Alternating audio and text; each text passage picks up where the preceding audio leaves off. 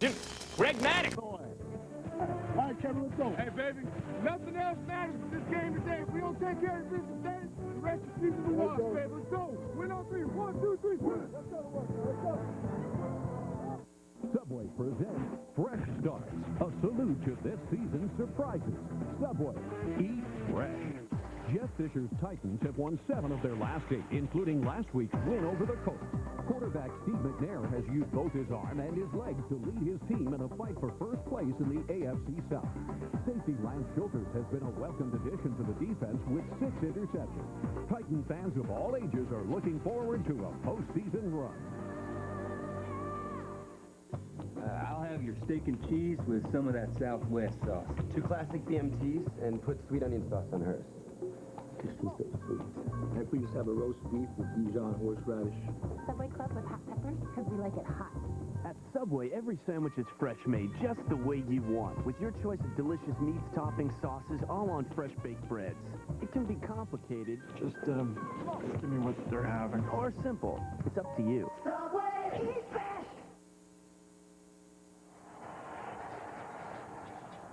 Weather will be a factor today with a pretty good breeze and temperatures in the low 40s. And battling that on the sideline for us today, Beasley Reese. All right, thanks a lot, Kevin. It's week 15, and most NFL teams are in a normal routine. Not so for the New York Jets.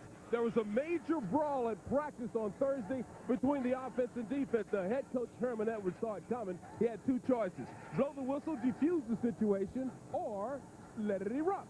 He did not blow the whistle. All what a head coach will do to get his team ready to play. We'll see if it works back upstairs. You know, and also Beasley, part of that is a coach that's played the game and knows that come December, tense situation, teams in the running, guys really don't like each other this time of the year. They've been chipping each other in practice, and you got to vent a little steam, and I think that's all that was a little venting. These 2 teams played each other last November 2000. The Jets won that game 17-10. John Hall has it teed up at the 30-yard line. Bears have got that. Adrian Peterson, Ahmad Merritt, the Jets and Bears, and here we go. And this will be Ahmad Merritt at about the 4-yard line for the Chicago Bears. And the kid who was raised in Chicago is brought down. James Darling back there at about the 17-yard line, a 13-yard return. Also on the stop for Chicago, Jason Glenn. He and his wife welcomed a new little baby girl into the world last night. Here he is playing for the New York Jets today. 6 pounds and 10 ounces cadence.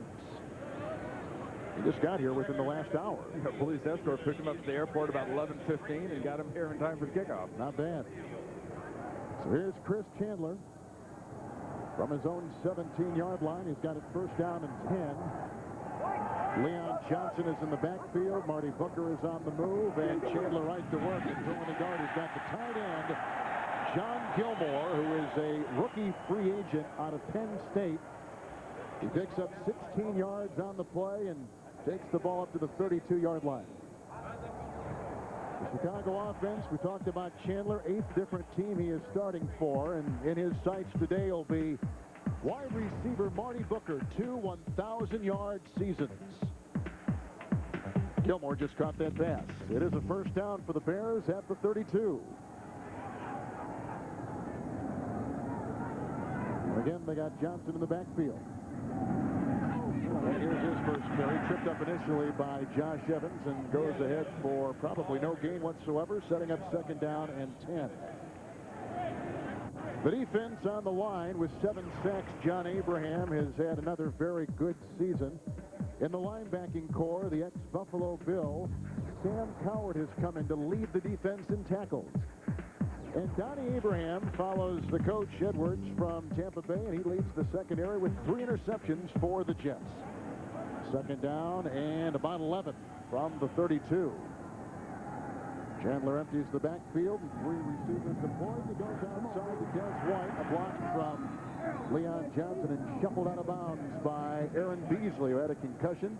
Playing today, gain of 3 as you take a look at 37-year-old Chris Chandler. Hey, you talked about Chandler on that first play, getting that ball to John Gilmore, the rookie free agent. And this team has suffered through injuries like, every year somebody does this, and it's their turn in the bucket because they've started 45 different players. And injuries, like I said, Big Cat Williams coming off the field, holding that right shoulder. And, I mean, it's one of the guys that hasn't been hurt. He's been constantly dinged up for Dick Duran, but every year somebody goes through this, like I said, and Dick Duran and this organization have got to be going crazy with injuries because every time they look up, it's somebody different going down. Bernard Robertson has come in his place, and he'll be playing now the right tackle. Robertson has played literally every position on that line, guard and both tackles, and there he is. He is 2 years out of Tulane. And Williams wasn't the guy they were worried about. Chris Valerio had back spasms, didn't practice all week long. So from the 35, it's a third and short week situation for Chandler. And his receiver is moving forward. And that's going to be a penalty on the Chicago Bears. Ahmad Merritt may have been the guy. He is the fourth or fifth receiver, depending on who's healthy. And that changes week to week. There was no play. False start. Offense, number 81. 5-yard penalty. Remains third down. You can hear the wind blowing on his microphone down on the field. A look at Dick Duran, who is in his fourth year, and he was the NFL Coach of the Year a season ago. And no team, to my recollection, has ever gone from 13-3 to 3-13. Wow. And this club's got a very, very good chance of pulling that 10-game reverse skid off. That's unheard of. From the 30-yard line, 3rd and 13 with the penalty, and Chandler has time. And it's dropped incomplete for Marty Booker, who has caught 79 passes this year. Pretty good coverage on the play by Ray Mickens. Ray Mickens, it went through his hands, almost like it goes through his face mask. Mickens, 24, coming in. Oh, you know when you get the Chicago Bears in this offense, you don't have to worry about stuff far down the field. This is all quick little passes, 3-step drops, timing patterns, and you can jump and take those chances, except you got to catch it when you do it. Brad Maynard will be punting to the number 1 punt return man in the National Football League, Santana Moss inside the 30. Pretty good rush put on. And Moss will have room to work here back at the 24-yard line. Gets a block from Moses. And then he is brought down by Bobby Howard, a linebacker, number 52, an 8-yard return after a 46-yard punt. It's cold, but you wouldn't know it from that guy. And they look at Big Cat on the sideline. So, how was Florida? Nice. A lot of pretty girls on the beach? Yep. Probably wearing bikinis, huh? Oh, yeah. Pretty girls in bikinis. Right now, fly Southwest Airlines for just $39 to $99 each way when you purchase by December 16th. So get packing. You are now free to move about the country.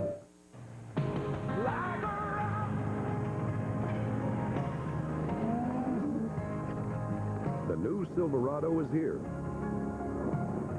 Now, with quadra-steer four-wheel steering, it's the most maneuverable full-size pickup you can get.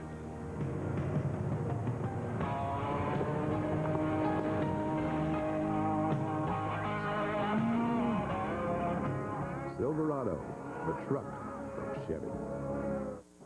I have an apology to make for knitting you a present rather than buying something you'd enjoy.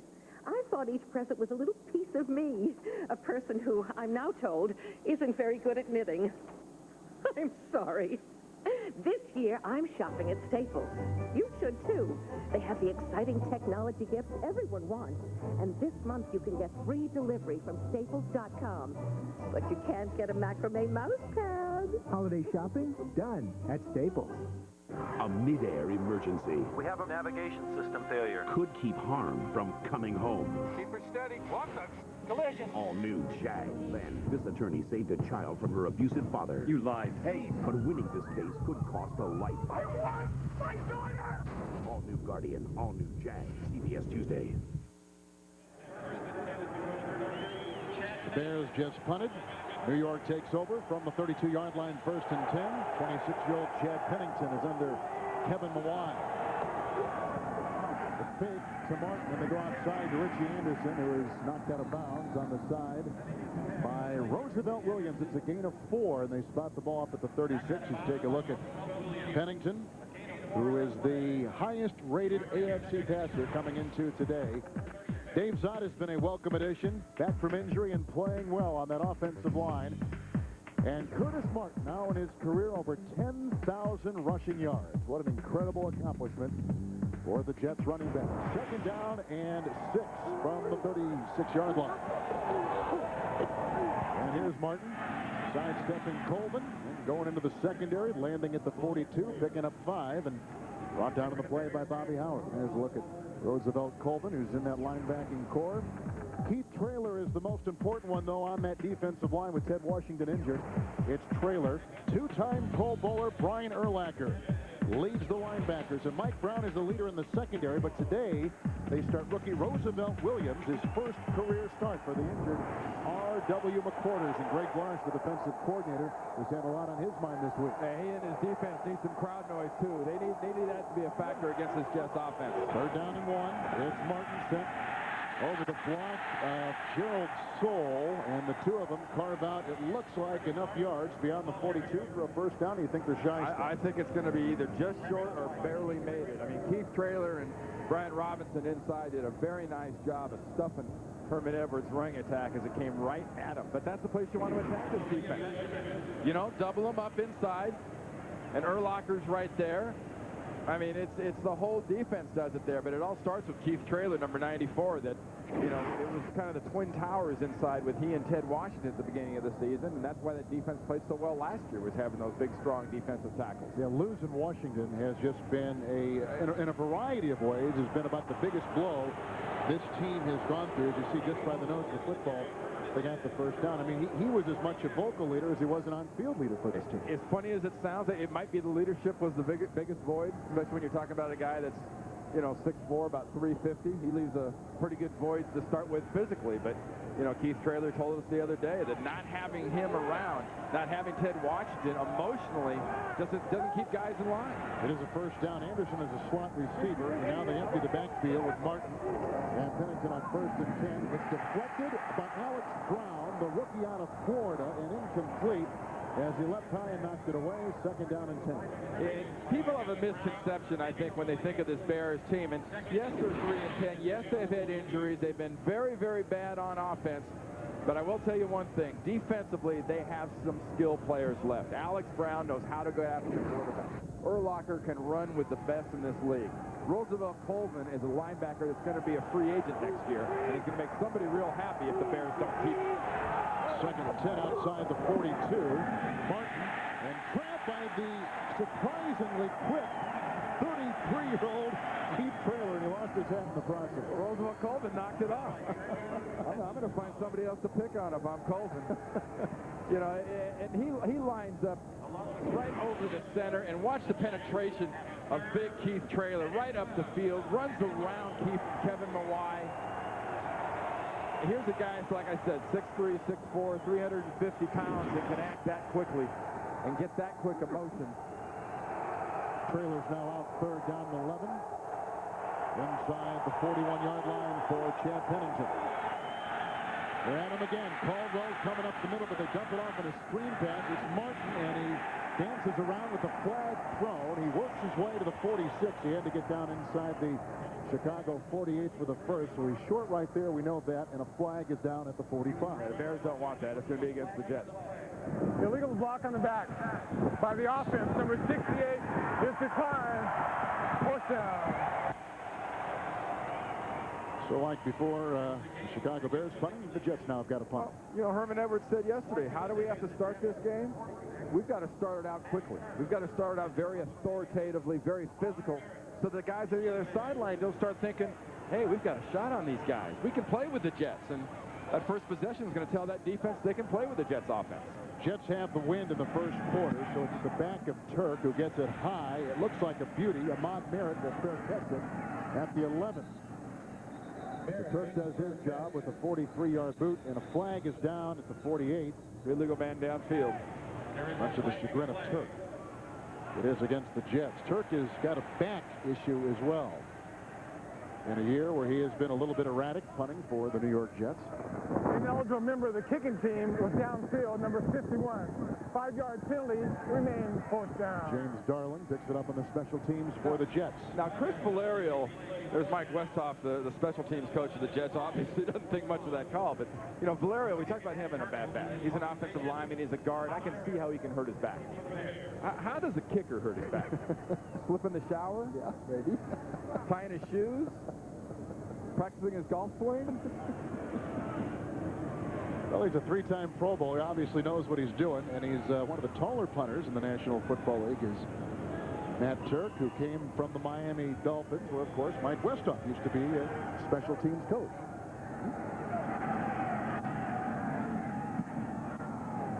Good block by Campbell to get Turk time. This one is just as good as the first. And off the fingertips of Merritt, and they lose a couple yards in the play, but at the 13-yard line. Look at Herman Edwards trying to take his team like he did last year back to the playoffs.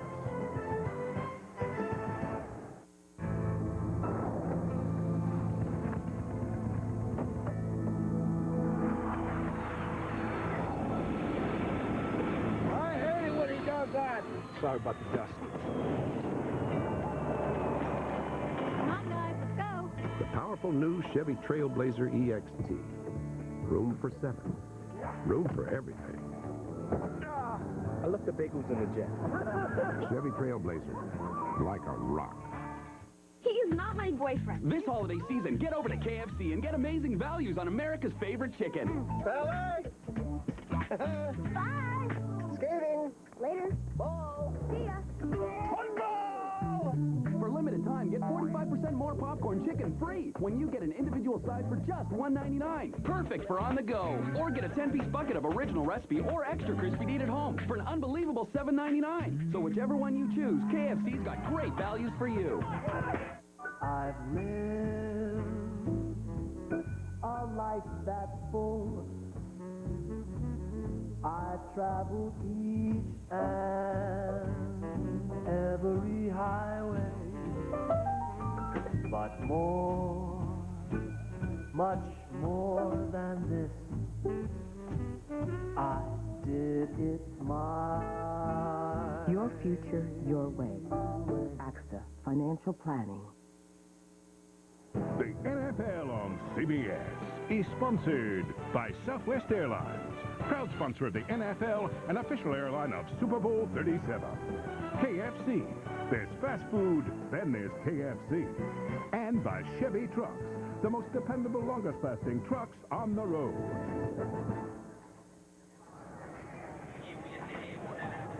They got a gorgeous campus here in Champaign, Alt-Gelt Hall and the alma mater statue. Champaign, Illinois, University of Illinois, with Randy Cross, Kevin Harlan, and Beasley Reese. That was the mathematics department, in case people were wondering, Alt-Gelt Hall. I breezed right by that in school, I know that. I think we all do that. That's why we're in this business. From the 13-yard line, after the Jets punt, 1st and 10, Chicago punted the first time they had it. James Big Cat Williams is back in at that right tackle. Looking right at the eyes of John Abraham on that end. Chris Chandler with Leon Johnson in the backfield, the X-Jet. He goes outside, and the 80th catch of the season is made by Marty Booker. And on the play, picks up 5. Let's go to New York and Jim Nance. All right, fellas, a little update here on Indianapolis and Cleveland. It's Couch to Quincy Morgan, the combo that worked for the Hail Mary victory last week. And Morgan breaks it. What a move there. 78 yards. The extra point missed. 6-0 Cleveland. Let's go back to you. All right, thank you, Jim. The Colts have won 3 of their last 4 against the Cleveland Browns. It's 2nd down and 6. And Chandler with the pocket crumbling on the run and getting the block and goes down quickly. Marvin Jones was zeroing in. He picks up 5. Will be close to a first down near the 23-yard line. And that is 100% pure feel by Chris Chandler. Because any quarterback will tell you, you get back in that pocket, you don't necessarily have to see the guys coming. You can feel those big defensive ends, and a nice job by him of stepping up, because you saw that internal clock. You hit that 5th step or that 3rd step, you know you've got about a 2.5 seconds to 3-second time in that pocket, and the ball's got to be out. And for the Bears, it's almost a 2-second pocket. Johnson in the backfield, 3rd down and 1. Chandler it is 23. It is Leon Johnson, and he finds a hole and goes right through it. Leon Johnson You might recall, if you're a New York fan, a fourth-round pick by Bill Parcells for the Jets in '97. He was in back of Curtis Martin. He got injured for a couple of years, and they gave up on him in the late 2000 season. Look at the patience. Johnson gets there. It looks stuffed, and he has the wherewithal and the veteran patience to sit and wait for a hole to sort of come to him so he can get that first down. The right side of this Bears offensive line with Big Cat Williams, Valerio, Owen Cruz at center is very, very good. The left side, on the other hand, I think is highly susceptible to the pass rush, especially with John Abraham. 28-yard line, 1st and 10. Leon Johnson again. He's out of North Carolina. And with Anthony Thomas out with a broken finger, Johnson now will be the guy that will carry him the rest of the way. He picks up 5 yards right there, and he's up to the 32-yard line and followed the playoff race through the end of the season with our exclusive projected seeds and brackets. Just click on playoff race at cbs.sportsline.com or on America Online, keyword CBS Sportsline. Just by the 23, it is 33 rather. It is 2nd down and 6.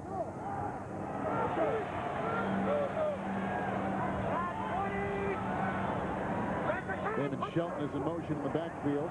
Take to Johnson, who offers the block. And he gets away from John Abraham, but Sean Ellis brings him down. And it's a sack for Ellis, a loss of 3 on the play. And for Sean Ellis, a third-year guy out of Tennessee, his 2nd sack of the season.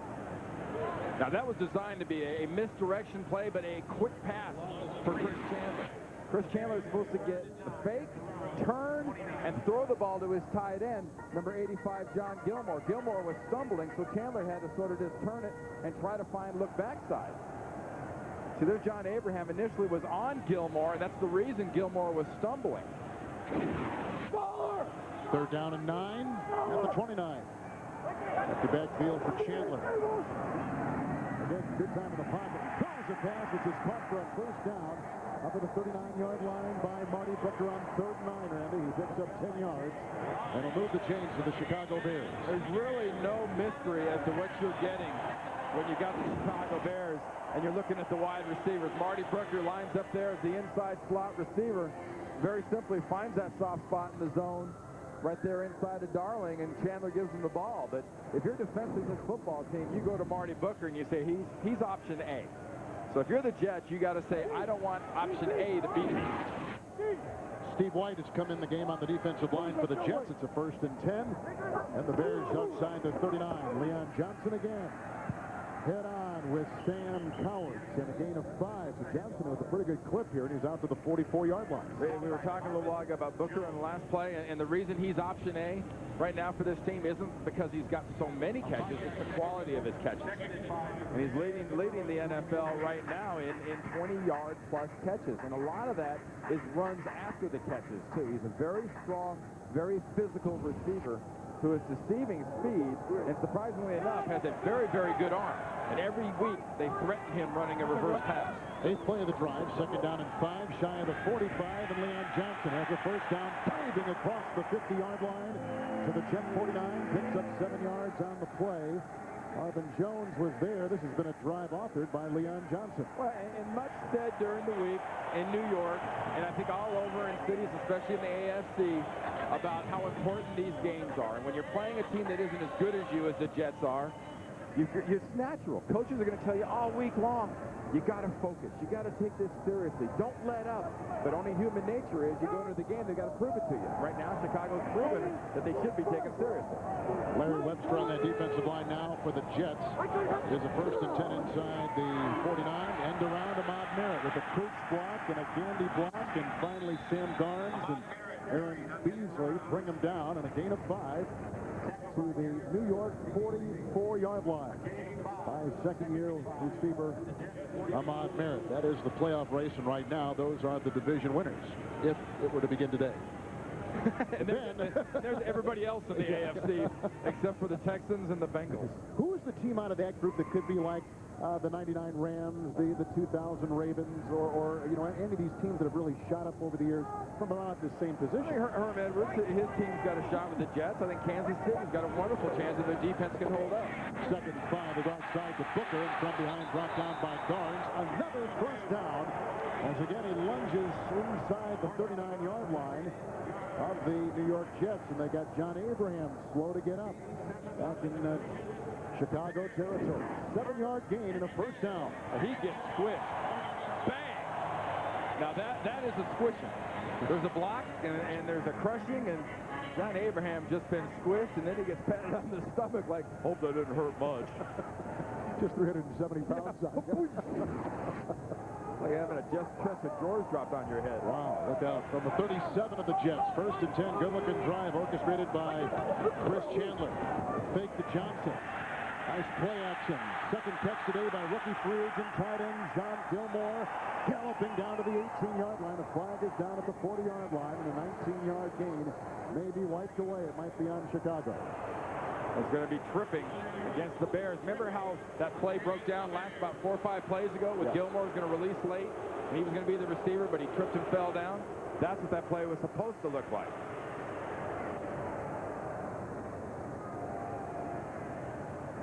Tripping. Offense, number 71. 10-yard penalty. Remains first down. Williams picks it up. Right tackle.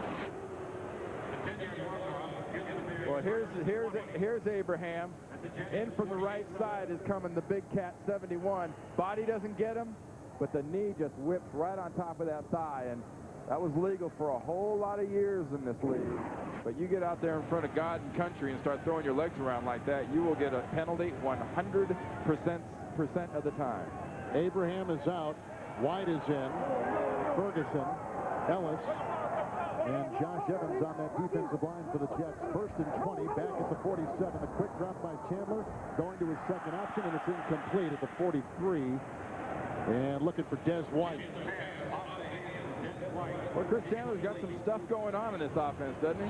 John Shute, the offensive coordinator here in Chicago, has been under a lot of criticism and fire this season for his play calling and for the allegedly unimaginative offense he has, but unimaginative is not what I really consider this offense in the times I've seen him on tape, and especially when we saw him live against New England, 5-6 weeks ago.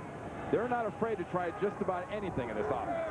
The Chicago drive began back at their 13. 12th play coming up. 47 of the Jets. 2nd down and 20.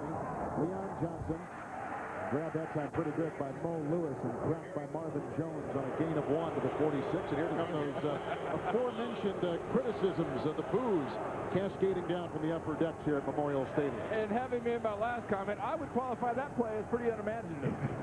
A quick draw on like 2nd and forever for the Bears, but a draw, a screen, something sort of out of the box is not out of the question. White leaves, Abraham back in. See what Shute now and Dick Duran have up their sleeves on this 3rd and 19 from the 46 of the New York Jets. Candy let his guy go through, and that's Abraham.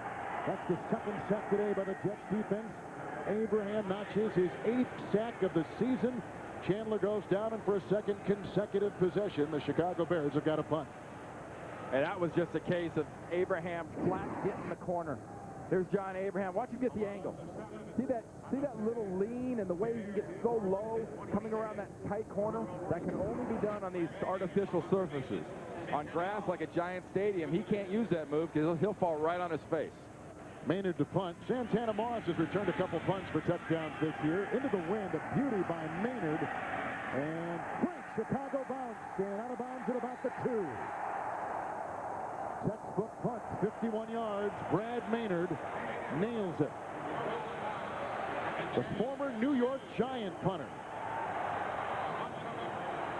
With a favorable Chicago Bears roll on this turf surface here in Champaign, Illinois. On a timeout. I cannot believe this present. It's so cool. It's the best gift ever. That's basically the reaction I want from my whole family. We've got lots of gifts that'll do that. Let's start with the kids. Bring your list. With CDs, games, DVDs, and more, we've got the gifts electronics lovers will love, and tons for under $50. Circuit City, we're with you. Wow, great gift. Exactly.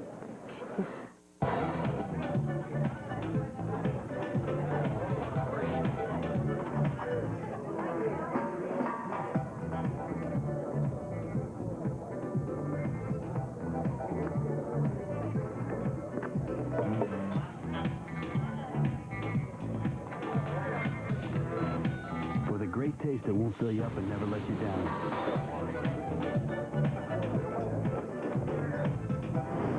Make it a Bud Light. Life is full of difficult choices, and some not so difficult.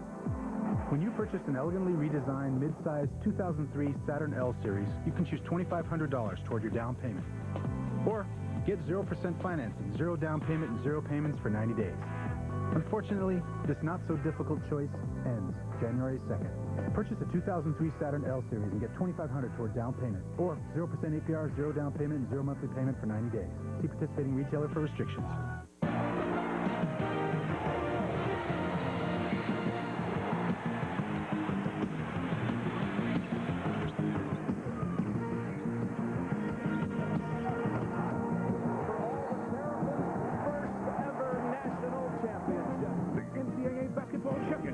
CBS.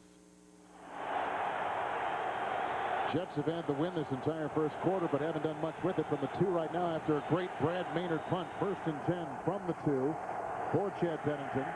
And right to work with time and down the middle using that wind, and he's got Laveranues Coles, a career year for him. His 74th reception of the season, a gain of 21. He's up to the 22. Well, and that flat is not a play you call with an inexperienced quarterback. With a young quarterback you don't have confidence in, and Paul Hackett, the offensive coordinator of the Jets, has a world of confidence in young Chad Pennington because of what he's done and because of the chemistry he's developed now with Laveranues Coles since he's been in as a starter. Curtis Martin in the backfield, first down at the 23 of the Jets, and Martin with the call and diving ahead. Roosevelt Coleman then jumped on him at the 27-yard line. He is taken down. That's a gain of 4. A look at John Abraham, who just notched his 8th sack of the season, even though he was shaken up on a play a little bit earlier in that first quarter. And there is no score in a game with heavy playoff implications for the Jets. Herm Edwards and his Jets in a scoreless tie with Chicago. We'll be back to Champaign after these messages as you're watching the NFL on CBS.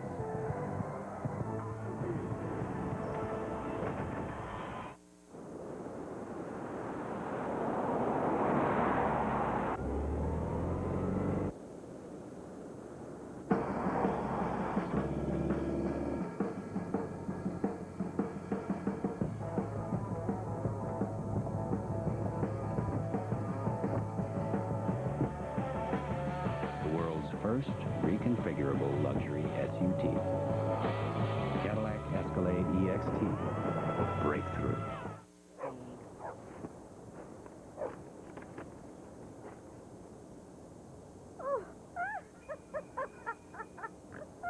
Jingle Bells. Brought to you by the United States Postal Service. Hey, look, it's only $1. Don't waste your money. Freeze! Pam needs a second opinion.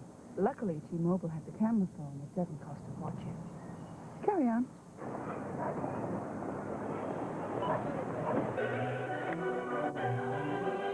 The Ivory Toad of Shanghai. Several bucks.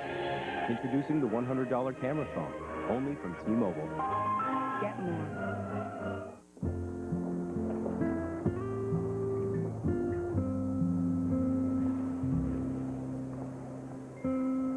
Home for the holidays. Brought to you by the United States Postal Service, your holiday shipping center. The NFL on CBS is sponsored by T-Mobile. Get more minutes, more features, more service. And by Cadillac. Bold vehicles defying convention. The Jets with Randy Cross and Beasley Reese. Kevin Harlan, Champaign, Illinois, Memorial Stadium. We start the second quarter. The Jets second down and 6 at their 27. Anderson in motion out of the backfield, and Pennington the opposite way to Coles. Gets by Trailer, gets a block, I think, from Pennington, and there it goes. And from Martin as he works down the sideline and up to the 43. It's a gain of 15, going one way, cutting the other, and the Jets get a first down. You remember John Lovett's old character, the liar? Yeah. You know, was that play designed like that? Yeah, that's the ticket.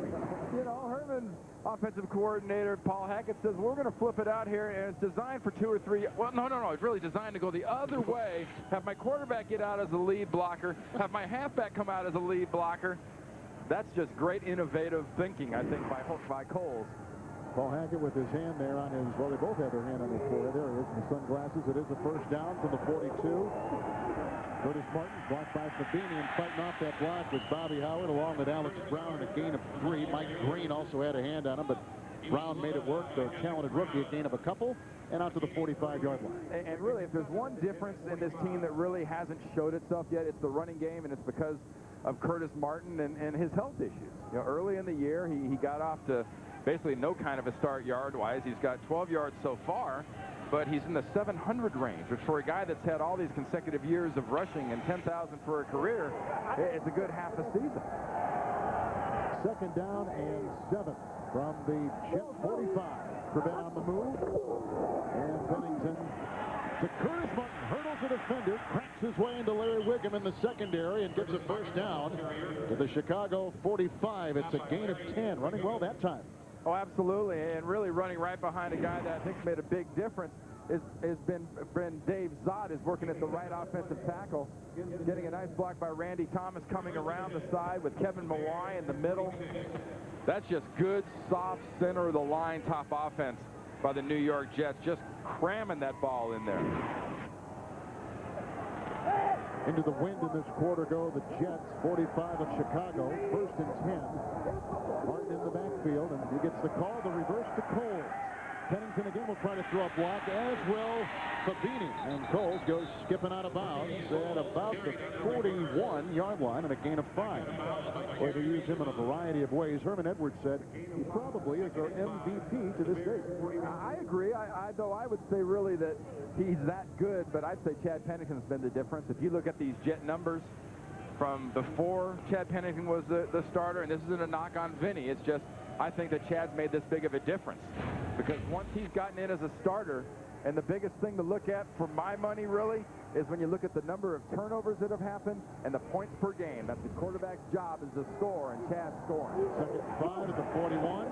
Pennington going deep into the wind, down the side for Moss. He shook the defensive back, the rookie.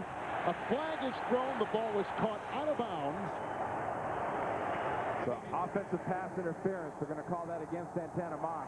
Trying to come back for that ball, Kevin. Against the guy making his first career start, rookie 3rd-round pick, Roosevelt Williams out of Tuskegee. Pass interference. Offense, number 83. 10 yards, remains 3rd down.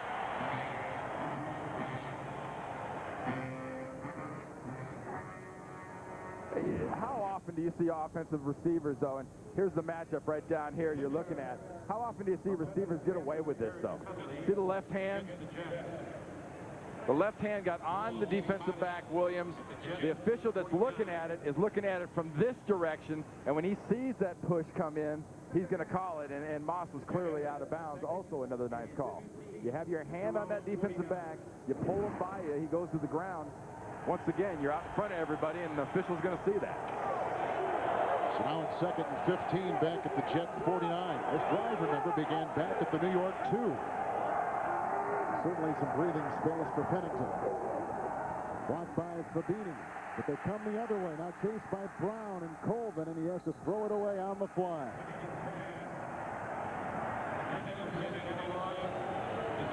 Busy day in the NFL. Back to New York in our studios and Jim Nance. All right, we're going to take a little Buffalo look here. San Diego taking on the Bills, leading by a field goal, but Bledsoe drives them down for the touchdown, and it's Travis Henry.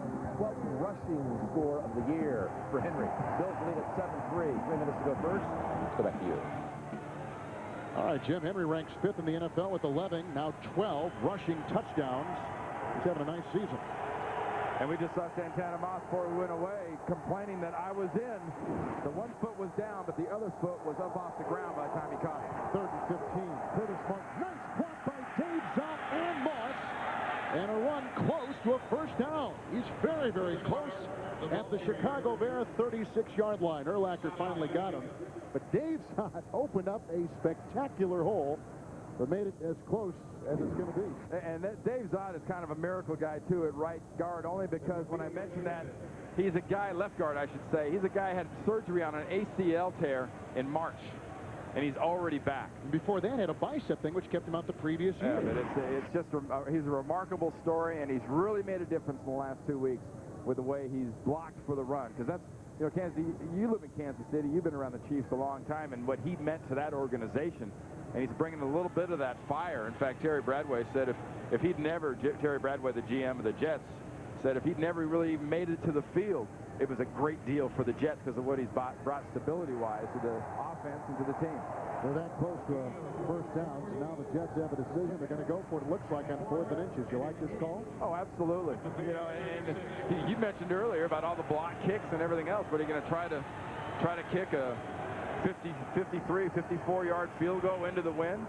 I think what you do well is what Greg Bloch is afraid of, the defensive coordinator, and you're the Jets, you run well.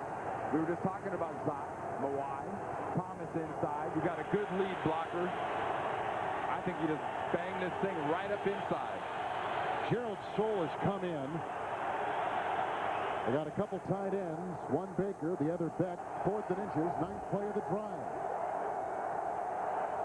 Now they got Soule on the move. Pennington, fumbled the snap, and it's loose. And they're still trying to get it. Nonetheless, the Jets will not get the first down, even if they retrieve the ball. Chicago does have it on the fumble by New York, and Chicago gets it. Through about a quarter and a half, you could not ask for a better start if you're a Chicago Bear or a Bears fan, because the Jets just look flat and the Bears look ready to play. How can you be flat when your playoff lives depend on every game? It's only human nature. You got to get punched in the face first, and they've been punched.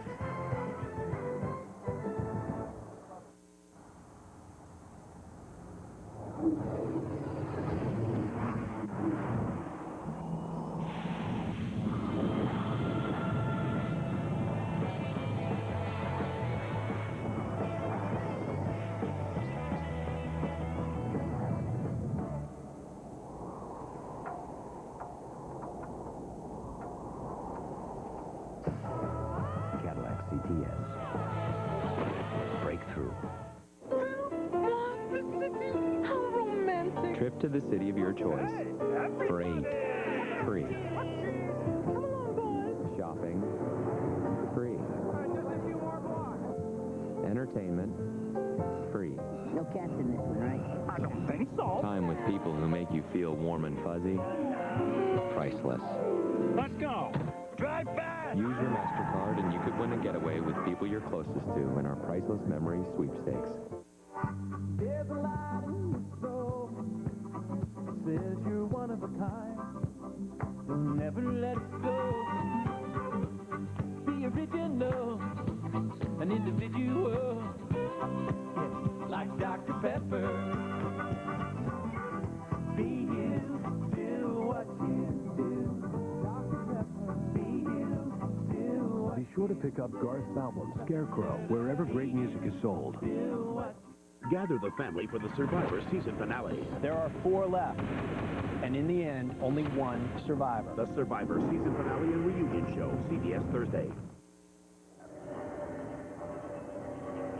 They have changed the ruling on the field. It was not a fumble. It was initially fumbled, but Pennington fell back on it, and he lost it on down. And really, the ball comes up, and it hits into Kevin Mawai onto the hands of Chad Pennington and immediately drops to the ground.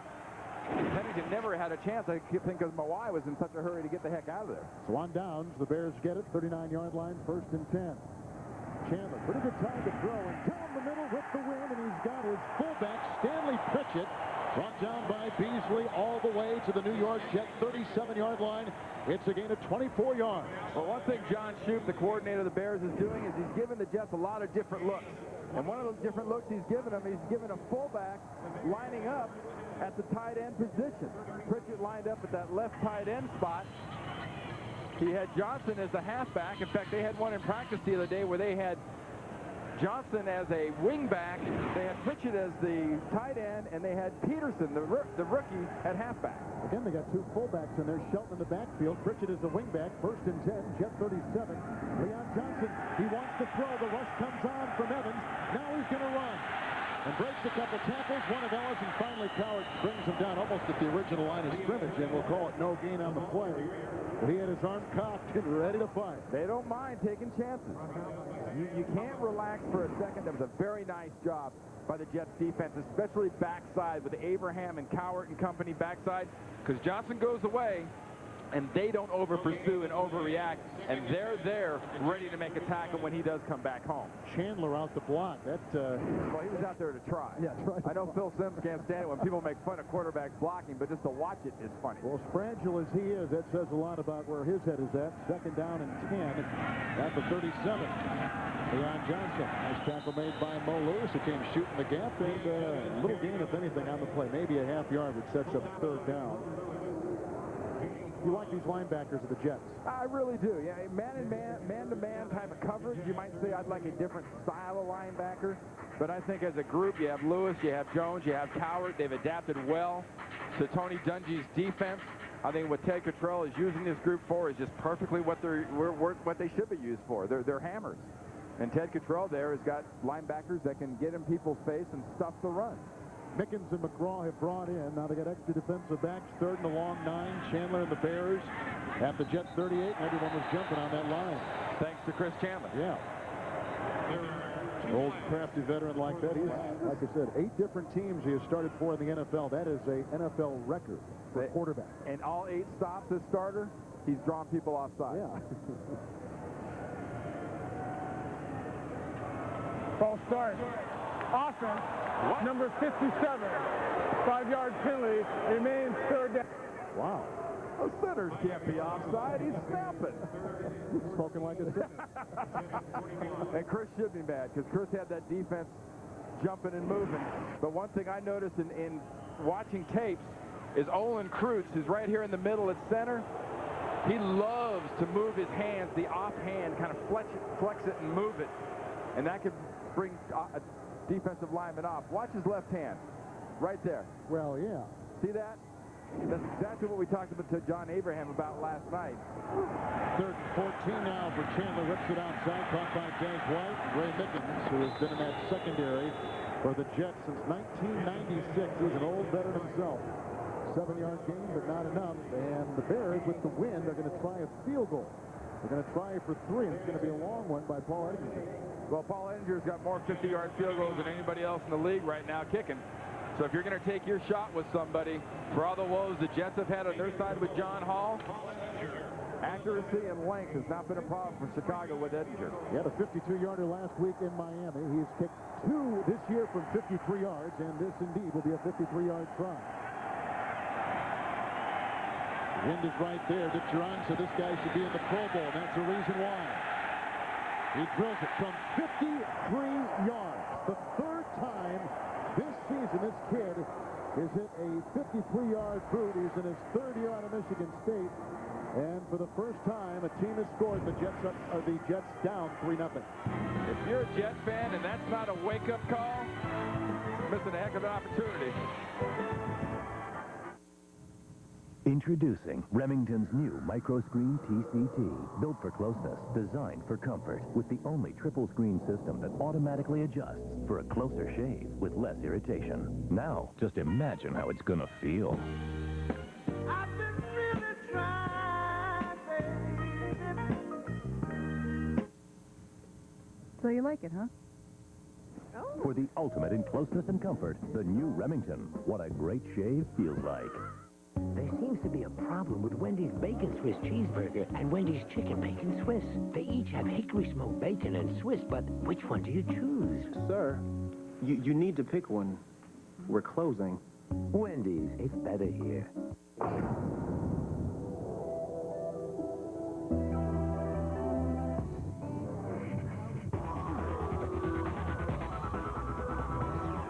EOS Rebel TI. get into it. Dead meat.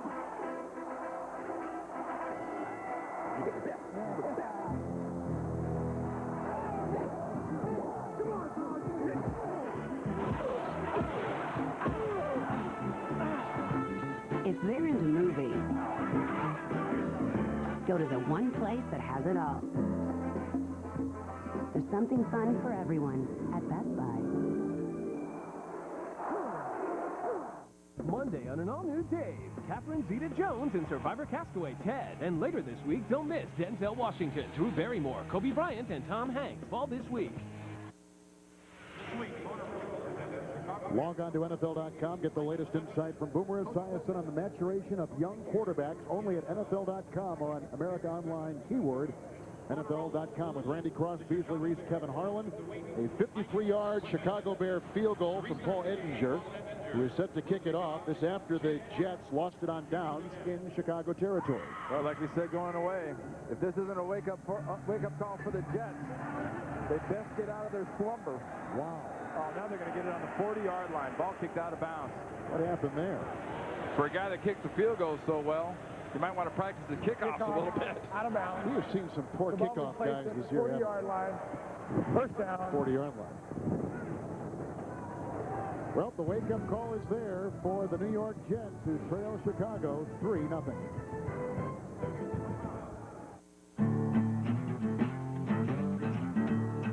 We have always felt that our trucks were tougher than anybody else's trucks. I've had people say to me, I own a Ford truck, and I have 120,000 miles on it, and it's still as good as the day I bought it. Ford trucks stand up to anything you can do to them. Built Ford Tough isn't just a slogan. It's what we deliver. The people that buy Ford trucks say to us, I will only buy Ford trucks. I mean, I love hearing that. Mr. Stevens? Yeah. Got you down for over 130 channels, $39.99 a month. Right. So every channel's digital quality. There's access to 31 premium movie channels, 60 pay-per-view movie titles a month. Great. So that can go on the back of the roof? Yeah, sure. Yeah, good. So go ahead and pull around back. You work for the cable company, huh? Yeah. Yeah. Why settle for cable? Get a 2-room DirecTV system with installation for under $50.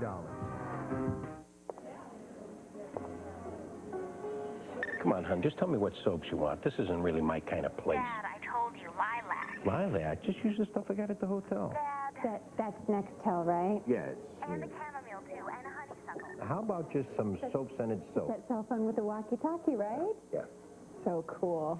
You should do their commercials. Commercials? I want to be a serious actress. When the government tried to cancel Christmas, one playmaker stood up for kids. You cancel Christmas, you are canceling hope. Jason Alexander is the man who saved Christmas. CBS Tonight. A special holiday treat, the NFL on Saturday. Ricky Williams drives Miami into Minnesota as the Dolphins fight for first in the AFC East next Saturday on CBS. Well, to a player, they say Herman Edwards has been very upbeat and positive with the team. And he knew this was coming. He knew there'd be a pause and there'd be a lull. But the Jets know how to recover from this lull. After the field goal and the kickoff that went out of bounds, 40-yard line, 1st and 10 for Chad Pennington. Little play action and right to work he goes. Here comes Phillip Daniels, inhaling Pennington, set for the 21st time this year. The first of the game for Chicago and the 4th of the season for Phillip Daniels. And Phillip Daniels lining up at the left end position right here in the bottom of the screen. Watch him just fight through. Isn't chipped. Trying to block him with a combination block between the fullback and the halfback. Going with 2 guys, get a half block from each guy, and it equals about a quarter. Wow. That's bad math, but that's bad football, too. He hasn't gone to Chrebet yet. On 2nd and 17, he goes to Martin on a handoff, then ushered out of bounds by Jerry Azuma. It's a 10-yard gain up to the 43 as we take you to New York and Jim Nance. All right, folks, watch closely. Chris Carter, yes, some people questioning why did he come out of retirement. A patented Carter one-handed snag for the touchdown, and Miami takes the 10-3 lead as they begin the second quarter down in Miami. Let's go back to you. All right, thank you, Jim. impressive. Shockingly, Miami has won 4 straight games over Oakland, including that early game last year and a come-from-behind win. No surprise they're throwing the ball well against Oakland with their corners out, Torrey James and Woodson. That's a good point. 3rd and 7, back at the 43. Pennington getting out of that pocket, chased by Caldwell, throws downfield, incomplete, and going to Chrebet for the first time today. That whistled over his head, incomplete. Jets have got a punt again. Gymnastics will send it back to you in New York. All right, Tim Couch has his 2nd touchdown pass of the day, Kevin. It's Kevin Johnson of the Browns hauling it in, breaking the plane, 13-0 Cleveland. Let's go back to Kevin and Randy. Browns have 7 wins after 13 weeks, Jim, for the first time since 1994. So they are also in that playoff race. And if the Colts are the number 2 defense in the NFL, I'm the Easter Bunny. Takes the punt. Ahmad Merritt locked down nicely on the play by Kelvin Moses. An 11-yard return after a 36-yard boot. The Jets are down. Guess I got the wrong holiday, huh? You did.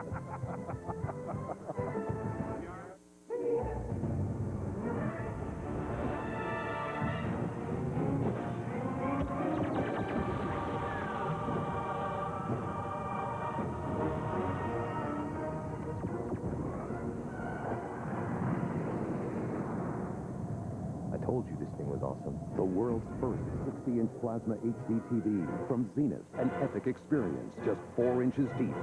From the high-definition authority, Zenith.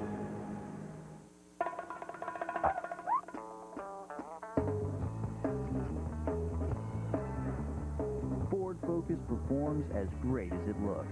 It's got a European-tuned suspension for exceptional maneuverability and handling. That's why Automobile Magazine calls it the best small car to drive.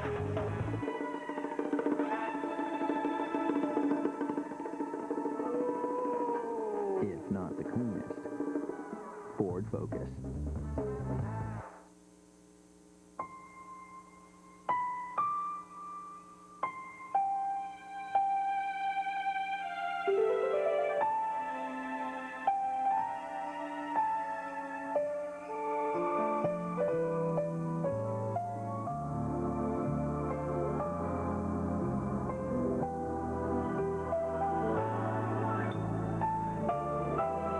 Happy holidays from your friends at Miller.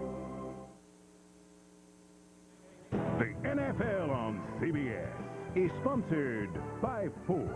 The best-selling trucks are built Ford tough. Zenith, the ultimate authority in high-definition TV.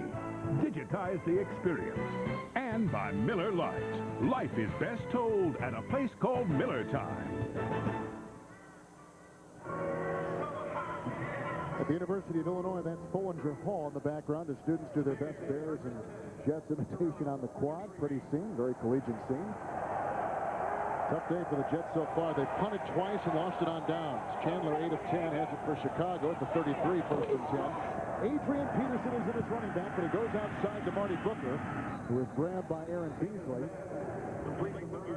And also hit on the play by Damian Robinson, gain of 4.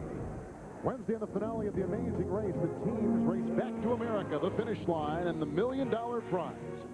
Don't miss the 2-hour season finale, Wednesday at 9, 8 Central on CBS, America's most watched network. Amazing Race is what you could call the AFC playoff. AFC period. Yeah. 2nd down and 6, outside the Chicago 36. Peterson in the backfield.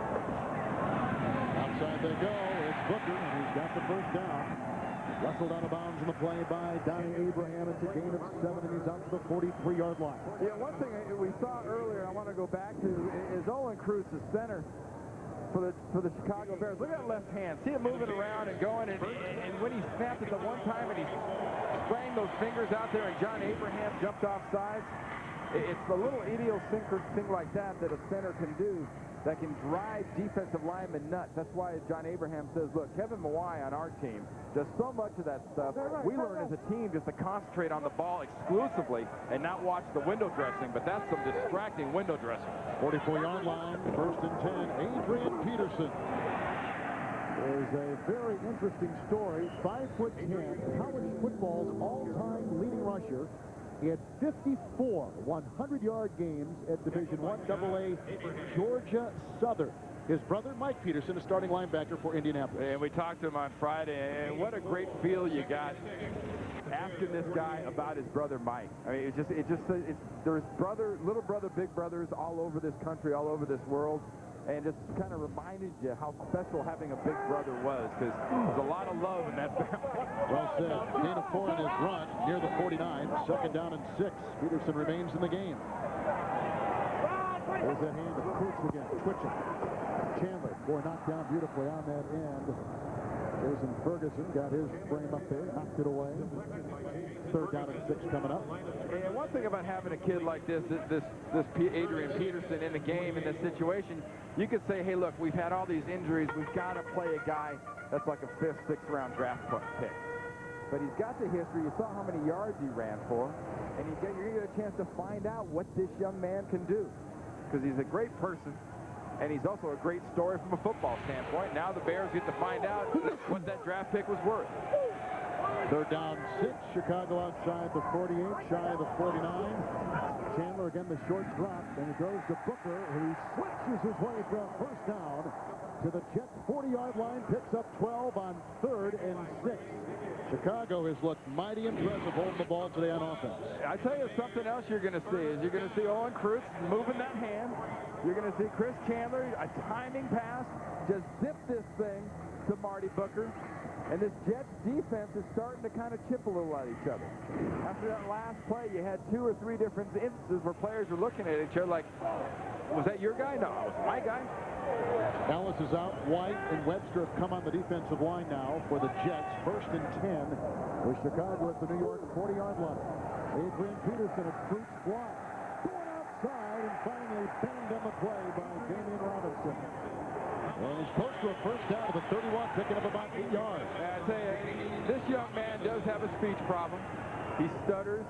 I think it's something that's amazing. He's come out of Georgia Southern and play the way he did, done what he's done, and with the speech problem he's had, the stuttering he's had, he's overcome it all. And you're getting a little bit of a picture as to what kind of a package the Bears have with this young runner and what he can do, because he's getting some nice blocking up front. I'll say something about Chris Chandler, too. He looks very calm and patient in his pocket today for the Bears. Yeah, it doesn't hurt that you get a running back starting to run the ball a little bit, and Chandler's 11 of 14 with an empty backfield. He's got it 2nd down and 2, so he's got something to play with here, and he whips it outside, caught by Peterson. He's got the first down, chased down the sideline by Cowart, takes it to the Jets 16-yard line, picks up 17 on the play, and it's another Chicago Bear first down, and Peterson looking very bright on this drive. And we talked about the empty backfield, and then you've got Peterson lined up out here on the outside, and watch what he does, and watch what he doesn't do. What he doesn't do is really much. Just sort of runs out there. He's the dump-off guy for Chandler, just like if he'd have come out of the backfield. And the offense has got a little pace. The offense has got a little rhythm. And the Jets defense right now is just sort of guessing, and they're guessing wrong. That was only the 2nd career reception for Peterson. 8th play of the drive. 1st and 10. Chicago at the Jets 16. Here he comes again. Peterson goes by White, slips by Lewis, and finally brought down on the play by Robinson again after a gain of 3. Down to about the 12, 13-yard line of New York. Not only are they getting the win down this drive, they're eating up the clock, and they're keeping out of the hands of Pennington. And they're finding maybe a new weapon. You know, Adrian Peterson got some chances last week, 3 carries for 11 yards, and spends a lot of time after practice catching balls out of the backfield, learning how to do that, learning the blitz pickup, who he should have, and how, more importantly, to block once he gets them. But this could be a real good shot for these Bears and the Bears fans in general to find out that this close to Christmas, they opened a box, they didn't know what it was. They might have found a running back. Darling and Reeder on the defense for the Jets. 2nd down and 7. Well, about the 12. Here goes Peterson trying to furrow his way inside. And Webster had a hand on him. Reed was in there, gain of 4. And we've reached the 2-minute warning as the seconds tick off. Chicago on a 53-yard field goal and controlling the clock here in the 2nd quarter.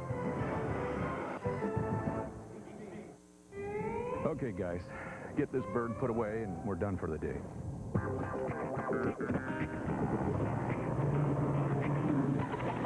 With a new available Power Stroke diesel, 5-speed automatic torque shift transmission, and the most torque and horsepower of any diesel pickup, F-Series Super Duty goes way beyond just getting the job done. F-Series, the best-selling truck on the planet, is built Ford tough.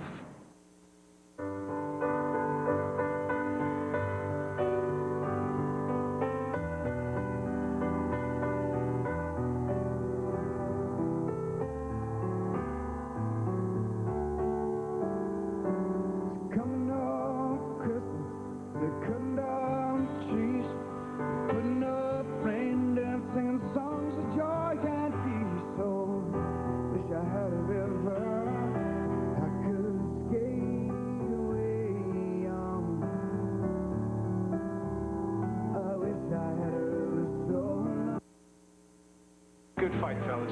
Come home soon. I just want to say thank you from this proud American. You don't even know me, and you're risking your life for me. Thank you. Access NFL.com now on America Online. Get live game day coverage and real-time stats at AOL keyword NFL.com. A teenager is found dead in the middle of nowhere, and the clues will lead to a detention camp. Extreme problems require extreme measures. CSI Miami, all new CBS Monday. The next till halftime report with Jim, Dion, Dan, and Boomer ready for you, and scores and highlights from New York. The next till halftime next here on CBS with Randy Cross, Beasley Reese, Kevin Harlan. A good-looking drive by the Bears. They continue to move on the defense of the Jets, who have had the ball 3 times, punting twice, and losing it on downs. You see the timeout story, 10th play of the drive. It is 3rd down and 3. Peterson in the backfield. Chicago at the 9 of the Jets. Here's a pass caught by Gilmore. 3rd catch today, picked up quickly by Garnes. And he has the 1st down, leaning to the 5 on a gain of 4.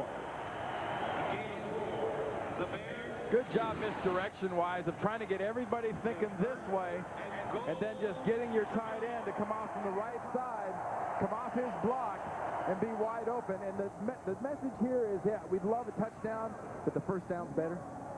We stay off the field. We keep the Jets off the field, and John Shoup so far is doing a nice job of play calling. Timeout Jets.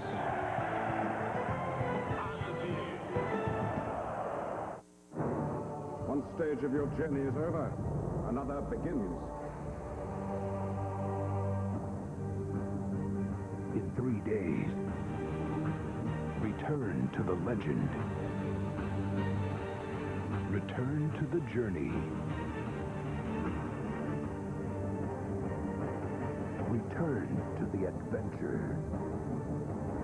The Lord of the Rings, The Two Towers, rated PG-13, starts Wednesday. Change that to 6. I'm happy to meet him. Get Prebe on a plane today, okay? I need him here. I'll take the meeting, just keep it short. Well, just as long as I'm out by 7. Hang on a second. Thomas, did we get a new car? Oh, no, sir. Your car is in for service. This is my car. Surprise yourself with the simple elegance of the Ford Taurus. If you haven't looked at Ford lately, look again. CBS Thursday. Gather the family for the event of the week, the Survivor season finale. There are 4 left. Come a long way, baby. 3 tribal councils. 2 shots at immunity. And in the end, only 1 survivor. We're not talking $20. We're talking $1 million. That's what makes Survivor the ultimate game. Then join me for the reunion show. No singing and dancing, just answers to questions you've been asking. The Survivor season finale, CBS Thursday. The NFL on CBS is sponsored by Lord of the Rings, The Two Towers, in theaters December 18th, rated PG-13. And by UPS. What can Brown do for you?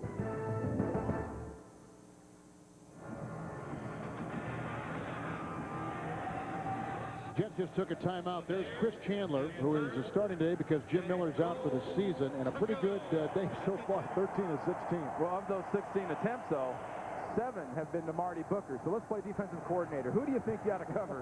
Number 1, maybe double them. They got Shelton and Peterson in the backfield. 11th play of the drive. 1st and goal at the Jet 5. And it's Peterson, who has never scored an NFL touchdown until right there.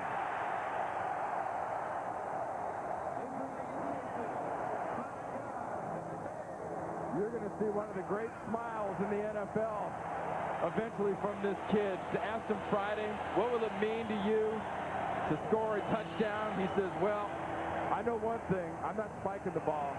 I'm taking the ball, and that thing's going with me to the sideline, and that's going home. There is not a better feeling in this business doing what we do now, Kevin, than to get to meet a kid like this and to have him have success.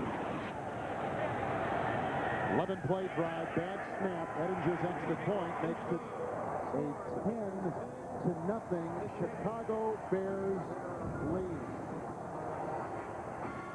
Adrian Peterson, a 6th-round draft choice. His first NFL touchdown in a big game against the Jets.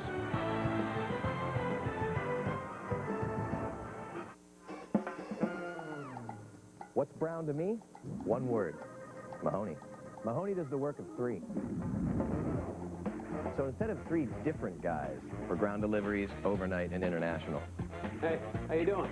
And 3 different pickup times, all I need is one Mahoney and 1 pickup. You wore the shorts for TV, didn't you? One driver, 1 pickup, 1 reliable network. UPS, what can Brown do for you? See that? That ain't condensation. That's perspiration. They're sweating me because I don't live in their world. I'm the X Factor, the loose cannon, the road cop. So come on, partner. Let's ride. New Red Fusion from Dr. Pepper. Who's your soda?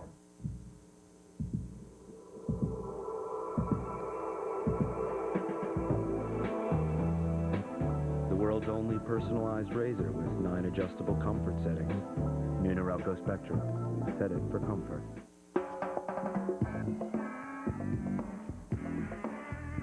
An outstanding deal to celebrate the season. The Gateway 300 SPC. With a 2 gigahertz processor, a sleek 15-inch flat panel, 40 gig hard drive, and a CD burner. Great for creating your own digital fun. Call now for free shipping on all home PC purchases.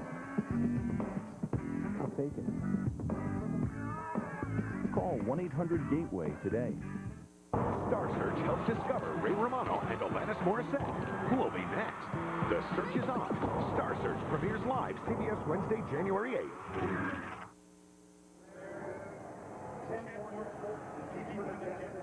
Adrian Peterson scores a touchdown. The Jets are getting shut out by the 3-10 Chicago Bears. And you know you got a young player because he's got his helmet on, the chin strap is buckled.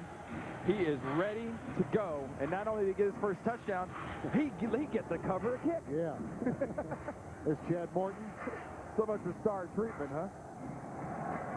Ettinger kicked out of bounds the last time, and this one is sent to Morton at the 1-yard line. Morton, the number 2 kickoff man in the NFL. Got a block, finds a gap, and tackled at the last second by a defensive lineman, John Stamper, who was waived by Tampa Bay earlier this year. He is a rookie, and he saved what I think was a touchdown gallop by Morton, a 38-yard return, which the Jets needed in the worst way. Well, the Jets need a little fire because they have none right now. Next Saturday, the playoff race rolls on with the Saturday special edition of the NFL on CBS. Ricky Williams and Miami against Randy Moss and the Vikings. The excitement begins with Jim Dion, Dan and Boomer on the NFL Today at a special time, 12:30 Eastern on CBS. Here comes Pennington, who's only 4 of 7, 1st and 10. With time, dumps it off, caught by Martin. Erlander Bears smelling it out well. The 42-yard line and a gain of 5. The Jets have 2 timeouts. To state the obvious here, it'd be nice to get points if you're the New York Jets, but more importantly, what is Herm Edwards going to say to this team at halftime? How do you kick these guys to create collective tail and get them going? 42-yard line, 2nd down and 5. Outside the tight end Anthony Beck with his first reception of the day. And he picks up 6. That's his 25th reception on the year. And he's out of bounds at about the 49. By the way, Morton just set a single-season Jets record with 13-17 in the yards category. Is it good when you're getting a lot of kickoff returns? No. I mean, not to take away from Chad Morton. He's done some great things.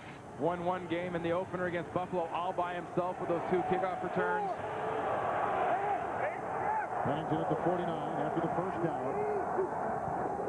1st and 10. Curtis Martin grabbed from behind, as you see, by Philip Daniels, and limited to a gain of 2 to the 49 of Chicago, and the Jets burn their second timeout. 52 seconds to play before halftime. That score is going to surprise some people.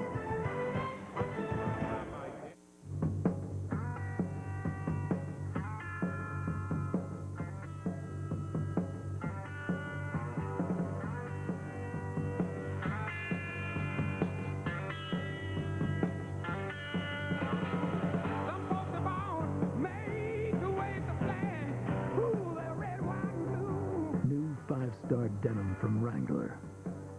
Wrangler. Real, comfortable jeans.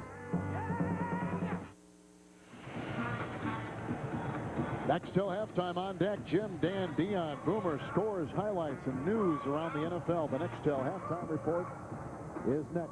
The Jets, in their fourth possession, Randy, in the previous 3, punt, losing it on downs, and punt. That is not in the script that Herman Edwards wrote for today. Well, yeah, going in, Herman knew that the Chicago defense had some good athletes, had the Colvins and the Urlachers and the Robinsons and the Daniels and guys like that can play football. I think what's surprising the New York Jets is the ability of the Chicago offense to put so much pressure on the New York Jets defense. 49 of the Bears, second down 8 after the Jets timeout, and they've got 1 remaining. 52 seconds to play in the half.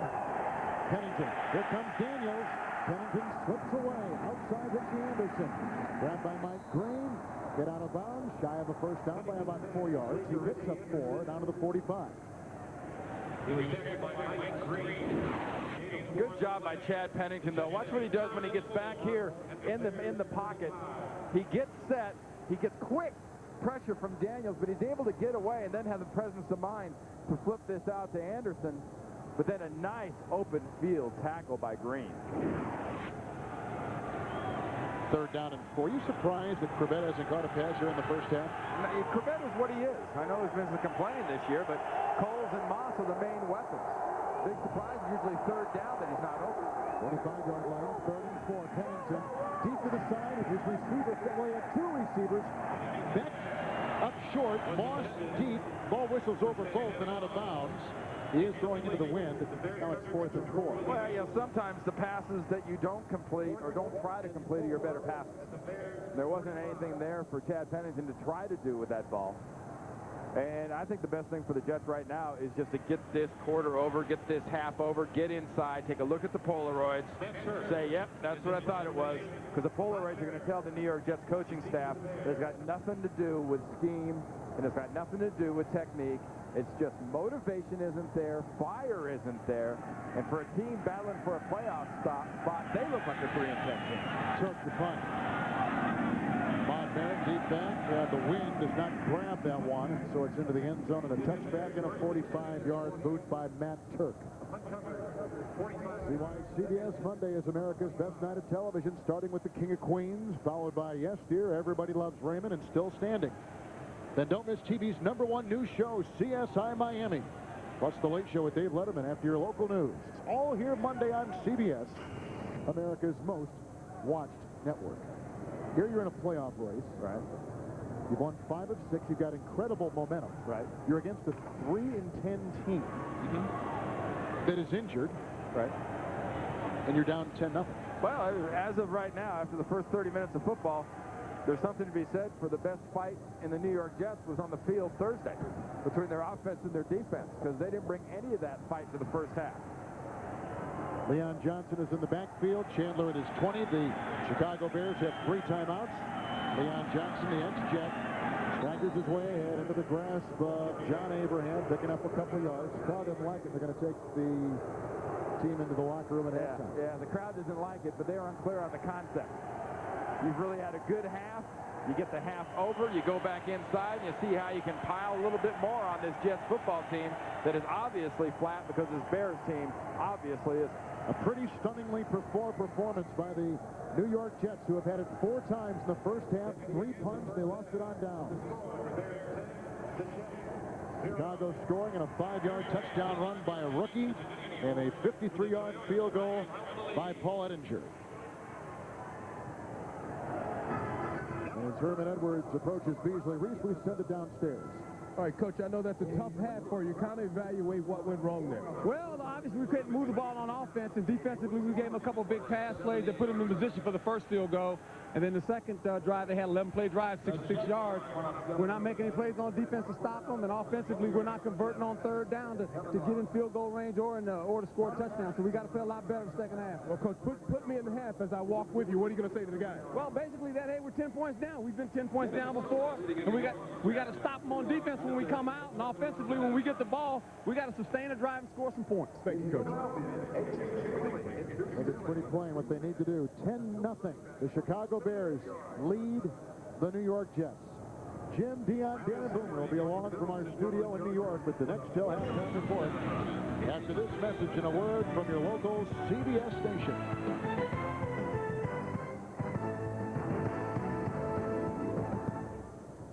Monday, the King of Queens is haunted by Christmas past. Reminds me of a time when I didn't have to pay bills or going after that big promotion. We've never done either of those. Then take time off from stressful holiday shopping with an all-new Yes Dear. And will Ray join his dad's lodge? Pretend that I'm not here, because that's what I'm doing. Then guess who's broke for the holidays?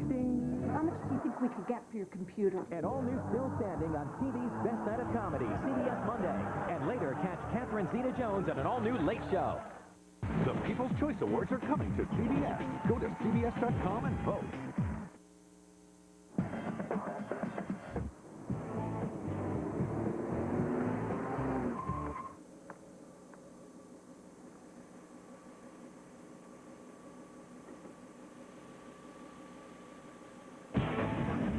The Volvo S60 in a stop-and-go world. Few cars stop and go quite like it.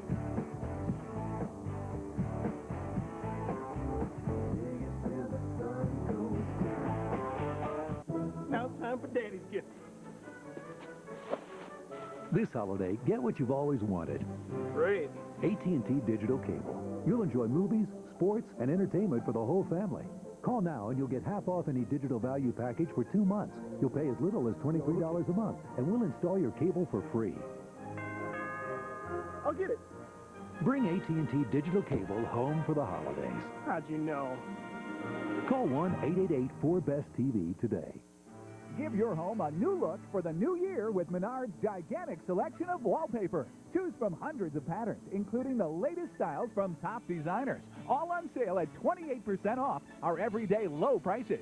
Brighten your rooms with compact fluorescent bulbs. They use 75% less energy than standard bulbs and last up to 5 years. This bulb by GE is just $3.98. Switch on the savings at Menards. When the game's over, we're first with interviews. Bears Locker Room on CBS 2. CBS Sports presents the Nextel Halftime Report. Nextel, bringing you wireless solutions. Holiday season really in full bloom here in New York. Jim Nance with the Nextel Halftime Report along with Dan, Dion, and Boomer. We've reached halftime in Champaign, and what is up with the Jets there, Boomer? What is up with the defense of the Jets? As you can see right here, the Chicago Bears up 10-0. The defense cannot get off the field. You would think that maybe they'll fight with their offense during halftime to get them going again a little bit. But right here you see Chad Pennington. He fumbles on 4th and short. It really doesn't matter.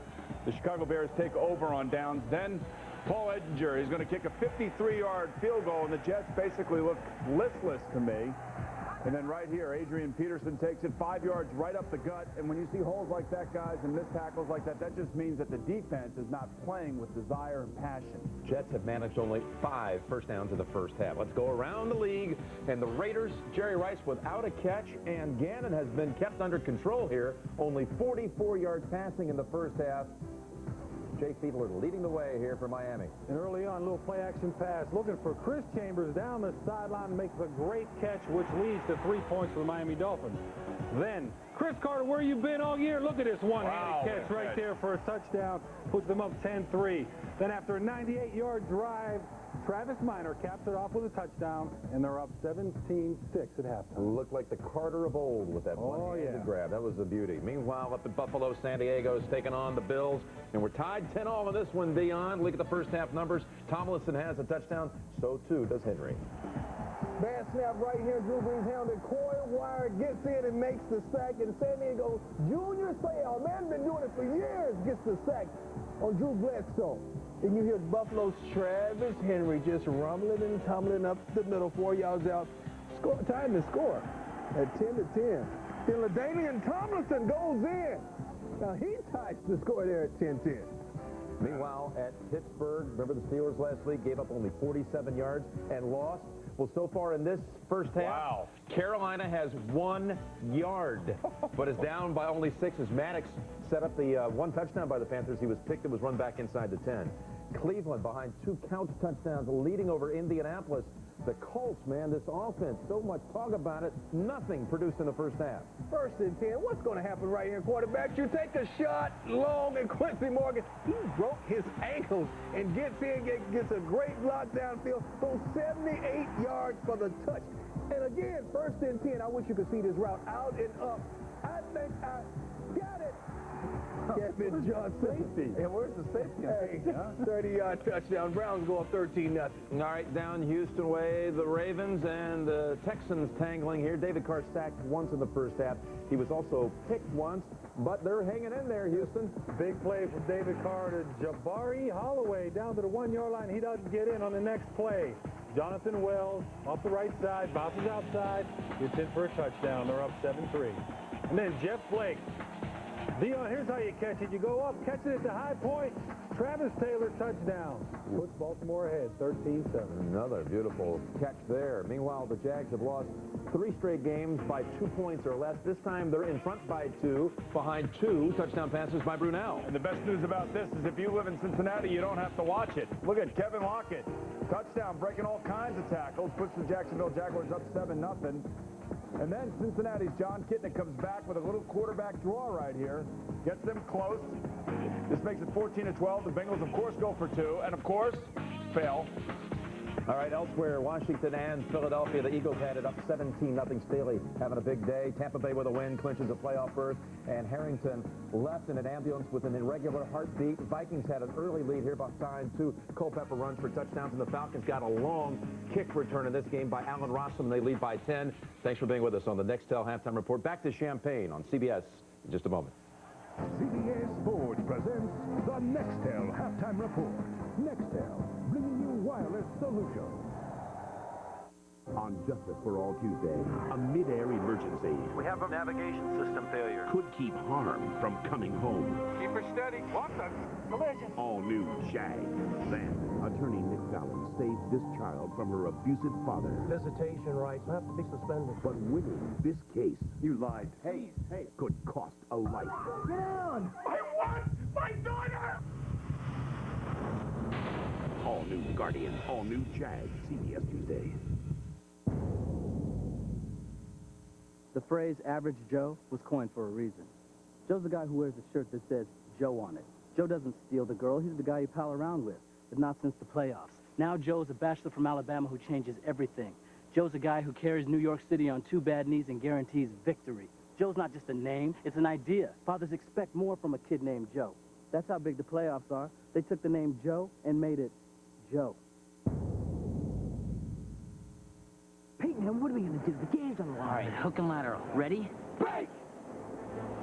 There's midfield with seconds on the clock. If they complete a pass, I don't think they can get it out of bounds and stop the clock.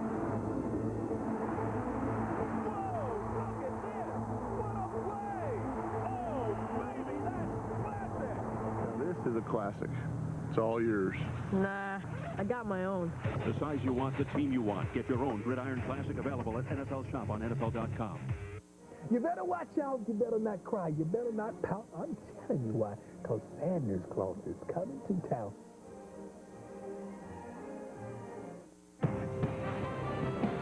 CBS Sports presents the Nextel Halftime Report. Nextel, bringing you wireless solutions.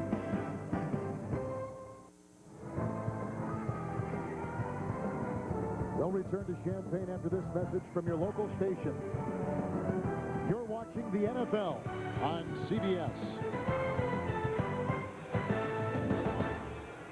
Don't miss the Survivor season finale and 1-hour reunion show. CBS Thursday.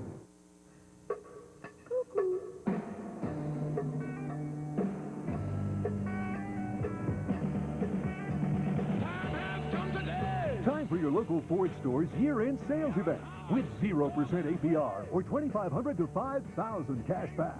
ZX2, Focus, Taurus, Mustang, and Windstar.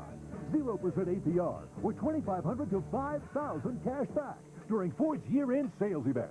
Only at your local Ford store.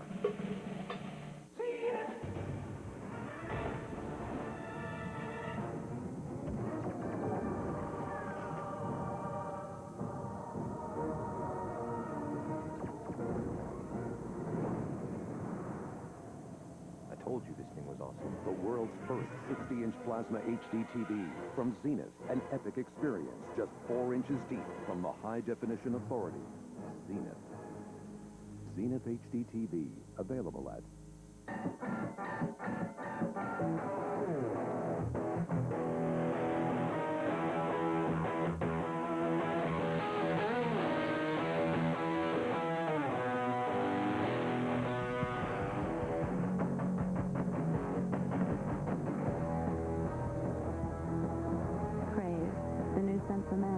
from Calvin Klein. Get it on. Get this t-shirt free with any purchase of 2 or more Crave products at Carson Pirie Scott.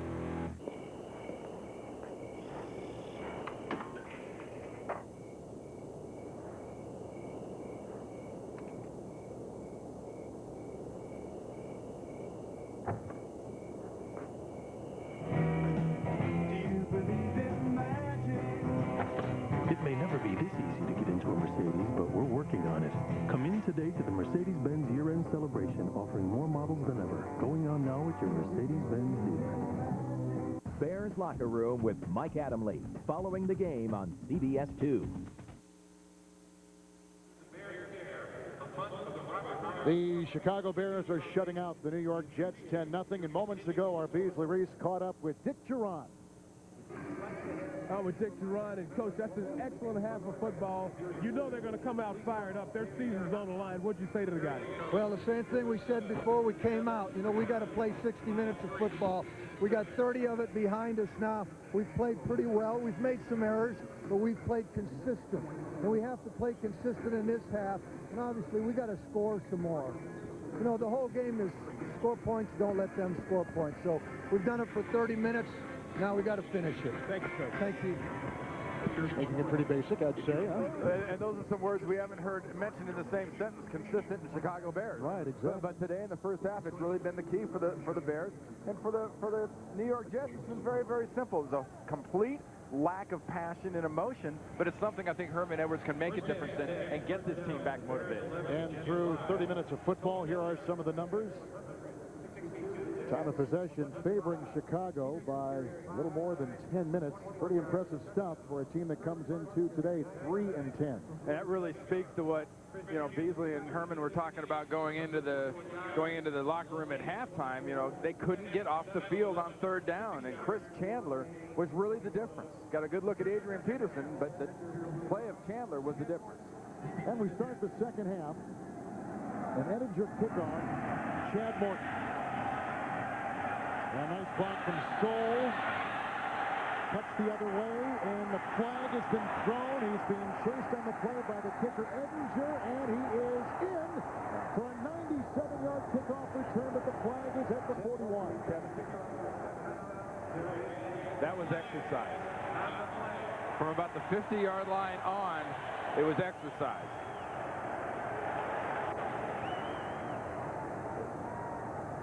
During the return, holding by the return team, number 50, 10-yard penalty. They retain possession, first down. And what we talked about last week is when we were doing that San Diego-Oakland game, that it's amazing how one play sometimes can spin things around, and what an emotional grab that would be to be able to do that with the opening kickoff. And Herman Edwards knows full well that, you know, his team just lost a terrible organization or opportunity. So you got these blocks happening in the middle of the field, and right now they look good. They look kind of Greco-Romanish. That's Adrian Peterson, 29, being blocked on and being held and being grabbed. And he just flat can't do that. So instead they start their own 31-yard line, first and 10. Pennington to Curtis Martin. And diving up the middle for a gain of 3 up to the 34-yard line. The interior of that defensive line brings them down for Chicago. And first half possessions, horrible, all the way down the line. And we said at the very beginning of this game that if the Jets were to be 10-6, the Jets were to be successful in this game and the rest of the year, it was up at Chad Pennington. And honestly, in an emotionless game like this that this Jet team is playing, the biggest spark, I think, is going to have to come from the young quarterback out of Marshall. Second down and 7. Go outside. Mawai with a pulling block, but not enough. They got Green there tackling Curtis Martin. Along with Brian Knight. Gain of about 4 on the play, and he's up to the 38. The biggest thing that we had said about a couple of minutes ago was that getting off the field on third down, not being able to get the Bears off the field. That's why Chandler's looked so good, and that's why Pennington's numbers look so pedestrian. Near the 39, third down and 2 with an empty backfield for Pennington. He's got Chrebet on the move. Good block by Fabini. Now Alex Brown gets away from Fabini, but time for Pennington, throws to Coles. Grabbed by Brown, brought down, first down with the Jets at the Chicago 49. A great move by Coles, a pickup of 12 on 3rd and 2. Jerry Azuma was on the coverage, and what a nice job by Pennington. You talked about the pressure he got, stepping up, buying time. Watch as Coles comes down. He comes down right on top of Jerry Azuma, never hits the ground. Hands on the ground, he's sitting on Azuma, gets back up. You know, that's using your noggin. And Jerry Azuma was injured on that play when Coles came down on top. First and 10, only the 5th play the Jets have run in Chicago territory today, and outside it goes. Santana Moss.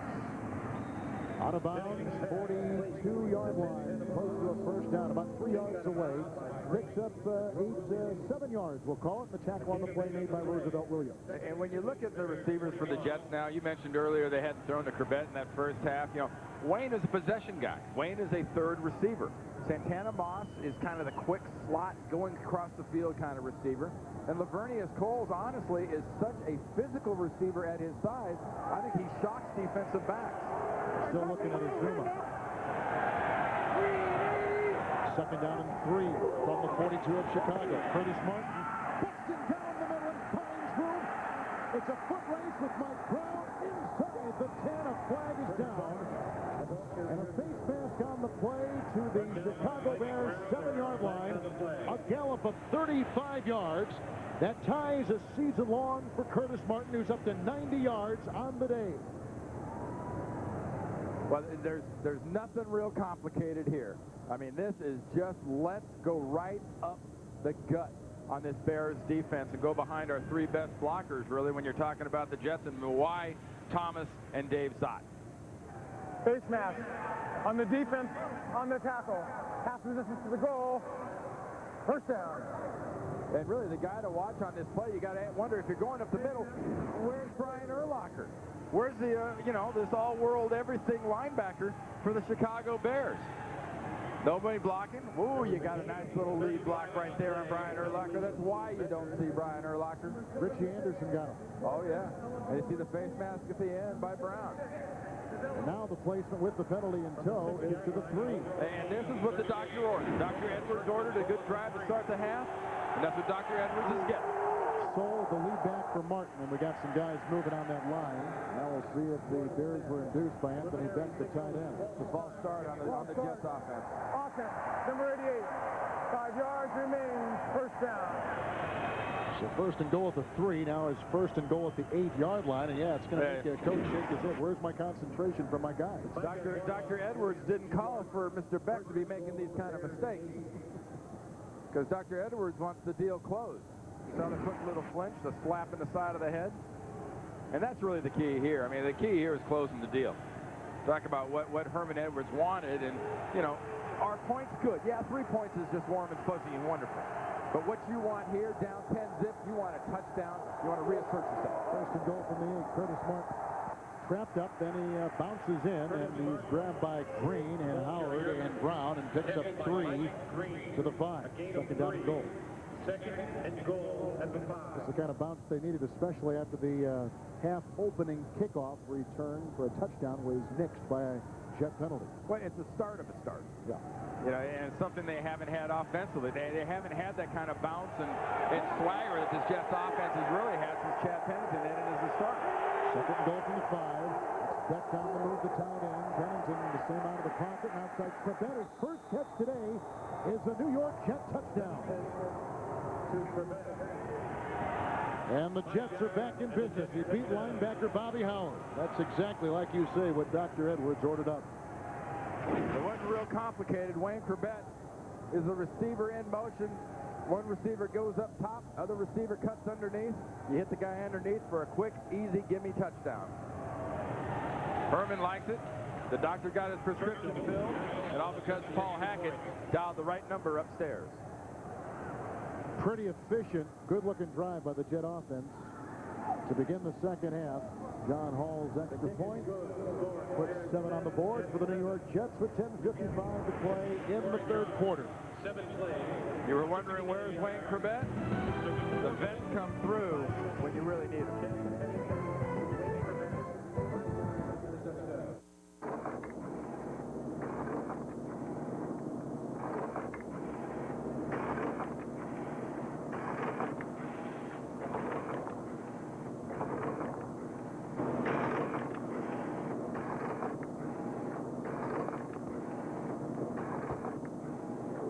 Right now, fly Southwest Airlines for just $39 to $99 each way when you purchase by December 16th.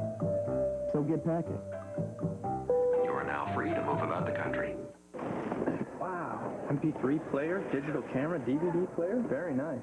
Looks like some of these kids are going to be very happy this holiday. Kids. Could you? I'll be right. Something for everyone. Circuit City has tons of great gift ideas this holiday season. Circuit City, we're with you. Hey, my wife loves these things. All wives love things. Can you? Hey, Don! Hey, what's up? You going to Tommy's party? I can't. I'm working. Break. The Dodge SXTs. 4 cool cars. Then you won't have to work 2 jobs just to buy one.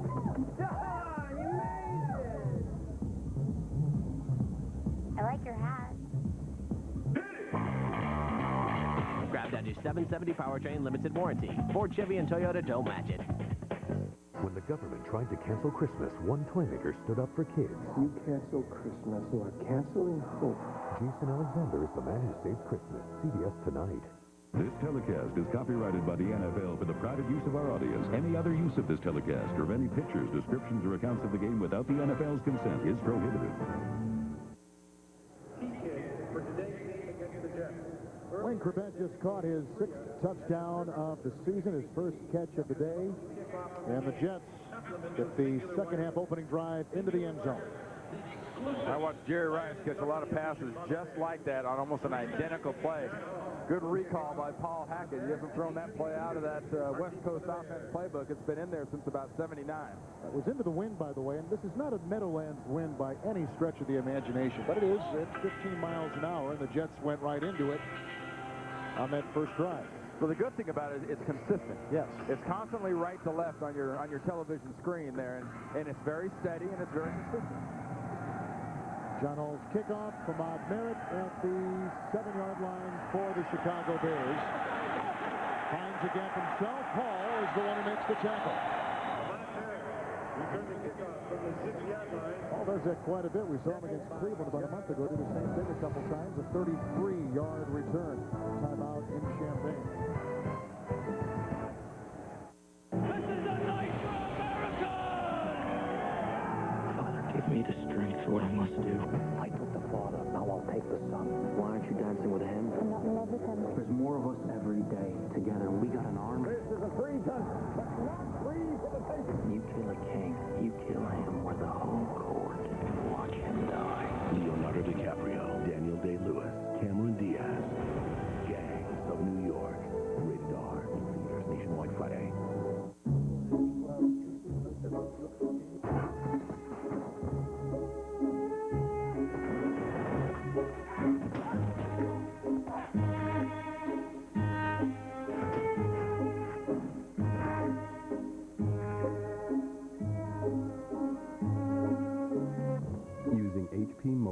technology to get information quickly and easily. The world's police forces now fight crime digitally. The all-new Dodge Ram Heavy Duties with the power of a new 5.7-liter Hemi Magnum V8 or an available high-output Cummins turbo diesel. It's the most powerful line of trucks in the universe.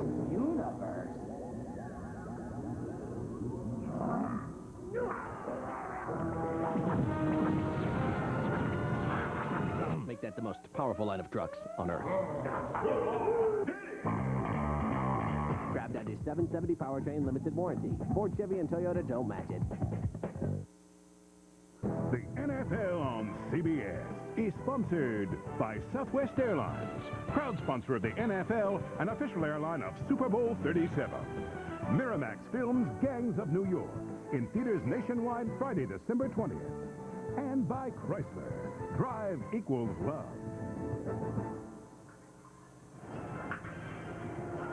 Defensive players talk about wanting to blow somebody up when they tackle somebody. Well, kickers are looking for a morsel, just a piece. And they're also looking not to be hit by their own guys. Here, Nick Ferguson kind of slams John Hall. I think John ought to get a real helmet. You know, stop shopping at the discount stores, put your chin strap on right, and be a football player. Does not look right about that thing. 37-yard line, 1st and 10 after the jet touchdown pass to Chrebet. It's Chandler throwing a dart, caught at the 45-yard line by his tight end, John Gilmore, who only caught 4 passes coming into today. He's got 3 already, picks up 8 right there, and he's up to the 45. Thursday on CBS, the Survivor season finale. 4 castaways, 3 tribal councils, 2 intense hours, 1 ultimate survivor, who will convince the people they kicked off to give them $1 million. The Survivor season finale, Thursday at 8, 7 Central, on CBS, America's most watched network. 2nd down and 2 at the 45. Empty backfield.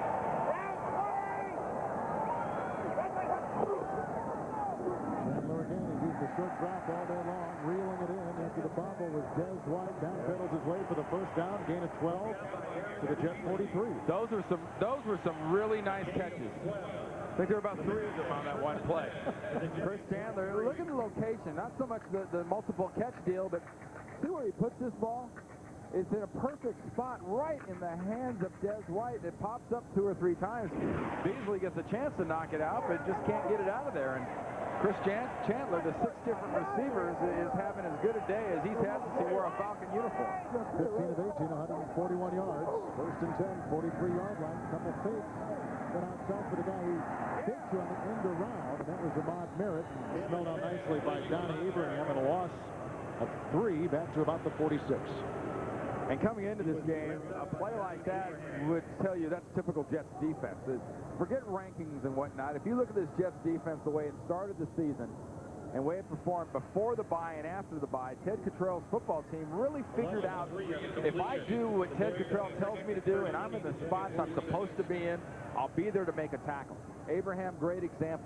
He didn't go away. He stayed home when the reverse started working, and he was right where he was supposed to be and give him a chance to make a tackle. 2nd and 13 outside the 45.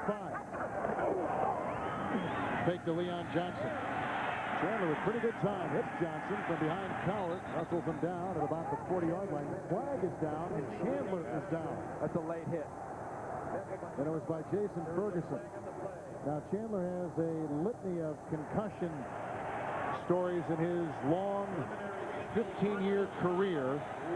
We saw him here about a month ago against the Patriots get injured on a quarterback sneak at jam net. Rushing the passer. Defense number 72, dumping the quarterback into the ground. 15 yards from the end of the run. Automatic. Wow, huge penalty. Remember I talked about on the Jets' last drive, you wanted to learn to finish? Well, defensive linemen cannot finish plays like you're going to see Ferguson finish this play on Chandler. Once you get the quarterback, you can't keep going to the ground with him. You got him, now you lift and you plant. Yeah, that's like a face mask. There's incidental face mask, and then there's the blatant face mask. That's a blatant plant into the ground. Horrible penalty. 25-yard line, 1st and 10. Leon Johnson, big hole, busting up the middle and inside the 5. Brought down by Sam Cowart. 23-yard gallop and a first and goal for the Chicago Bears. And I think, well, Ferguson did is bring the DF into play. That's the dumb factor. The dumb factor entered on the penalty. The dumb factor set up that last play. The dumb factor got this Chicago Bears offense fired up. You gave them a reason to be mad. And once they got mad, they took an effective use of it and did something with it. Especially when you're playing an ex-teammate. Like Leon Johnson played for the Jets back in the late 90s. You know, you got a lot of things going in your favor. You don't want to bring the dumb factor in. 3 in the backfield, first and goal at the 2. Leon Johnson, walks in. 2-yard touchdown run with a crushing Stanley Pritchett block.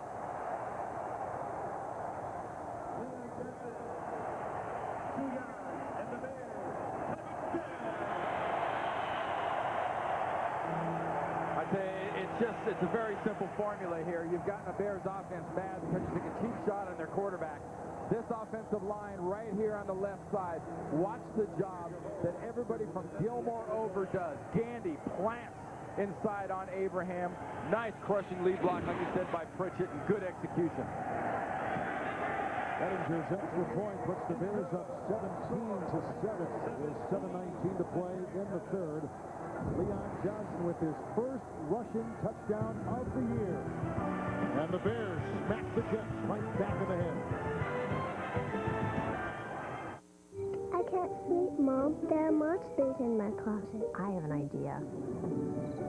There, honey. Feel safe? Now the monsters are under the caravan. No, they aren't. I'll show you. Dodge Caravan. A feeling of security no matter what lies ahead. Told you so.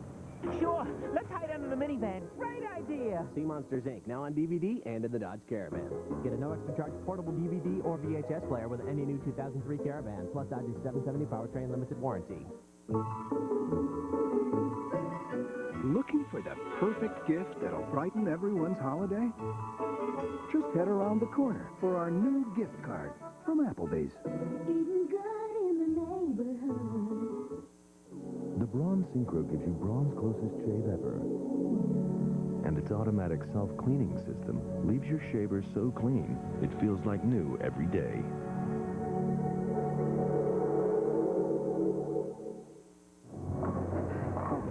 Sorry. Okay. Stop! Tim here is on his first date, and his family has some advice. With T-Mobile, families can talk all they want. So... Hello? Let her win. Hello? Tell her she smells nice. Hello? Does she come from money? Hello? Does she have a sister? Wrong number. Families talk free. Additional lines just $10. Only from T-Mobile. Get more. Access NFL.com now and America Online. Get live game day coverage and real-time stats at AOL keyword NFL.com. A special holiday treat, the NFL on Saturday. Ricky Williams drives Miami into Minnesota as the Dolphins fight for first in the AFC East next Saturday on CBS. Bears have scored 3 of the last 4 times they've had the ball. They were aided on that last one by Jason Ferguson's penalty as he drove Chandler to the ground on a late hit. And you can see he's either upset at himself or upset at the call. He should be at himself. And here's a little chip shot by Ettinger, keeping it away from Morton, who you may recall opened the second half with a penalty-aided 97-yard touchdown return that was wiped out because of 2 holding penalties on the New York Jets. Timeout taken.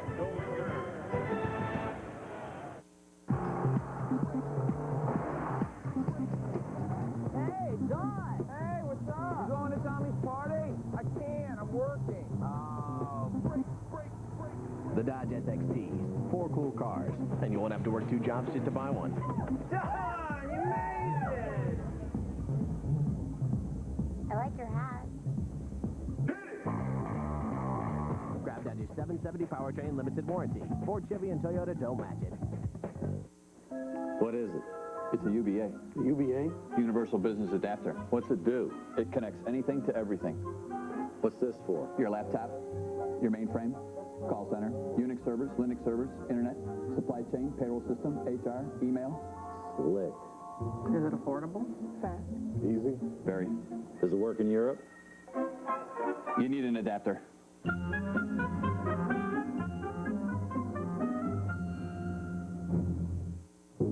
Taste buds, two kinds.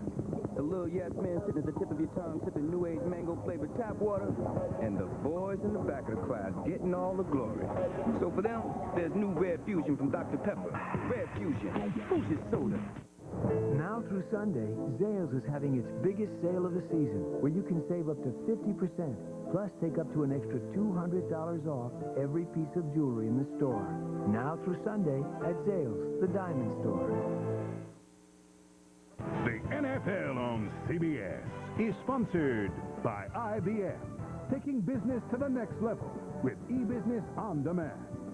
And by Zales, the diamond store.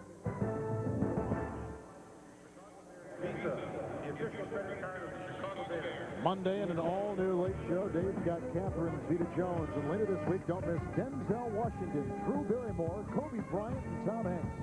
And only Dave, all this week on CBS America's most watched network. He's got everybody but us. He does.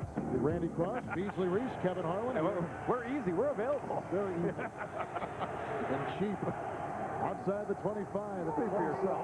First down and 10. Jets scored the last time they had it. The pitch out to Martin with a nice block from, or attempted block, they should say, by Randy Thomas. And the gain on the play of probably 3 to 4 yards. And he's spotted at the 29. Now, NFL.com poll, which potential AFC playoff team is in most need of home field to advance through the playoffs? You see the teams. Cast your vote on NFL.com. I don't think home field's a factor in the AFC. Ooh. It's only a factor on the NFC side if it belongs in Green Bay. It ends up there in the frozen tundra where we'll be next week. That's a huge edge. Otherwise, there's not much of a home field anymore edge. Second and short 7, shy of the 30 for the Jets. Martin. Richie Anderson with the block, and a good one on Urlacher, and a first down run by Curtis Martin up to the 38-yard line. Beasley Reese, what do you have? 3, Jerry Azuma. He is the right quarterback for the Bears. They just took him in. He was hit in the head. His return is questionable. Back to you. Okay, so now in his place, they have a rookie free agent, number 39, Travis Coleman, is in. And he has seen, believe me, limited time. He's out of Hampton. Remember, that was the play Laveranues Coles caught that ball, came up in the air, and came down right on top of Jerry Azuma. Good point. So keep an eye on Coles, top of the screen. 38, first and 10. Curtis Martin. And Urlacher got him, brings him down after a gain of 5 on the previous carry. He picked up 9, and the ball spotted at the 43. 110 yards on the ground, 16 carries for Curtis Martin. Is he going to make 1,000, you think? Well, if he does, it's going to be because the lion's share comes here today.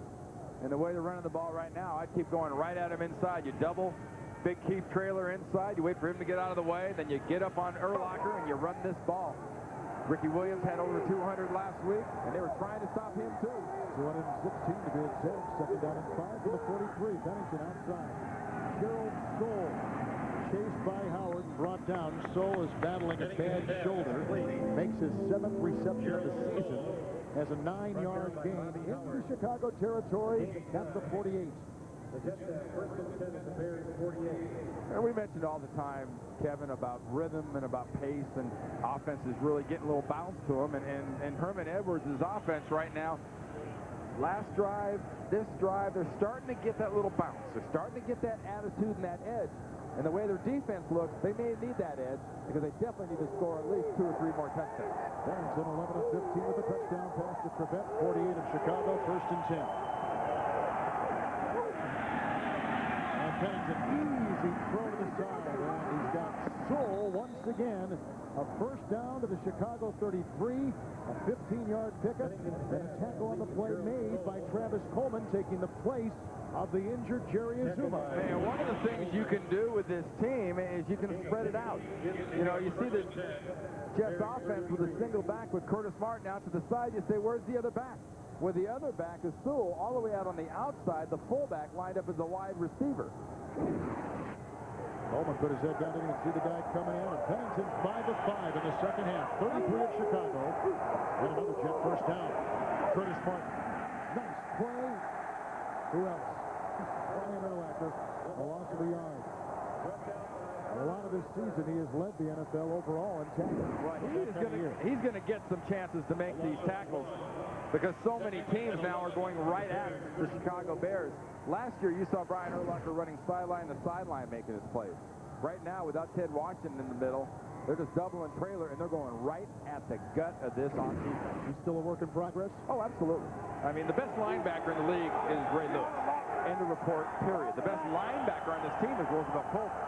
Urlacher might be the best athlete on this field for either team. Second 11, 7 play the drive. Here comes Daniels. There goes Pennington outside with the pass. This is caught by Martin, brought down from behind by Urlacher again. Very quick to chase these guys down. They mark him at the 21. It's a gain of 12. Now, want a better example of what I was just saying? That Colton is an excellent linebacker, best on the defense, but this guy's an unbelievable athlete. Remember, this guy returned kicks, he played safety, all-around unbelievable star in New Mexico, and it's the package you get when you get a Brian Urlacher, a guy that can come giving up almost 10 yards to a running back on a swing pass and still catch him for a minimum gain. And Warwick Holton, another good linebacker out for the year with an injury for Chicago. 23-yard line. In the backfield, Chad Morton. It is a first down. Pennington, great time, outside, caught by Moss. He's grabbed by Travis Coleman. No gain on the play. Jim Nance, we got a good one here in Champaign. Let's go to you in our studios in New York. It's starting to get a better game going here at Cleveland as James Mungro scores his 6th touchdown in the last 6 games. The Colts' first points of the day. Cleveland leads at 16-7. Back to you, Kevin and Randy. Wow. We were there for the unveiling of James Mungro in Indianapolis when Tennessee came to call the first time those two teams played. Mungro was cut in the preseason by Detroit and then reeled in when they had some injuries in that backfield for the Colts. Second down and 10. 23-yard line. Good block by Fabini. And to the end zone, incomplete. Chrebet on a cross. And covered on the play by Mike Green and Larry Wiggum, the ex-New England Patriot. You know, I'd like to point something that was a great job by Green of not hitting Chrebet. Smart play. Let's go back to Jim Nance in New York. All right, Jeff Blake has his 2nd touchdown pass of the day. It's Blake to Chester Taylor. Travis Taylor caught an earlier touchdown, and the Ravens winning at Houston at the moment, 20-7. 2 minutes to go, third quarter. Back to you. Thank you. Brian Billick, by the way, his team 21-8 in November and December since '99. He knows how to win late in the year for the Ravens. Third down and 10. Ball at the 21. And he dumps it out. And it's caught by Martin. He is getting by Daniels. Tackled by Coleman. A flag is down at the 25. It's going to be holding against Kareem McKenzie, who basically tackled Brian Urlacher to keep him off of his back. Wipes out a 16-yard gain. 16 yards down the 2. And what would have been a first and goal at the 6. Ineligible receiver downfield, number 68. 5-yard penalty remains. Third down. So Mawai was downfield. McKenzie got away with tackling Brian Urlacher. And there's a good example, folks, of what happens. You know, mistakes are made, and you look at the inside of the offensive line here as it can come out for this screen pass. There's McKenzie right here, okay? And here's Kevin Mawai right here, downfield before the ball is thrown. Excellent call by our officials. Good crew led by Mike Carey today, 3rd and 15. 27-yard line with the penalty in zone. Martin is in the backfield.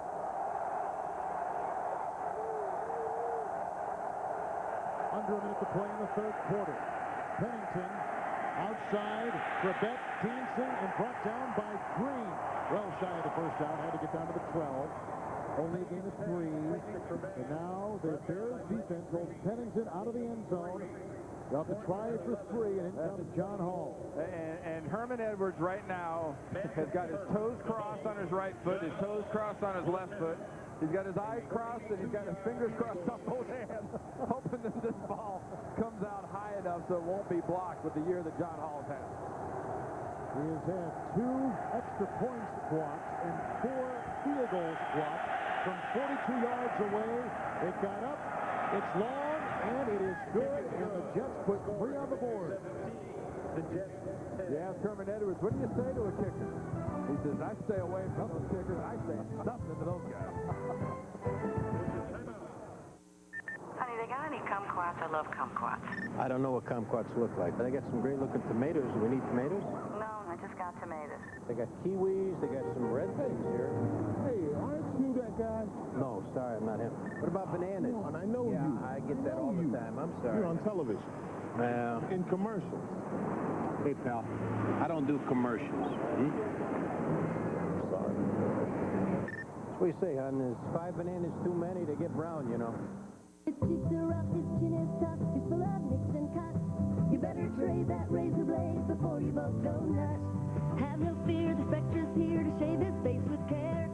It's much more fun to kiss someone with a face that's got no hair. I am the Black & Decker cordless multi-tool. I can do just about anything. I can saw, I can sand, I can even drill. I'm a one-man construction crew. I am the multi-tool. Now with circ saw and router attachments, available in kits of 3 or 5. What is it? Pixie dust. Pixie dust. Pixie dust? Magic self-healing server pixie dust. How's it work? Server goes down, sprinkle on the pixie dust, servers back up. Use it regularly and servers solve their own problems. Easy. I like it. What's it cost? It's cheap. Cheap. Soy-based. Soy-based. Biodegradable. Looks like we got a winner.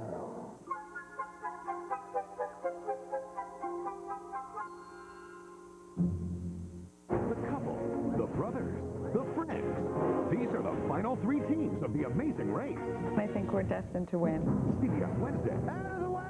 They're heading back to America and $1 million prize. This is going to be a fight to the finish. Don't miss the breathless climactic showdown of the amazing race. CBS Wednesday. John Hall's 42-yard field goal just pulled the Jets to within 7 with 13 seconds to play here in the third quarter. An 11-play drive, 7 minutes on the clock. Ahmad Merritt awaits the Hall subsequent kickoff. Bears have scored 3 of the last 4 times they've had it. Long drive boot. Out of bounds. Picked up by Adrian Peterson, who scored his first NFL touchdown earlier in this game as he zigzags his way out to about the 35, 36-yard line and brought down by Nick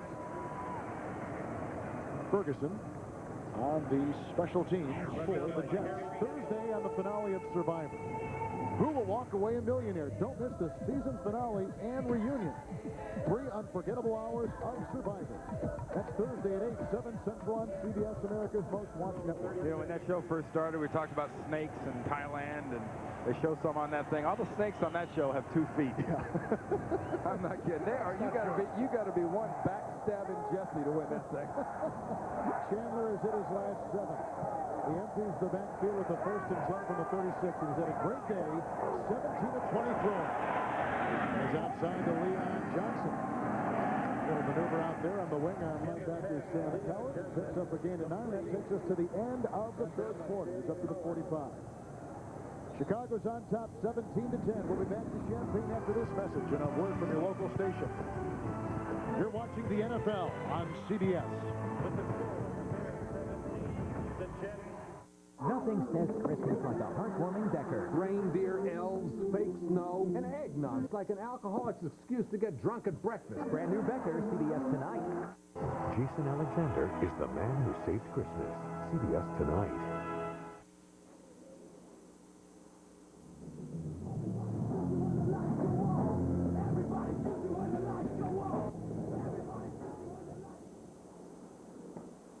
With rugged all-wheel drive and better handling than ever, the new Subaru Outback gets you closer to nature without getting in the way of nature.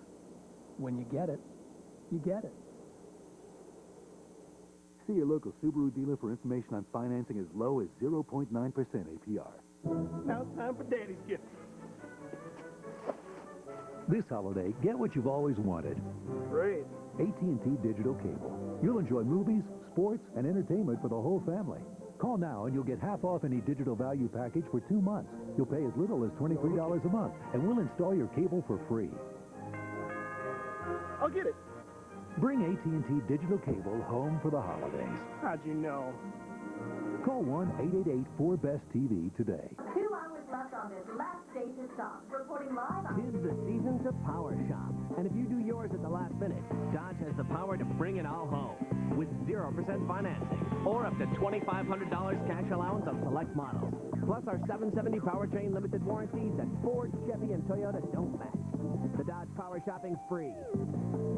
Once you've been there, the whole neighborhood will know who's got the power.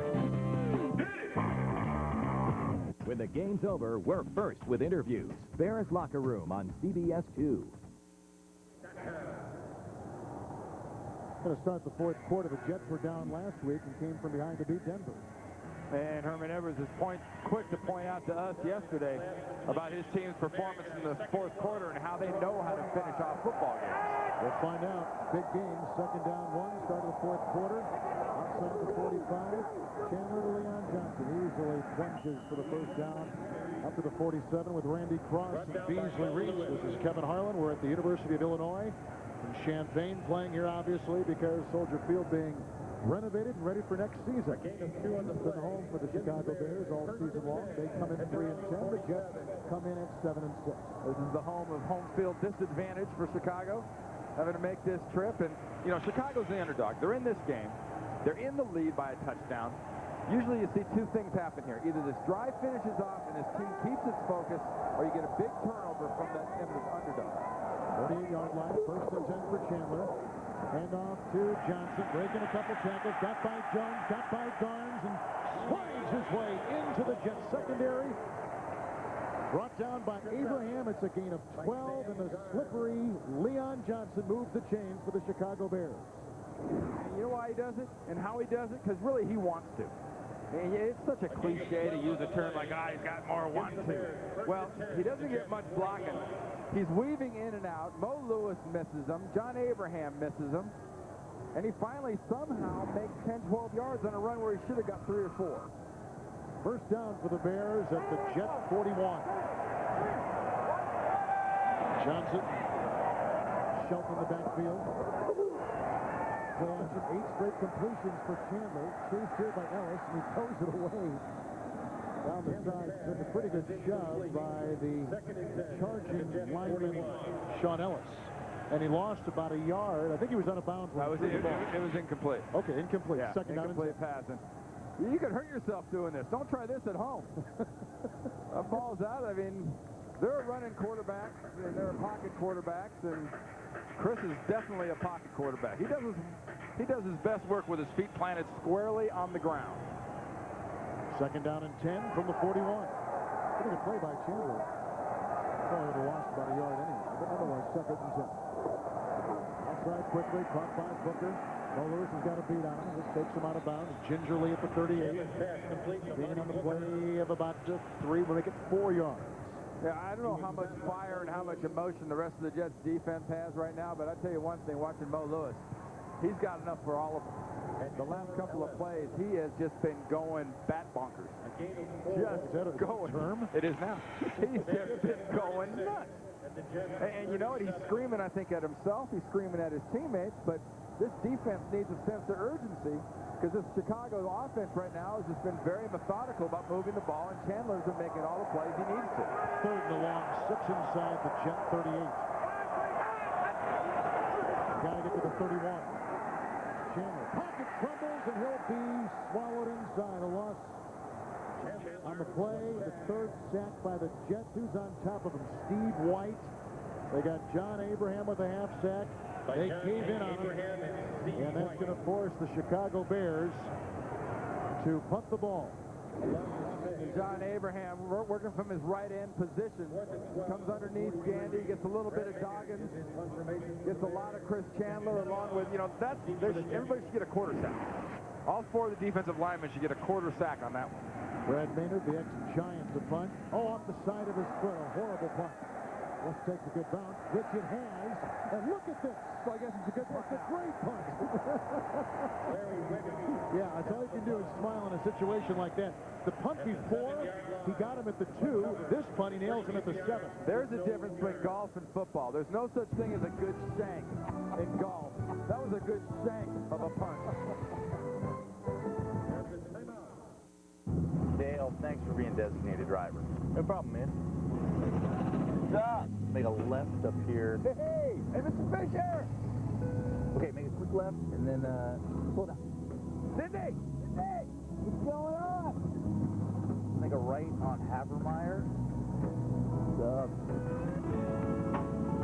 Make a left on Jackson. Dude, where exactly do you live? I'm right back by the bar. Hey, Bobby!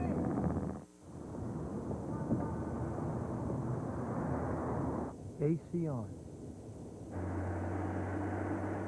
CD play disc 4.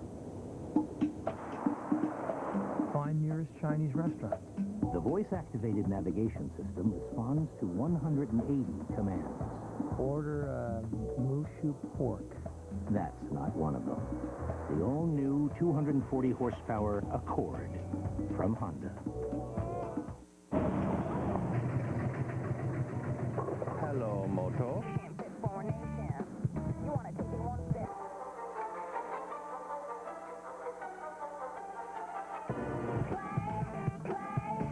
I'm going to play someday.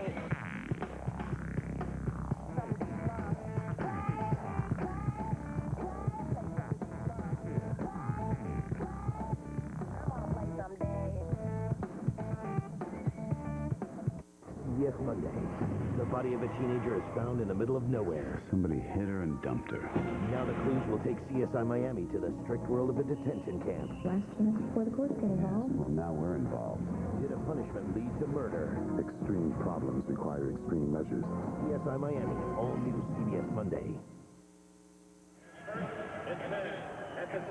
Coming up, the Subway postgame show. Join the guys in New York for today's scores and highlights. The Subway postgame next on CBS.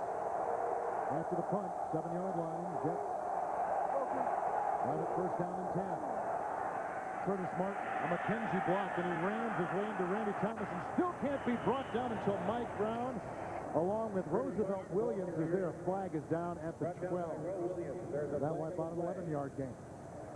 Be a face mask. Working against the Bears. The Jets have scored the 2 times in the second half they've had the ball. A touchdown pass to Chrebet and a field goal. Face mask, defense, on the tackle, 5 yards. Play results in a first down.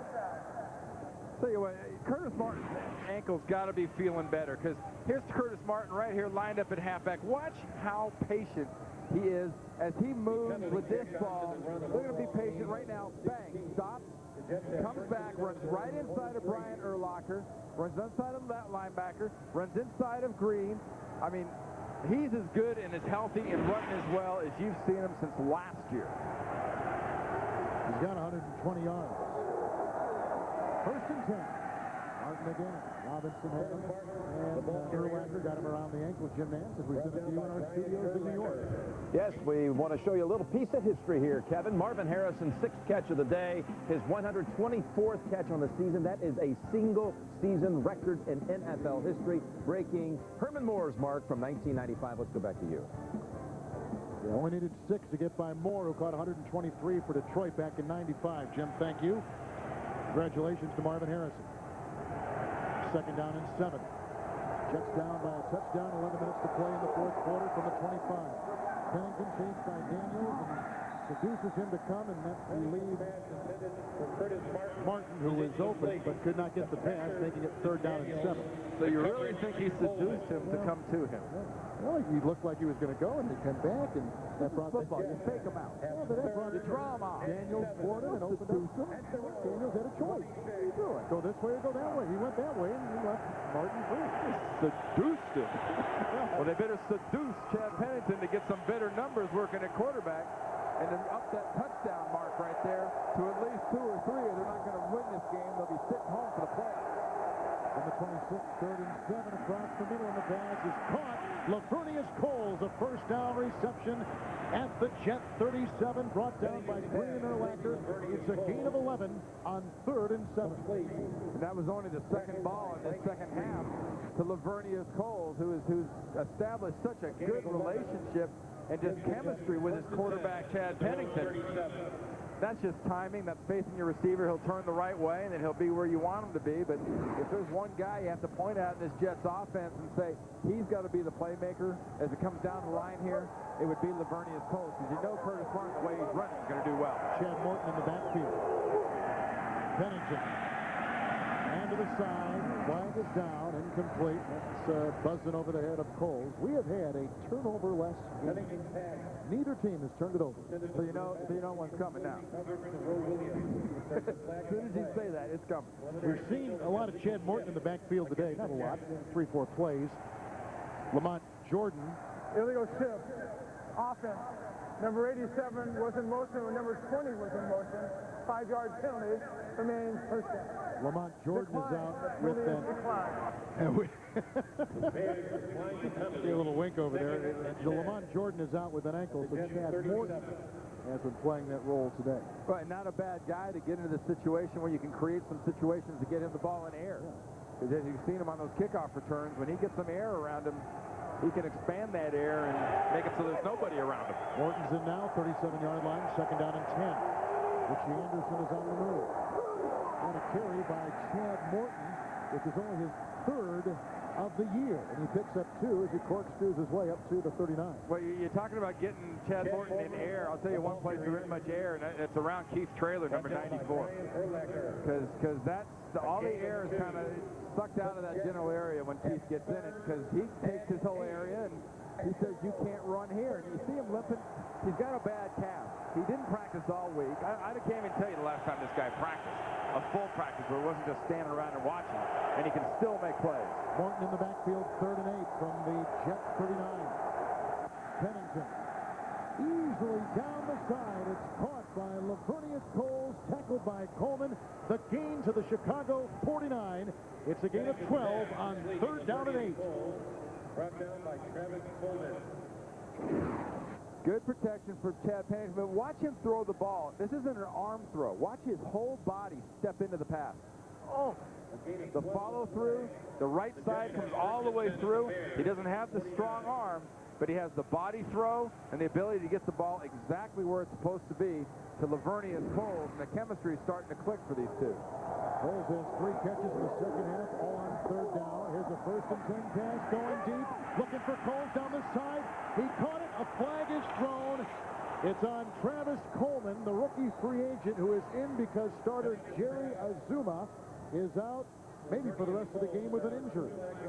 So they bring this kid in, and he's just been on the roster a couple weeks, and he goes against the very talented Coles. Defense, number 39, automatic. First down. That's the one thing that football is, all the analogies usually here to boxing and war and things like that. When you have a perceived weakness in a soft spot, you go to it. When you see a starter out, you go to whoever the replacement is. In this case, it's a young guy that hasn't had a chance to play much football at all in Travis Coleman, and he's getting a rather rude awakening. In essence, a 35-yard penalty. Curtis Martin is back in. Inside the 15. Martin slicing his way inside the 9. Now to mark him at the 10, a gain of 4. Lonzo Boone, Bobby Howard are there. Second down. A gain of 4. 2nd and 6. Hit that hole hard. 127 yards in the ground today. I'll tell you one thing that this football team does have for the Jets. You can talk about them being passionless. You can talk about them not having the fire, but one thing they do have is a real confidence you sense in how they play football. They don't have a panic bone in them, because I think Herman Edwards has sort of got them that way, because Herman doesn't panic. It's a team that knows they can win in the 4th quarter. Second down, 6. 9th play of the drive from the Chicago 10. Martin. Another Anderson block, a nice defensive play on that line. Alex Brown is a 4th-round pick out of Florida. Now it'll be 3rd down and about 6, no gain on the play. And it's one of the reasons he was a lower draft pick out of Florida. I mean, he was a guy who was going to be a lottery-type pick, 10-12 guy in the draft. After his junior year, all the good pass rushing he was doing for Steve Spurrier down in Florida, and he's learned to play the run very, very much better than he did any time in college. Martin is in, 3rd and 6. Watch for Coles. He's been big on 3rd down in this second half. Pennington. Hit as he throws. Great defensive play made by the rookie starting today, Roosevelt Williams. Incomplete pass. And that's going to force 4th down and force the Jets to try for 3. And Chicago's defense holds. They keep Pennington out of the end zone. And it's all because of that one play by Williams, because the defense was giving up the plays. Watch Williams go lateral. I mean, he gets completely parallel to the ground and knocked that away from Wayne Chrebet, who was begging the back judge for a flag. Hall will try a 28-yard field goal. And the easy chip shot brings the Jets to within a 17 to 13 reach. Jets have scored every time they've had the ball in the second half.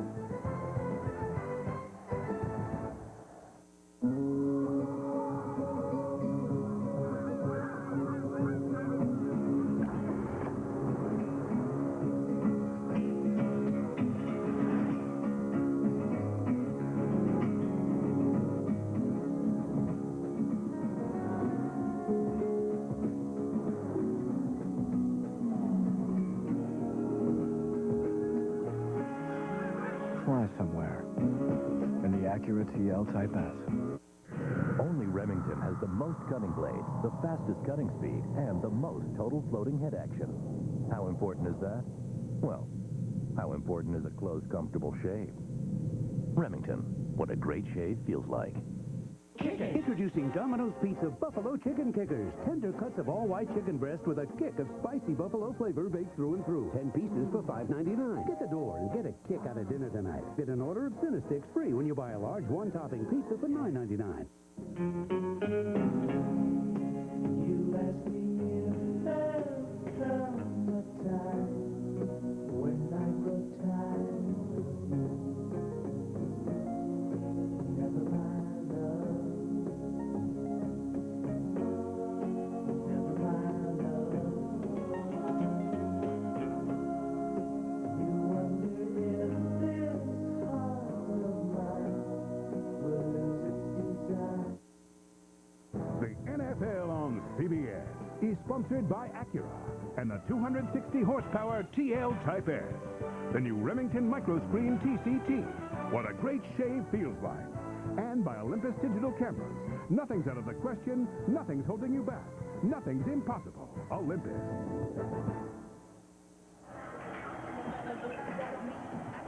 The outside of historic Memorial Stadium here on the University of Illinois campus. 3 successive second-half scores by the Jets, including 2 field goals by Hall, including his 28-yarder seconds ago.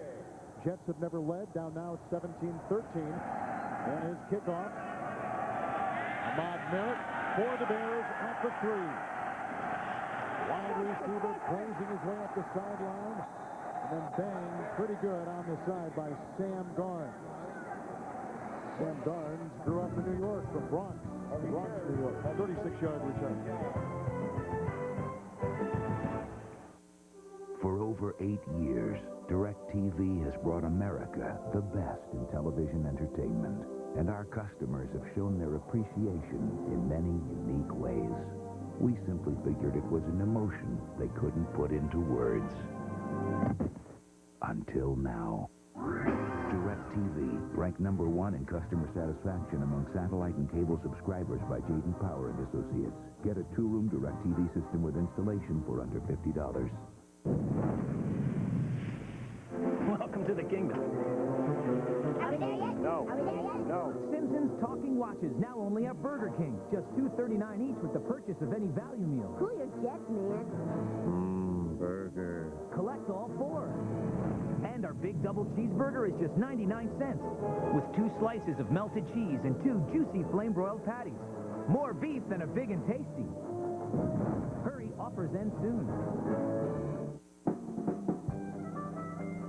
Behind them is the shortcut they'd heard about that supposedly went around the highway that's always backed up. Ahead of them is that highway.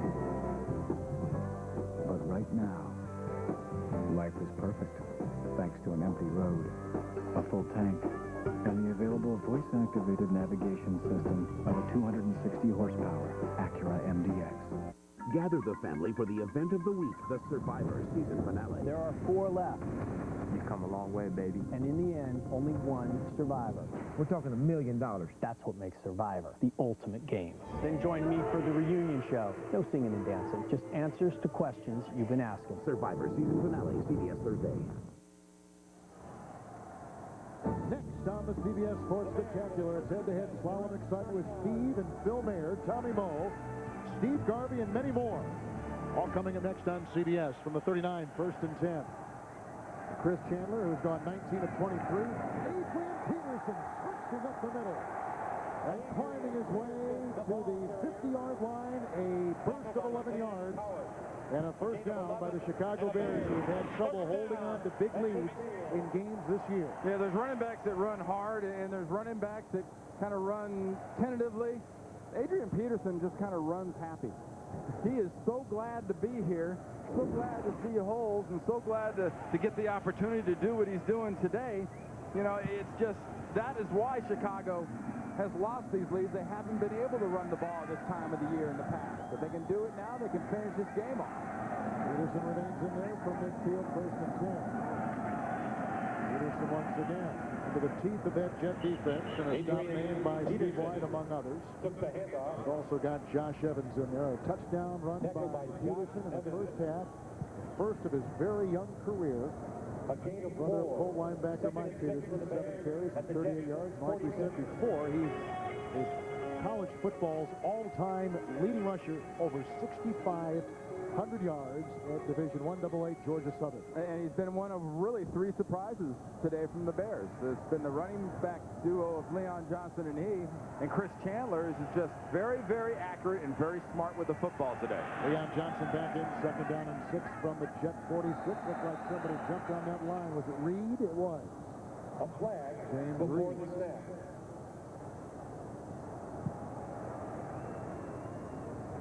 The Jets needing to win to really stay as much alive as they possibly can in that AFC playoff race. False start. Offense, number 85. 5 yards, remains 2nd down. It guarantees nothing, Randy, with the win today except to play for another week with something on the line. Well, just another chance. We showed you earlier the AFC playoff picture that basically, if you want to see the AFC playoff picture, look at the entire AFC except for Cincinnati and Houston. Well, starting this week, teams are going to lose and drop out. That's when the formulas start kicking in as to who gets what. But there's a very, very simple formula for the Jets. They absolutely have to win the next 3 games to have any chance of playoffs. They can win 10 and not go, but they can't win 9 and go. 2nd down, 11 from the Chicago 49. After once again in a pass to Des White. Picks up 6 quick yards. He is to the 46-yard line of the Jets. That'll be 3rd down and about 5. At the New York 45. Again, no turnovers in this game. The clock is running down. We're approaching 5 minutes to play, each team with 3 timeouts. Hey, that's exactly what Chris Chandler and this Chicago Bears offense wants to see happen. They want to be patient. They want to move the ball. My bad. Sorry for you. And they want to take as much time off the clock as possible. Marty Booker, though, only 1 catch here in the 2nd half. They got to utilize him. 35-yard line, 3rd and 5. Chandler's batted down, and then deflects and ricochets back to Chandler, who is drilled by Mo Lewis at the line of scrimmage. So now it is 4th and 5, and the Jets come up with a big defensive play. It may have been Josh Evans that blocked that pass. Got a flag down. And a flag is down. Right in that territory, like Chris Chandler was indicating, you could have holding against the defense. The pass was tipped by the defense and legally received by the quarterback for an advance. 12 men on the field, on defense, is accepted. 5 yards, 3rd down. Well, you could put, Kevin, you could put a low-light reel together on what not to do for the New York Jets. And if you look at them, you got 1, 2, 3, 4, 5, 6, 7, 8, 9, 10, 11, 12. You can have 15 out there. The only point is you can't have more than 11. That's just, you remember the dump factor? When Ferguson dumped Chandler into the ground and sort of sparked that last drive? After the enforcement for the penalty, it will be 4th down at inches. Now, here is a pretty important play for the Chicago Bears on offense, and obviously for the Jets. 4th and inches. Do you go for it or do you punt? Because you lay at the Jet 40, and your punter has had 2 successive punts. We replay the down. It's 3rd down, right? There's no way it could be 4th down. 3rd and inches. See, you know who the coolest guy on the field right there was? Chris Chandler. Chris Chandler was just sitting there signaling Dick Duran and John Shoup on the sideline, just holding 3 fingers up going, Don't listen to him. It's third down. Henry Burris, the new quarterback, is in for the Chicago Bears. Henry Burris, who has played in the Canadian Football League. He was Brett Favre's backup last year in Green Bay. 3rd and inches. And that has got the crowd buzzing. And a full house backfield. They got Shelton, Pritchett, and Johnson. Look at this. This is right out of the George Harris playbook. The old cross button. A fake handoff, a quarterback option, and a first down run. You saw it in practice on Friday. I'll tell you, maybe it's something about you and I showing up in Champaign, Illinois, but there is nothing unimaginative about this Bears offense. They've executed well today, and they have been willing to take the chances. You bring Henry Burris in, former Temple quarterback, had a good career in Canada, played with Jeff Garcia up in Canada at the time, along with, was it Dave Dickerson? Right. Who was just let go, but he's been with Miami and Seattle. 1st and 10, 39-yard line, Leon Johnson. And a gain of 1. 2nd down and 9. Timeout situation, 3 apiece. But look at that clock continue to go, and the Chicago Bears hold on to the ball. That's the key. You know, we always talk about the 4-minute drill, eating up the clock. Well, the Bears got this ball with about 7 minutes to go. So they've already eaten up, you know, the first 3 minutes of that 4 minutes that you want to eat off the clock. And, you know, you take a look at that Jet sideline, there shouldn't be a single guy sitting on the bench. Every guy should be on that sideline screaming for this defense because they need all the help they can get right now. Turnoverless game, as you see. 38-yard line, 2nd down 9. Chandler back in, obviously. Outside he goes. Caught by Booker. Gain of 5. Out of bounds. Stopping the clock. 33-yard line of the Jets and 3:48 to play. Now take us into some timeout philosophy here. You've got 3. The opponent is moving. You're down. How do you use them from now on? Well, I think Herman has to look at, holding them to a field goal here. That's number 1 goal before you even talk about timeouts. You ideally don't give any up, but Ted Cottrell's got to say, look, if it's field goal, it's field goal. But Paul Hackett's offense on the other side, I think, needs 2 timeouts. So you got to figure you're going to get it stopped at 2, and sometime here after this play or this play, you're going to talk about taking a timeout. Chandler empties the backfield on 3rd and 4 at the Jet 33. Chandler across the middle. And Booker at the 24-yard line. Another Chicago first down. The clock continues to tick. That's a gain of 9. And it's a gain of 9 for Marty Booker. They found Marty Booker lining up just off of the slot here. Very, very simple. What is this called? This is called run past the Buick where the first down is, turn around. He just ran as far as he had to do, as far as he had to get, and Chris Chandler delivered the ball. And when you talk about strategy and timeouts, strategy is also predicated on stopping people. That's one thing that the Jets haven't done much of right now is stopping Chris Chandler in this offense. Landon Shelton and Leon Johnson in the backfield for the Jet 24. Approaching 3 to play in the game. 1st and 10. Leon Johnson zigzags his way for a gain of about a yard. Going to the 22. Now they're going to take a timeout, it looks like, with 2:54 to play. The Jets will take it. 17-13 the Bears.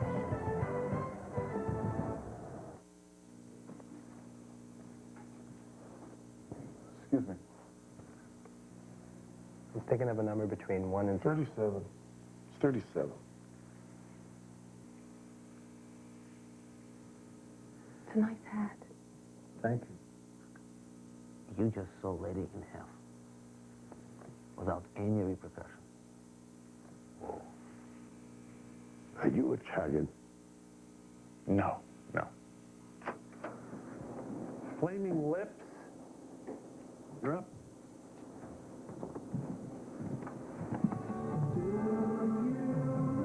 Introducing the Media Center PC from HP, powered by the Intel Pentium 4 processor.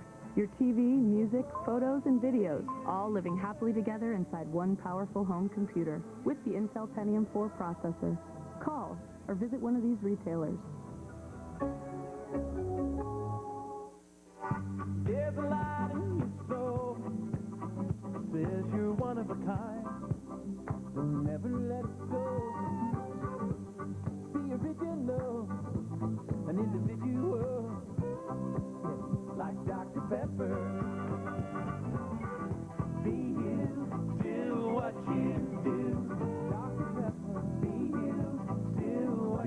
pick up Garth's album, Scarecrow, wherever great music is sold. The NFL on CBS is sponsored by Hewlett-Packard, HP Digital Imaging. When it's this easy, why not? And by Dr. Pepper and your local Dr. Pepper bottler. Be you, nothing's better. Dr. Pepper.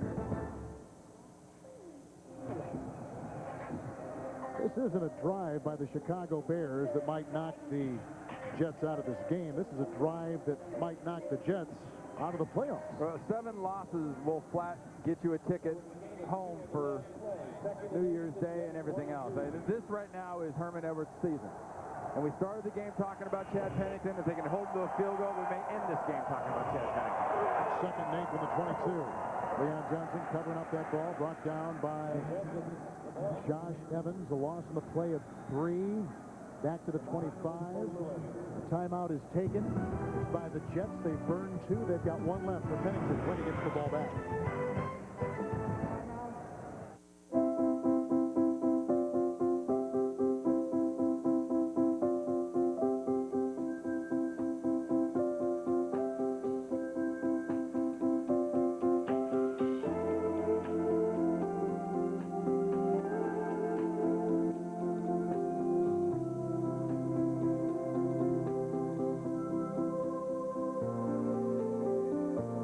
With an Olympus digital camera, nothing's impossible.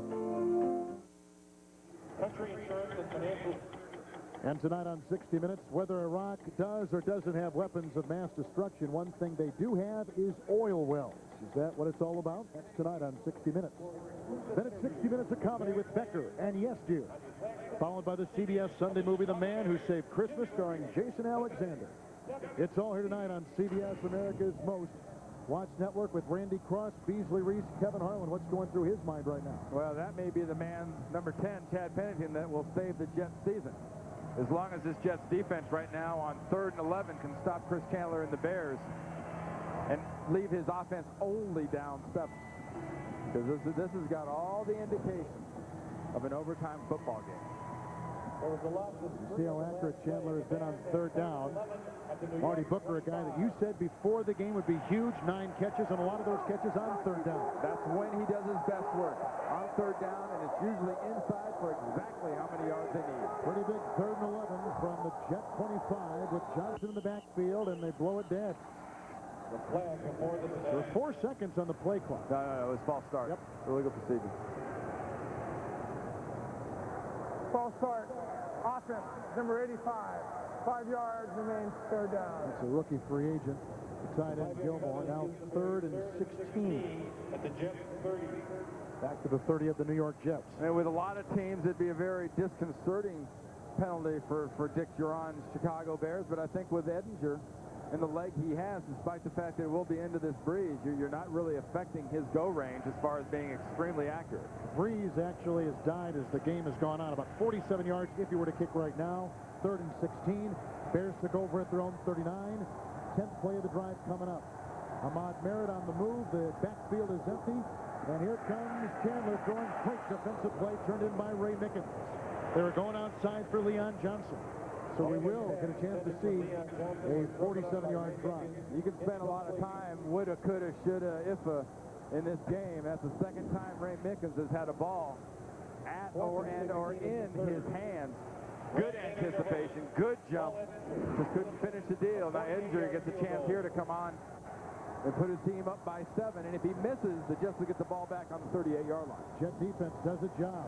And so now it'll be a 3-point try by the Chicago Bears. 48-yard attempt by Paul Edinger. And he's got the distance, and he nails it. And the Chicago Bears have added 3 points to a now 20-13 lead over the Jets with 2.5 minutes to play in New York with the timeout remaining. Well, like I just mentioned, Kevin, we started this game off talking about Chad Pennington, and all Edinger does is come in here right now, put 3 points on the board, make this a 1-touchdown game, and put the Jets offense back on the field in a must-score, must-have 7 situation. Jets have never led. And the Bears have come chipping away. Chicago came in 3-10, the Jets 7-6. Jets have scored every time they've had the ball in the second half. A couple field goals and a touchdown pass to Wayne Chrebet. It's really been a classic trap game for the New York Jets. You put that tape on from last week and watch this Chicago Bear team just get decimated by the Miami Dolphins and Ricky Williams last week. It was only human nature not to come in here too fired up, but it's hard to understand that the fire and really the sense of urgency isn't there. I can understand underestimating a Chicago team that didn't look very good. I can't understand why you're not so, well, not panicky, but have that sense of urgency about what your season is and where it's going. Like we said all season, you can't ignore any opponent in the NFL. You're seeing it today. Edinger's kickoff. Morton is deep, but this is going to go on a bounce and die. JP Machado is chasing it. Picked up by Morton and then hit by Adrian Peterson. That is not the kind of return they wanted. A heck of a kickoff by the Chicago Bears. Now, if you're sitting there waiting for a lineman to pick it up, you're thinking the wrong thing. But if you had to pick one play that really kind of turned this thing around, it was Ferguson's hit on Chandler. I think the Bears emotionally weren't as invested as they were after this hit. Defensive lineman picks up their quarterback, drills him into the ground. Chandler wasn't a factor on the rest of that drive. They just pounded the ball right straight at the Jets. And remember that 7 points when it comes down to the end of that game. Martin in the backfield, a timeout remaining for the Jets. Buckle up, 1st and 10, 2:36 to play. New York starting at their 24. And Pennington to work. And down the middle, one hops his receiver, incomplete, looking for running back Richie Anderson, 2nd down and 10. Intended for Richie Anderson is incomplete. Jets have had some fourth quarter comebacks, late game comebacks to begin the season in Buffalo, and then last week against the Denver Broncos in the Meadowlands. And one thing about this Chicago Bears defense, we've talked about how, they're the highlight of the team and how strong they are. They also have a lot of inexperienced players that know nothing about comebacks. They don't care. They're playing. They're having fun. 2nd and 10 at the 24, and he dumps it off. Caught by Martin, hit by Urlacher, and finally grabbed by Green. Close to a first down. In fact, he got it. 11-yard gain. And they'll spot him at the 35-yard line. Hey, you've got a timeout left. You have 2 minutes and 14 seconds, 13 seconds now. You've got the ball. No sense of really panic. Just move the ball efficiently and let the clock stop at 2 minutes. Pennington throws once again on 1st and 10. That's over the head and almost uncatchable. May have even been deflected as it was intended downfield for Wayne Chrebet. It was a nice job by Brian Urlacher from his middle linebacker position, dropping back. There's Brian Urlacher right there in the middle. Watch him jump up. We talk about his speed. There's another little part of the package because Chrebet was wide open.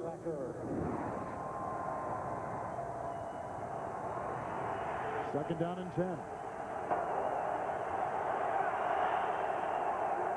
Morton is in the backfield with Anderson. Pennington. Here comes Alex Brown. There goes the pass. Out to Morton. And hit by Green. Shy of a first down. Up to the 43. It's a gain of 8. The 2-minute warning is here. The Jets are down. They've got a timeout. They're on the move. Chicago leads it 20-13 from Champaign. Jets have one.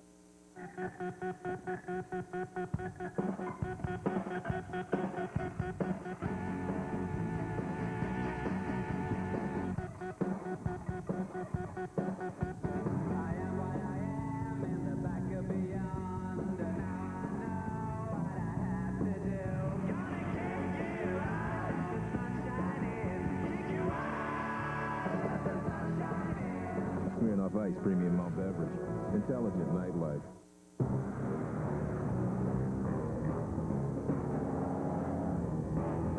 Turn here. Let's go.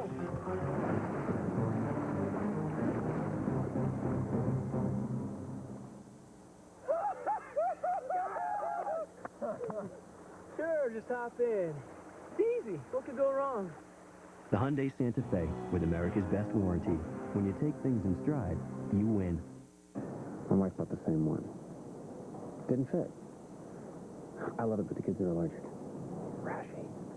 How can I help you? I'd like to return it. No problem. Okay, the thing is, Sir, we'll take it back. so I don't need it. Nope. Make returns, not excuses. Because at Circuit City, we offer easy, no-hassle returns and exchanges. Circuit City, we're with you. We're moving to Europe, different plugs. You don't need it, but that's good.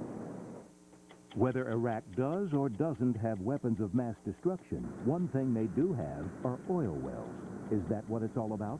60 Minutes tonight.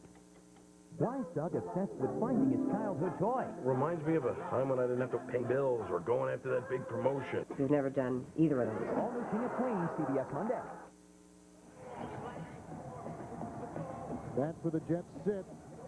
They're down here, 20-13, a minute 54 to play. They got a timeout, and they're at their own 43 with 3rd down and 2 coming up. Chad Morton is in the backfield. Pennington has deployed 4 receivers.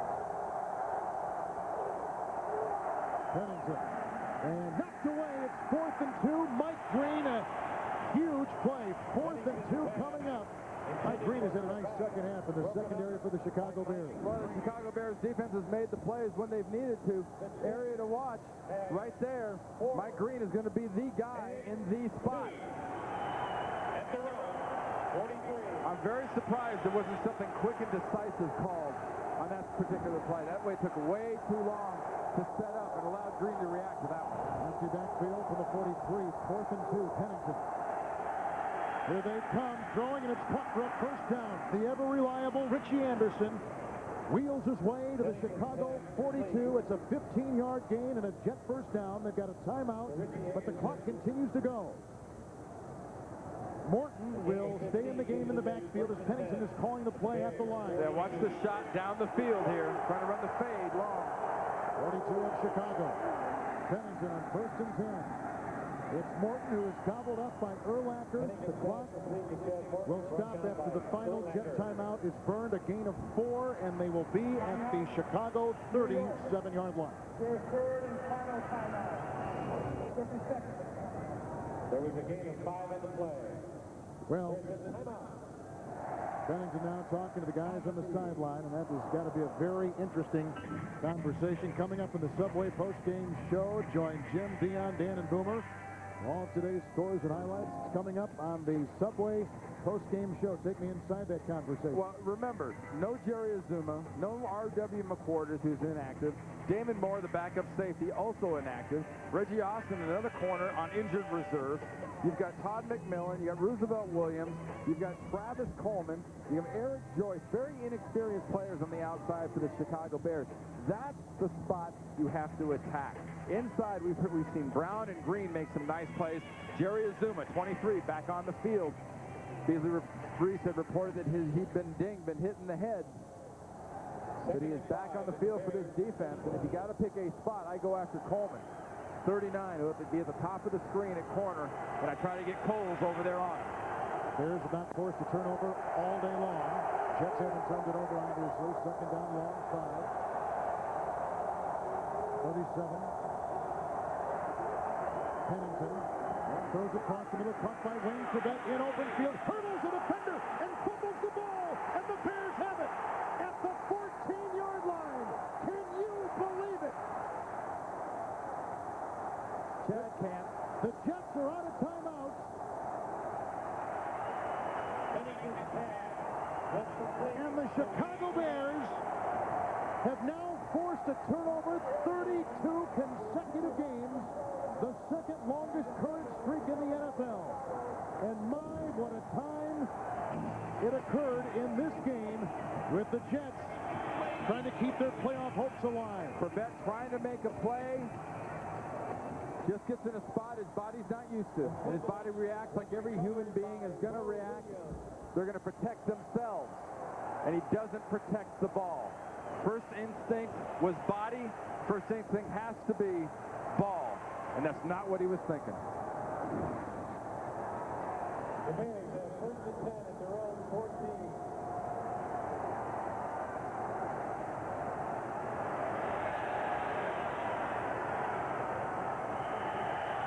Chandler goes to an knee. They got no timeouts to stop the clock.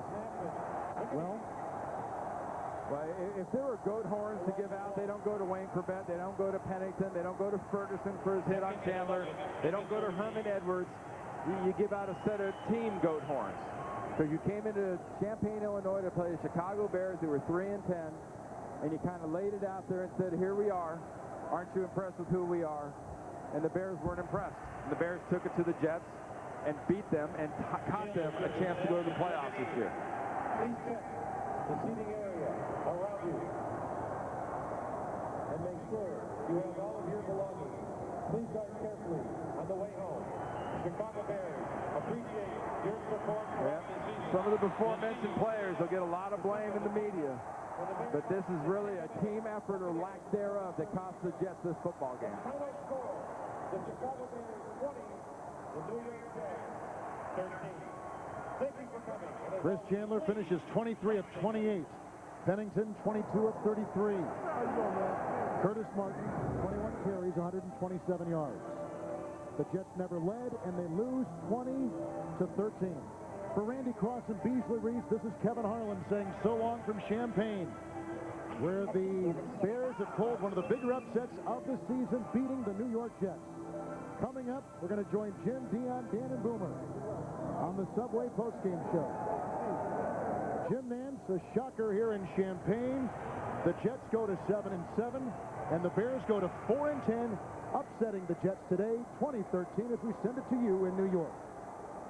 All right, thank you so much there, Kevin. Yes, it is a shocker. In fact, it is a playoff killer for the Jets today as they lose in Champaign. We have bonus coverage coming your way before the full scores and highlights post-game show. Let's go down to Miami and join Greg Gumbel and Phil Simms. Well, do you think we're overhyping Jason Taylor today? Watch that play. Around inside Barry Sims. Barrett Robbins saves the sack. And look at that reaction from Jason Taylor. Gannon. With time, going to go deep for Jerry Rice. Two defenders on him, intercepted. Patrick Surtain. Back to the 35, slides down at the 39, and what a catch by the cornerback.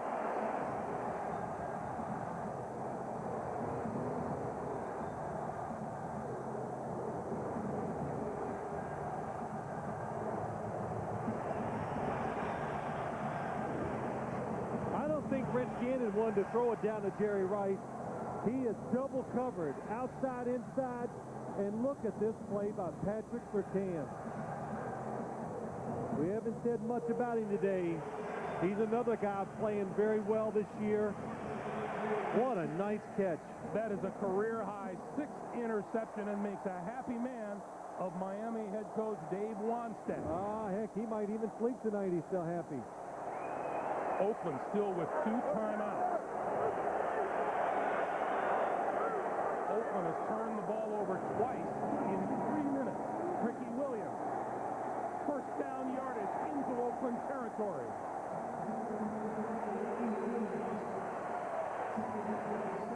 Those of you who have been watching the New York Jets Chicago Bears, welcome to Pro Player Stadium. Greg Gumbel, Phil Simms, Carmen Katsayan. The Miami Dolphins with a 23-17 lead. And a Patrick Surtain interception has just stalled the latest Oakland drive.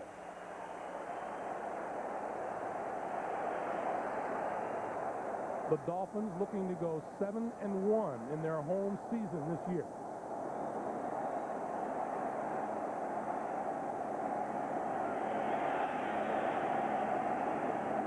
Ricky Williams dips outside to the 43-yard line.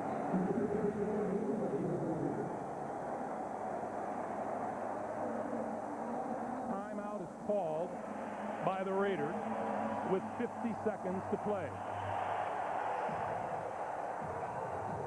The Jerry Rice-Tim Brown connection has not clicked for the Raiders the way it usually does. It's been an outstanding defensive effort by Miami today.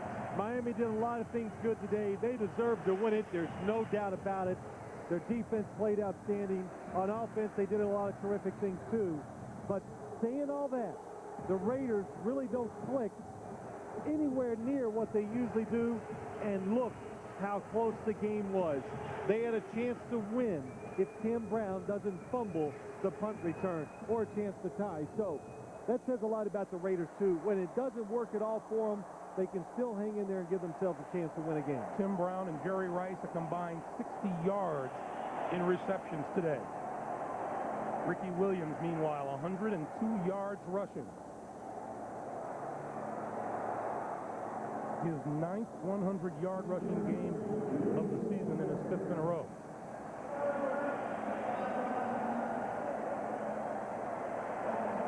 The Dolphins, dominant in rushing yards, in total yards. Raiders had a tough time on 3rd down, and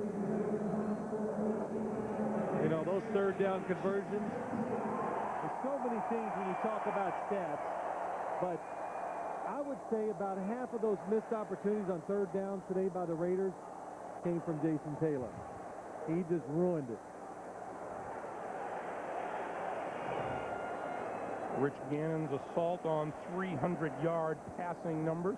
He's had 10 of those games this year. He won't get there today.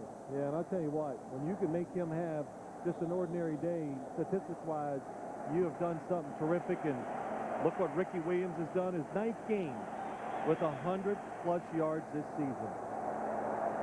Some of the stats that the Dolphins put up, you think they would be better than 9-5. 35. Williams.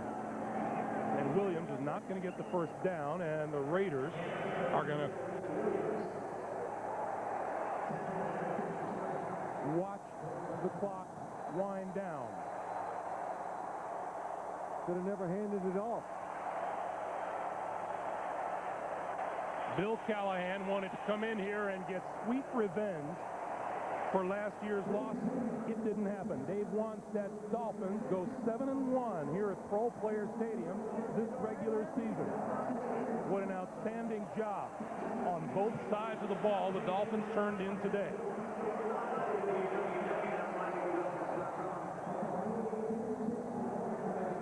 For Phil Simms and Armin Kasayan, Greg Gumbel saying so long from Pro Player Stadium. Our final score, Miami 23 and Oakland 17. You've been watching the NFL on CBS. We take you now to the Subway post-game show in New York and join Jim Nance. Jim. All right, Greg, Phil, Armin, thank you so much. So both teams walk out of this game now with 9-5 records. Perhaps we'll see them again next month come postseason time. We have bonus coverage coming your way. Is there a little Flutie magic going to happen at Buffalo? The Bills and the Chargers are tied. Flutie's been on the field. It's Bills ball. Let's go to Ian Eagle. Want to welcome those of you who have been watching Oakland and Miami. Tight one here in Buffalo. 13-13, 3:04 to go.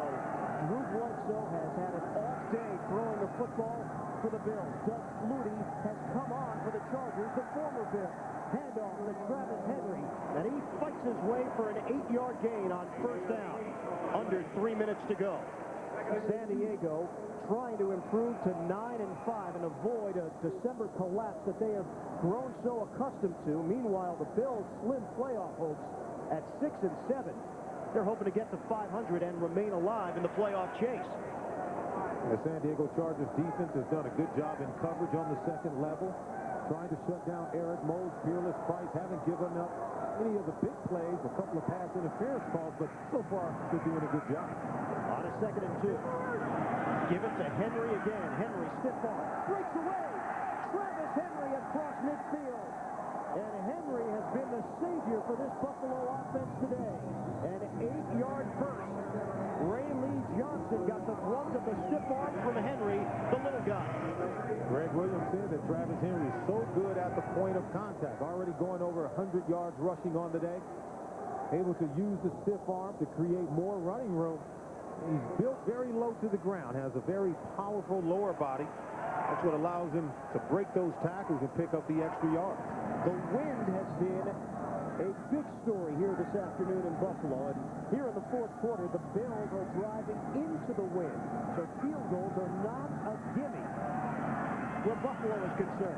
Bledsoe cannons one. And it's caught by Price. 11-yard gain and another Buffalo 1st down. And a penalty marker on the play.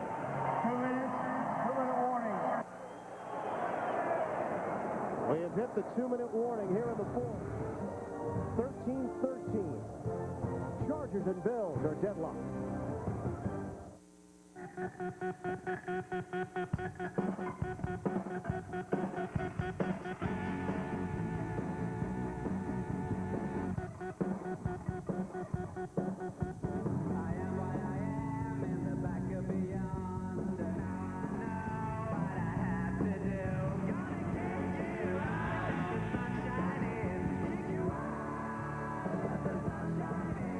Smearing off ice, premium malt beverage. Intelligent nightlife.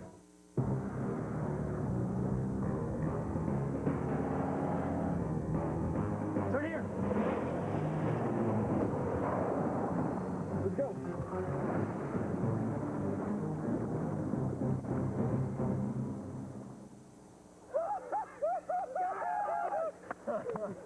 Sure, just hop in. It's easy. What could go wrong? The Hyundai Santa Fe, with America's best warranty. When you take things in stride, you win. My wife bought the same one. Didn't fit. I love it, but the kids are allergic. Rashy. How can I help you? I'd like to return it. No problem. Okay, the thing is, Sir, we'll take it back. so I don't need it. Nope. Make returns, not excuses. Because at Circuit City, we offer easy, no-hassle returns and exchanges. Circuit City, we're with you. We're moving to Europe. Different plugs. You don't need it, but that's good. Whether Iraq does or doesn't have weapons of mass destruction, one thing they do have are oil wells. Is that what it's all about? 60 Minutes tonight. Why is Doug obsessed with finding his childhood toy? Reminds me of a time when I didn't have to pay bills or going after that big promotion. We've never done either of those. All new King of Queens, CBS Monday. Coming up, Subway postgame show. Jim, Dan, Dion, and Boomer have all the scores and highlights. That's coming up. Stay tuned for the Subway postgame show. Back here in Buffalo, the Bills are driving in a 13-13 game with 2 minutes to go in the fourth. First and 10 from the San Diego 37. Bledsoe, handoff. Travis Henry bursting through that first wave, and Henry gets across the 30-yard line with an 8-yard gain. He broke through the grasp of Seau, who had a chance to bring him down. And how good is Travis Henry? He's able to make a tackler miss just about on every carry. That's how you judge the good ones. They're able to make players miss. You don't have to block everyone. Who'll take care of the rest. Line of scrimmage is now the 29. Buffalo has not been able to throw the football with any consistency, but Henry has been the go-to guy on offense. 20 carries, 115 yards, and a touchdown. Bledsoe is throwing. Incomplete. Josh Reed, the intended target.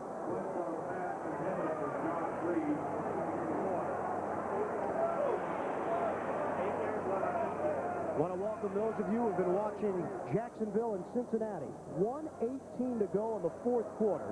San Diego and Buffalo all tied up at 13-13. Doug Flutie has been inserted into the game for San Diego. First time all season that he has played the quarterback position for the Chargers, replacing Drew Brees. But right now it's Drew Bledsoe and the Bills who have an opportunity. On a 3rd and 2, handoff. It's Henry. Spun down. And it should be enough for a first down. And Junior Seau's not happy, but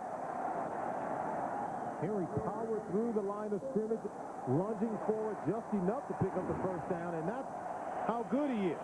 Seau is responsible. He comes down, makes the tackle, but not until Henry picks up the first down. Now, Seau did not like the spot. And a new set of downs for the Buffalo Bills. Well, how did we get to here? Look at the game summary. Christie, the former Bill, 3-0 lead. San Diego field goal. Henry puts Buffalo in front with a 4-yard touchdown run. Bills add to the lead. Hollis from 42 yards away. It's 10-3. Tomlinson gets the Chargers back in it. 2-yard touchdown run. Hollis, though, puts Buffalo in front. Christie ties it 53 yards away after Flutie sets it up on a long pass to Curtis Conway, who's recovered from a shoulder injury, seeing his first action in 2.5 games. San Diego has used a timeout with 1:01 left to go in the fourth.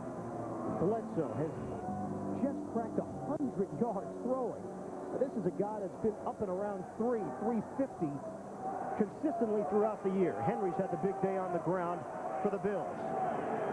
And Moles, 5 catches, 61 yards for Buffalo. Right now, they're looking at about a 43-yard field goal into the wind.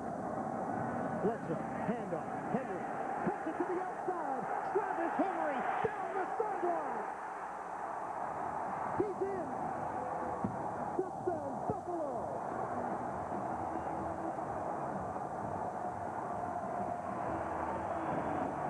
Greg Williams told us the most improved area on this football team coming into this year has been the offensive line.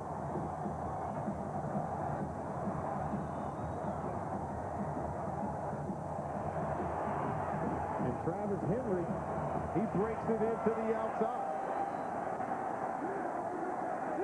Extra point for Hollis for Buffalo.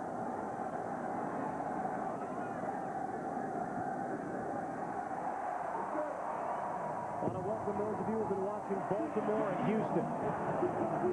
Travis Henry has just given the Buffalo Bills a 7-point advantage with 52 seconds left in the fourth quarter. A 7-play, 64-yard drive, 53 of them on the ground from Henry. And they pulled Reuben Brown from the backside, and Henry presses the hold, it bounces outside, and just turbos up the sideline with that speed and takes it into the house for the touchdown. And watch Reuben Brown, 79, and Donnie Edwards, he's not able to get over the top, neither are the safeties. It's just the speed of Travis Henry as he takes it to the outside and gets it into the end zone. Second touchdown of the day for Henry. He fumbled the football in the third quarter, but it did not cost the Bills any points. What a year he is having. He has really blossomed in his second season out of Tennessee. So now it becomes Flutie time.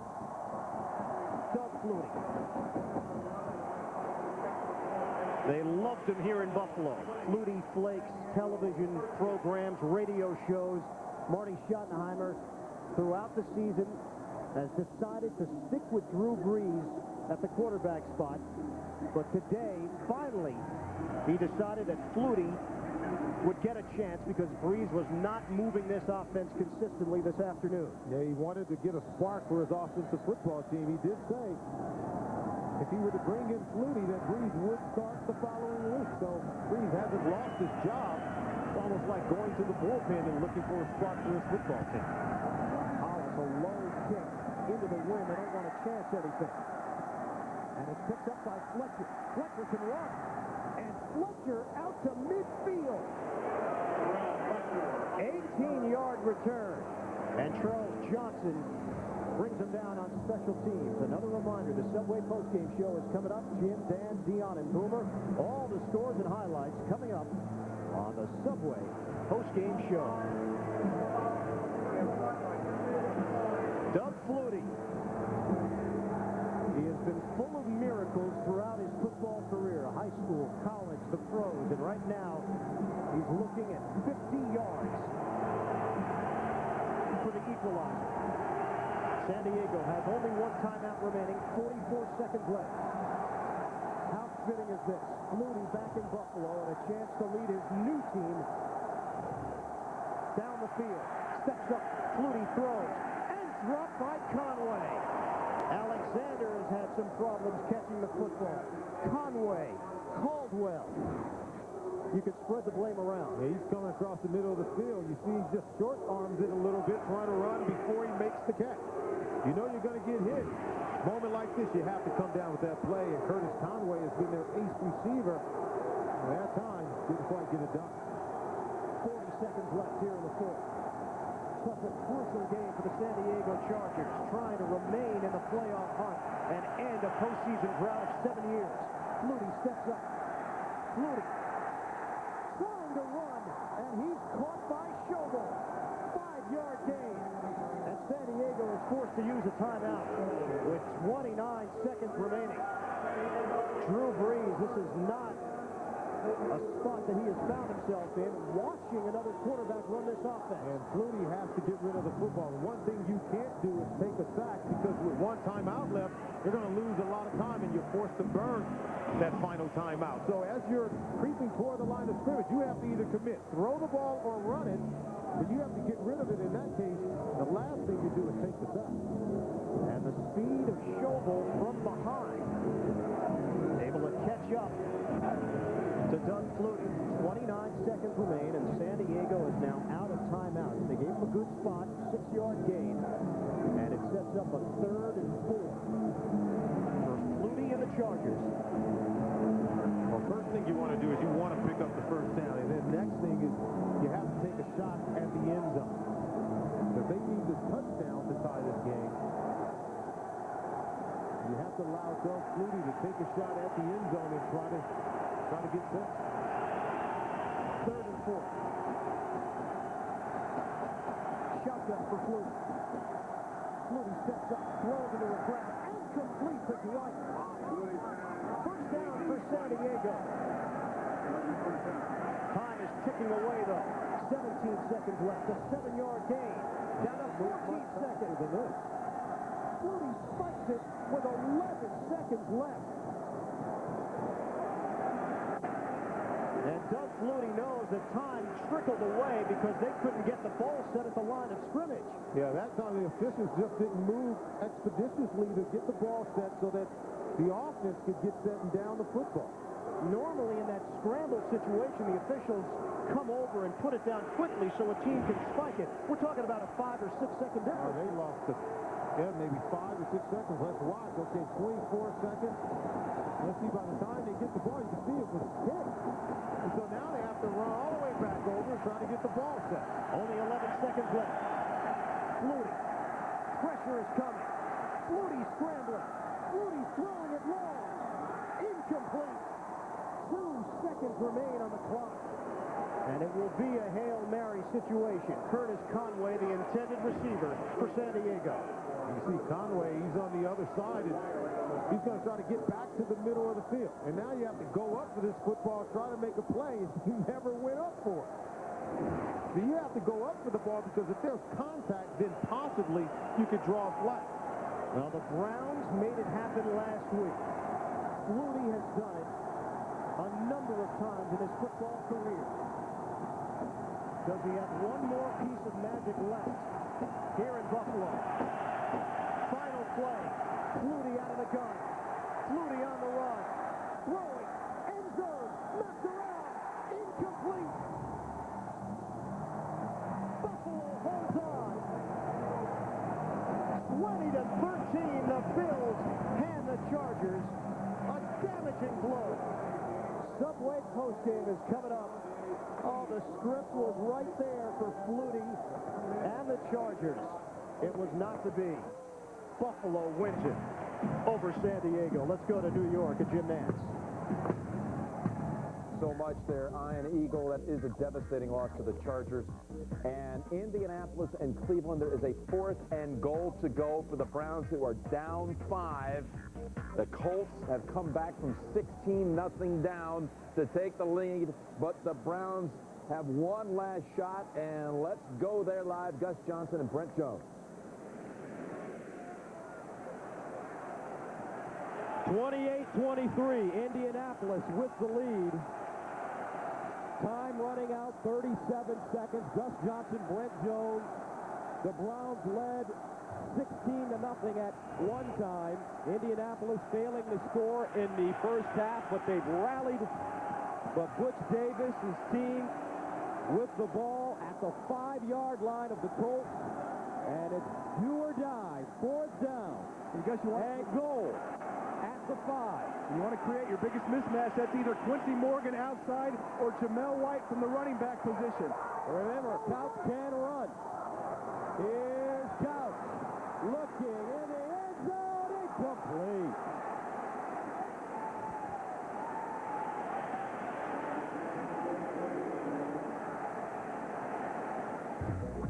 All right, Jim Nantz back here in New York, and a little bonus look there at the end of that one, intending that pass for Andre Davis.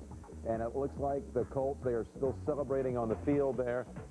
And one more look at that play, 4th and goal. What did you see here, Dan, as Couch sent out 5 receivers? They're playing all zone coverage. He tries to fit it in. Oh, he almost makes the catch there.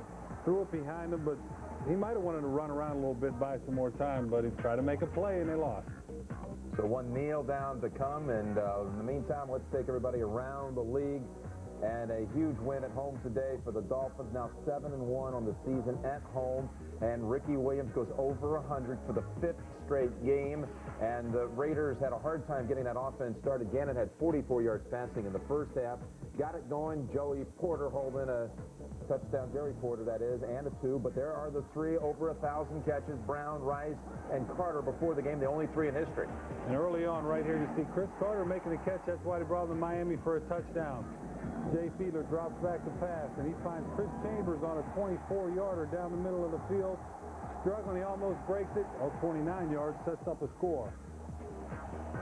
Then a handoff up the middle to Travis Minor, who scores after a 98-yard touchdown drive. Rich Gannon gets time. He runs around. And this is what the defense is all about. Just keep rushing the passer. They get a sack. Big play for Miami. Then Gannon back to throw, all day to throw it. He finds Jerry Porter in the end zone. That brings them back into it. The Miami goes on to win that one by a final of 23-17. Raiders only 218 total yards. All the scores and highlights coming up in just a moment here on CBS.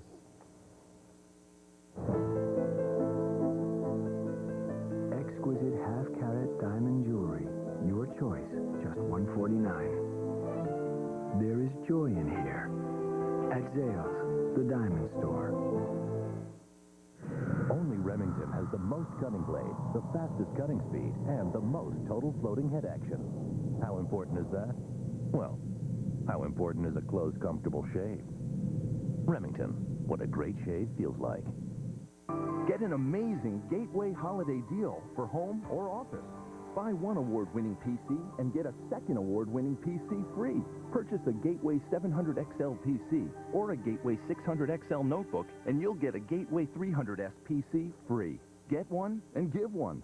Call 1-800-GATEWAY now for free shipping on all home PC purchases. The Gateway 600XL uses the mobile Intel Pentium 4 processor M. And now the Gateway highlight of the day.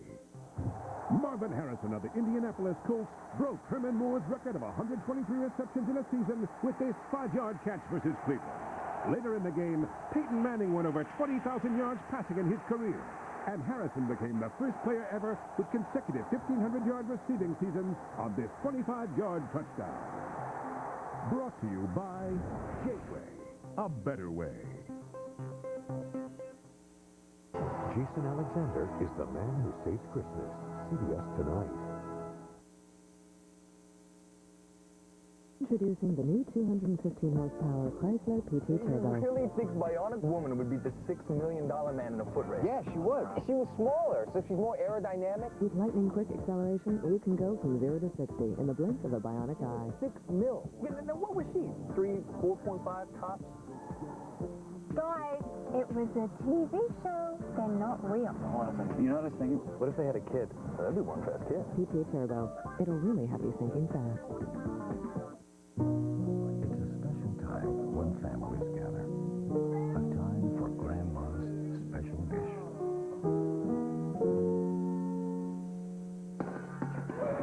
A time for sharing old memories. When there's plenty for everyone. When everyone is family. And every family is one of ours. White Castle. What you crave. Just 46 cents. Feed yourself. Feed your family. The Subway postgame show is sponsored by Subway. Fresh-made sandwiches on fresh-baked bread. Subway. Eat fresh. And hello again, everybody. I'd like to welcome everybody now in here from our studios in New York. Jim Nance and company on the Subway postgame show and a thrilling sequence of events here in the last few minutes. Minnesota upsetting the Saints, scoring a touchdown, then bypassing what would have been a tying point after going for 2 and converting and beating the Saints in a thriller down at the Superdome. The Philadelphia Eagles, as of this minute, have clinched the NFC East. The Tampa Bay Bucks, with their victory over the Detroit Lions, have also secured a playoff spot. Meanwhile, there are other teams that took devastating blows for their postseason chances. Oakland, of course, coming in with a 5-game win streak, goes down to Miami, and the Dolphins defeat them today. And after the game, Dave Wannstedt addressing his Dolphins about that victory. Hey, guys, hey, listen up, real quick, guys. Hey, fantastic team win. Hey, you talk about a team win against a heck of a football team. I mean, give those guys credit. You know, we will probably cross paths again. They are an outstanding football team. We know that. Hey, you guys rose up in all areas. Defense, a 98-yard drive on offense, special teams coming up to the big play. Hey, if we're going to be a special team, if we're going to have a chance to be a special team, it's going to take all phases and every guy in here. Fantastic job, guys. Hey, this was big. This was big today. You know that. Hey, tomorrow now, we're off treatment. Be smart tonight. I know we're going to feel good. We're going to celebrate.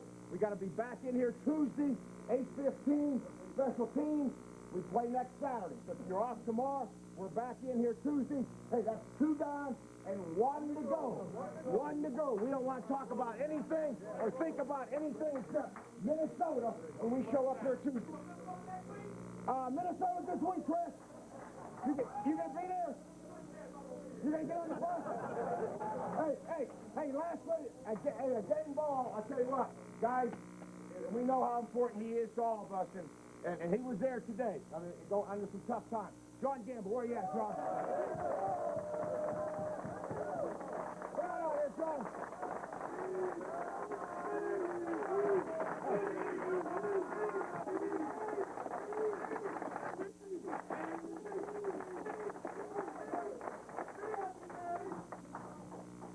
I love you guys, and family is so important, man. You guys are family. Thank you for just being there and looking out for me, for my family. Let's go next week, man.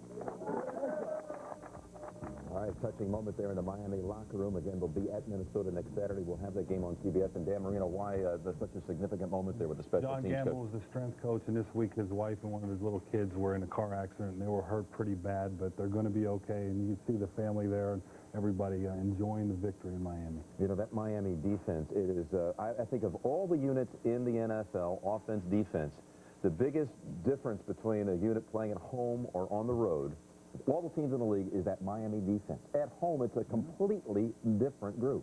And today was Spoiler Sunday. You take a look at Buffalo, Chicago, and Minnesota, teams that really are outside of the playoffs, not coming back, beating teams that all had playoff implications going. And that's the dangerous thing about playing those teams that have really nothing to play for. And Miami holding the Oakland vaunted offense to only 218 total yards. So now, every team in the AFC has at least 5 losses. San Diego would like to still be on that number, but the Chargers, well, they're beaten today by the Bills up in Buffalo. Bobble snapping. You see Coy Wire right here for Buffalo getting in to get the sack. And right here, senior, not junior, but senior Spayout. Oh, Laveranues. What's wrong with you, Dion? Burst up the middle for 31 yards. I mean, this guy's the closest thing to Barry Sanders that I think we've seen since Barry retired. Travis Henry takes it up the gut, 4 yards for the touchdown. This is making it out to be an exciting game. But you know, Damian Thomason, not to be outdone, punches it in from 2 yards out. Then Buffalo's Aaron Scoble, 3rd and 16. You're never going to get it anyway. Aaron Scoble nails Drew Brees for the sack. And Travis Henry, the guy has speed, takes it outside, 26 yards for the touchdown, giving the Bills to a 20-13 lead. All right, so the Chargers fall to 8-6, and Boomer, you talked about it. Teams that took big hits today. The Jets go into Champaign, and the Bears beat them. Leon Johnson, the former Jet, got on the board with a touchdown for Chicago today. Yeah, he really did, but this is Adrian Peterson, 5 yards, touchdown. Puts the Bears up 10-0. Then Curtis Martin comes back with a 35-yard run. You can see Curtis is back up to his old tricks. Bothered by that. Obviously today had a very good game. Then Chad Pennington throws a quick 5-yard out to Wayne Chrebet, who scores a touchdown on this play, but later at the end of the game fumbles the game away after trying to make too much out of a play. But right here, Leon Johnson, the former Jet, 23 yards. He had a good game today against his former teammates. And then once again, Leon Johnson What a disappointing, dismal win for the New York Jets. And the Jets, with that loss, fall to 7-7 on the season. We have a whole lot more to discuss. Scores and highlights coming away as the Subway postgame show continues on CBS in just a moment.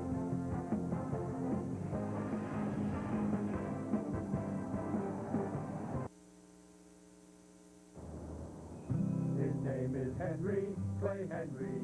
He's a fireman and a garage man from Subway.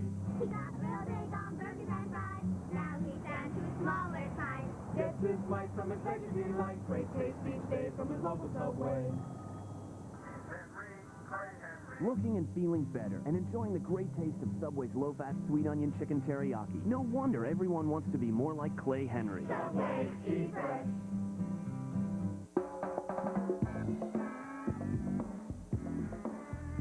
An outstanding deal to celebrate the season. The Gateway 300 SPC with a 2 gigahertz processor, a 40 gig hard drive, and a CD burner. Great for creating your own digital fun. Call now for free shipping on all home PC purchases. I'll take it. Call 1-800-GATEWAY today. This is a message from America to the extraordinary men and women who are serving the season. And the folks back home. Just get yourselves home safely and take care of business while you're there. Know that everything you are doing, we are so very proud of. I know you're doing a tremendous job. It's great. We're here for you. I know you're there for us. I send you love, and I send you faith, and I send you hope. America says thank you.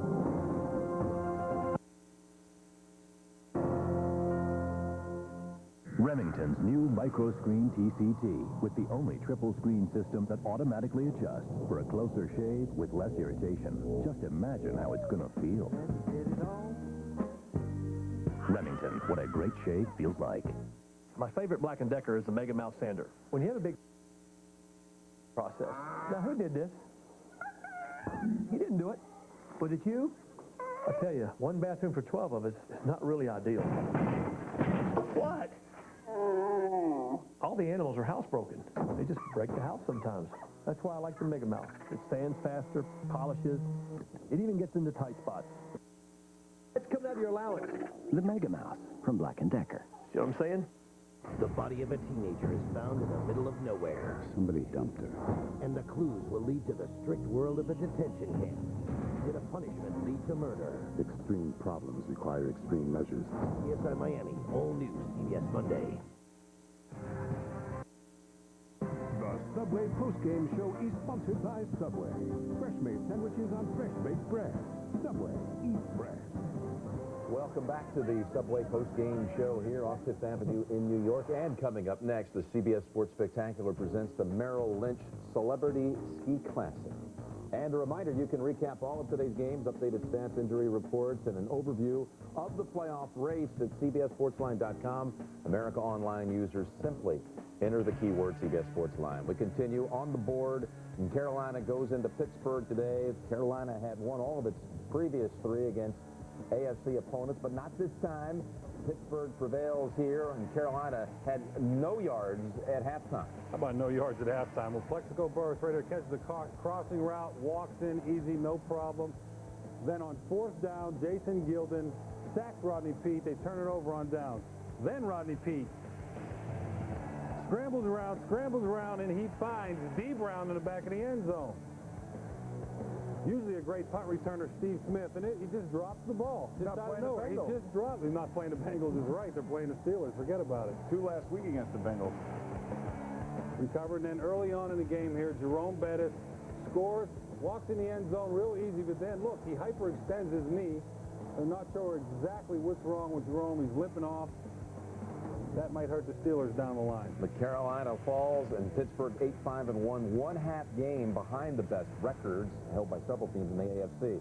This has just gone final. Hey, New Orleans takes a hit. So, too, does Atlanta. It goes to overtime, and they win it on a Sean Alexander touchdown run in OT. We're going to start this thing off right. Allen Rossum. This is a small little highlight guy right here. Takes the kickoff back 92 yards for the touch. He's doing his thing in the end zone. I like that. But you know we're going to show a Michael Vick highlight. How could you not? But he's stripped right here by Willie Williams, who picks it up and takes it in from 24 yards out, but not to be outdone. Michael Vick, he's going to come back. It's 4th and 6. Who do you want? Michael Vick steps up and throws a laser to Trevor Gaynor. That was a bullet, Dan. In for the touchdown. Here it is, moments ago. Alexander, 27 yards. He rumbles there. Dion for the win. And can you believe Atlanta, coming off that loss last week at Tampa, comes home. Everybody thinks they're a huge favorite. They're going to kind of make up for that, put that behind them. And today, Seattle beats them 30-24. Indianapolis all over Cleveland? No, wasn't that case at all. In fact, they were down 16-0. The Colts come back behind Marvin Harrison. Well, he sets the NFL single-season record, most catches in a season, breaking Herman Moore's mark from 1995. This was a great one today. Tim Couch hooks up with Quincy Morgan. Watch him shake the thing. Oh, man. Oh, you got to respect your ankles when you go out of that. Safety's in slow motion. 78 yards for the touchdown. He missed the PAT. But right here, James Munhu, fellas. Munhu takes it in for 29 yards, 72 yards on the day. Marvin Harrison on this reception right here breaks Herman Moore's NFL record for the most receptions in a single season. That's his 124th catch. 172 yards on the day right here. Stop and go. Oh, this is like pitching pennies right here. William Green takes it outside, goes in for 2 yards. And Marvin Harrison, man, this is too easy. And James Munhu, punches it in for 3 yards out for the touchdown. Coach won it. Munhu. Marvin Harrison, what a season. And after the game, Marcus Allen had a chance to speak with him. Hey, congratulations. You are the record holder, the single season MVP of the league. That's what he's saying. Hey, congratulations, man. Hey, thanks a lot. You know, when times were going hard for us, we were down early in the first half, and then we were able to fight back and play for 60 minutes, and I think that's what got us through the day. What does the record mean to you? It means a lot. It means a lot for my teammates. I couldn't have done it without them, and I think that my teammates have a lot of confidence in me. So when the time for the big plays is needed, they always come to me. So, I'm fortunate to be in that position. I talked to Tony Dungy about you earlier, and he said your work ethic is incredible, but he says you and Peyton Manning have a special relationship. You can go back after running around and say, Peyton, I think I can do this, I think I can do that. Yeah, one of the reasons you're successful? Yeah, we've been playing together so long that, we're able to adjust to different things, on the run. So, I think that's a credit to both of us, going out there and all the practice that we've been doing for the last 5 years. So we can be able to do a lot of things. Marcus, he says throw it to him every time. Throw the ball every single time. Hey, guys, what does this mean for the playoff run, though? Well, we had to have this one. This was do or die. We lose this one, we're probably out of it. Some crazy things could happen. We still got to keep winning, but momentum's a big thing, Mars, in the NFL. This will give us a lot of momentum going into the last 2 games. Well, good luck. I said there's one guy that can break your record. You. There you go. I appreciate it, man. Good luck, man. All right, thanks. Congratulations. It was a huge win, one they had to have, and Harrison 8 catches, 126 yards, and the 2 touchdowns. And you saw Terry Glenn pop by there, the big lineman, saying, Marvin Harrison, MVP. You know what? We've been talking about MVP guys. It's hard to argue that.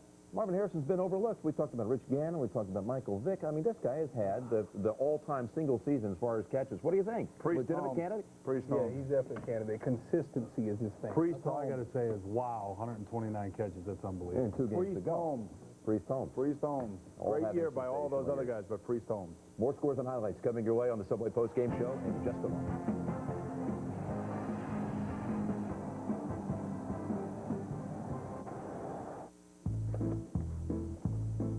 Whoa, hold on. Did you know his favorite color is green? Did you know he has a pet parrot named Ricardo? You know every time he sees the sunset he cries? So how do you know he likes his food made this way? Come on. Subway makes every sandwich just the way you want it. Hey, Keisha. Hi. Everyone's unique. That's why Subway makes every sandwich fresh, just the way you want, with your choice of delicious meats, toppings, sauces, all on fresh baked bread. How do you know I have a ferret? I have my ways.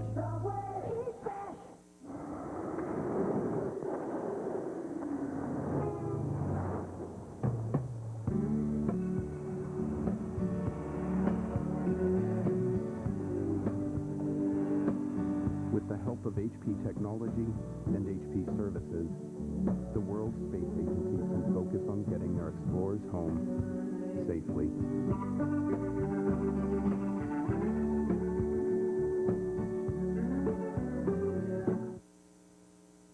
I was looking for a great deal, so I talked to a good friend of mine. Emmett was desperate. That's when Alf told me about 10-10-220. I told him all calls up to 20 minutes are 99 cents. I was reluctant to sign up for anything. I told him he didn't have to sign up.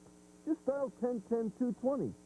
Push the buttons, man. Thanks to Al, I dialed 10-10-220 right then and there. Who'd you call? That's really none of your business. Well, Dial 10-10-220, then 1 and the number. Men think about women every 5.3 seconds. Men think about soap? Probably never, because they're all the same, except this one. High-endurance deodorant soap made just for guys. Maybe now women will think about you every 5.3 seconds. Can you love someone too much? Well, you can try. The 1-carat Princess Cut Diamond Ring, just $4.99. Exclusively at Zales, the diamond store. You are a role model, and kids are going to look up to you, and especially what we do in the NFL. So, yeah, we all have a responsibility to be involved in the community. That's a good interaction when you see players all in the community getting their hands dirty, building parks, and just interacting with the community. That's a great thing. To know that you impacted a child's life or helped a family out, and that's kind of the stuff that makes a difference in the world and maybe makes the world a little better. You better watch out. You better not cry. You better not pout. I'm telling you why. Because Sanders Claus is coming to town.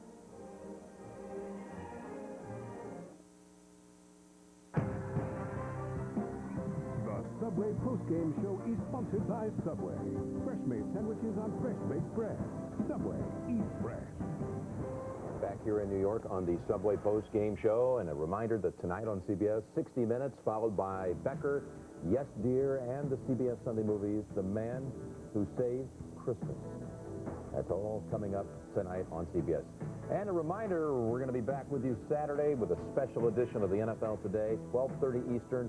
Mr. Marino will reminisce with members of the undefeated 72 Dolphins. We look forward to that. And then the 2002 edition of the Dolphins visit the Vikings at the Metrodome. Back to the board, Baltimore pulls even at 7-7. A feisty effort by the Texans today included a punt return for a touchdown. Carr was sacked only twice. That's a good day as far as that goes. Yeah. But Blake had 2 touchdown tosses, and the Texans fall to the Ravens. Look at that mascot right there. He's having fun. David Carr drops back to Barry Holloway. Big tight end gets down to about the 1-yard line. He does not score on the next play. They hand it off to Jonathan Wells, who jumps outside and scores. And Jeff Flake drops back to pass in the face of a blitz, throws it up. Travis Taylor, great catch, catching it at the high point, touchdown.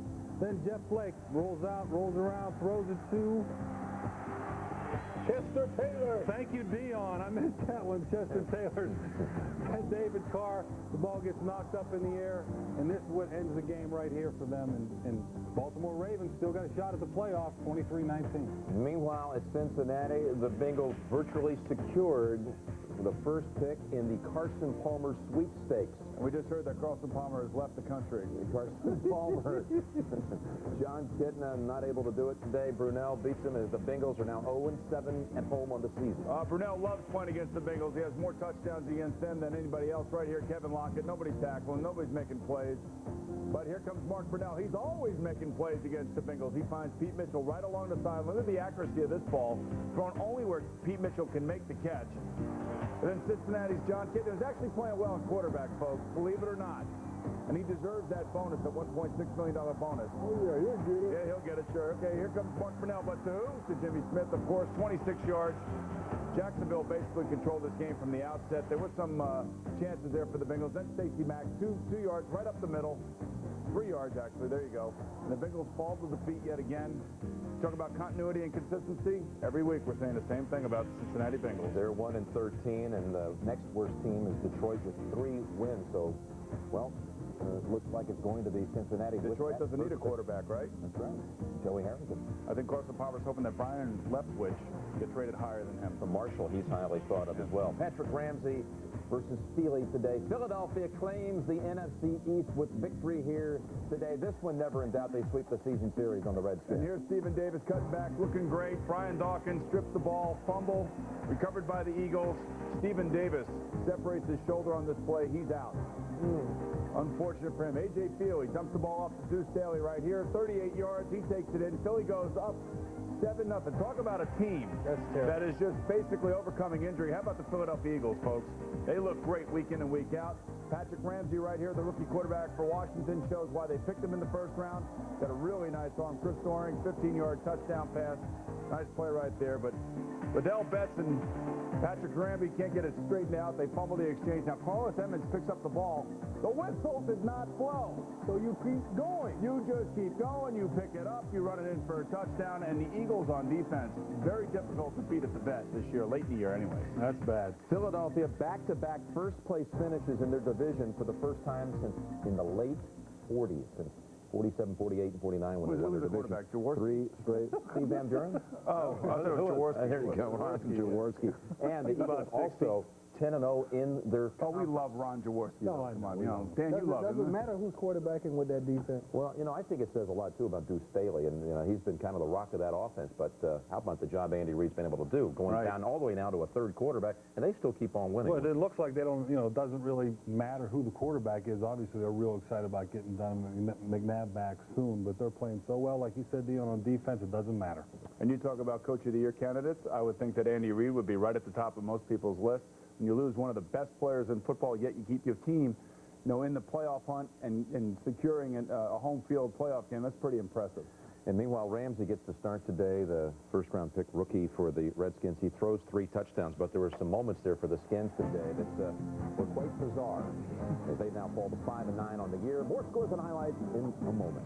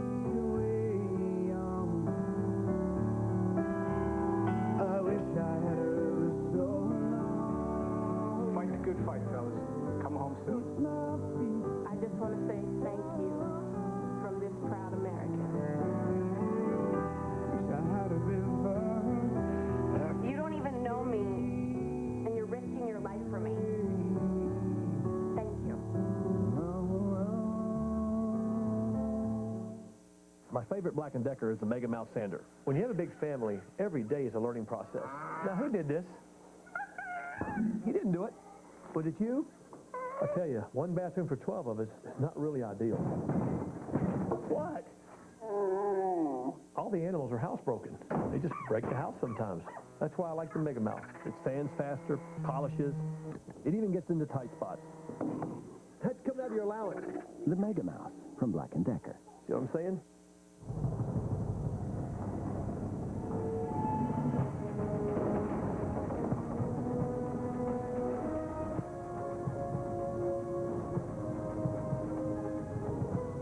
The passage is intense. But if you complete the journey, you will find your destiny among the world's greatest warriors. The few, the proud, the Marines. CBS Thursday. Gather the family for the event of the week, the Survivor season finale. There are 4 left. Come a long way, baby. 3 tribal councils, 2 shots at immunity, and in the end, only 1 survivor. We're not talking $20. We're talking $1 million. That's what makes Survivor the ultimate game. Then join me for the reunion show. No singing and dancing, just answers to questions you've been asking. The Survivor season finale, CBS Thursday.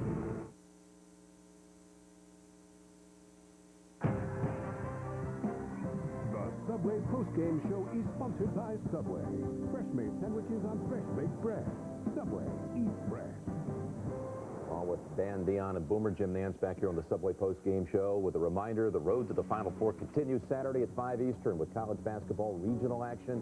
You'll see either 7th-ranked Indiana taking on number 12 Kentucky or UCLA against 20th-ranked Kansas. And 1 week from today, again, we'll be here Saturday leading into Miami, Minnesota, but Sunday, noon Eastern, regular time, the NFL Today, featuring Dion's holiday alter ego, ladies and gentlemen, Sanders Claus is coming to town.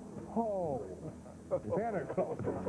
Can't wait. And then it's a big doubleheader day on CBS. Buffalo and Green Bay. San Diego battles Kansas City. Boomer sit on your lap. Houston takes on Washington. Tennessee tangles with Jacksonville. Late games, most of you are going to see Denver venturing into the black hole to face Oakland, while some of you will see Cleveland at Baltimore. Sanders Claus coming to town next Sunday. Right. Meanwhile, back to the board. Tampa Bay clinches a playoff berth.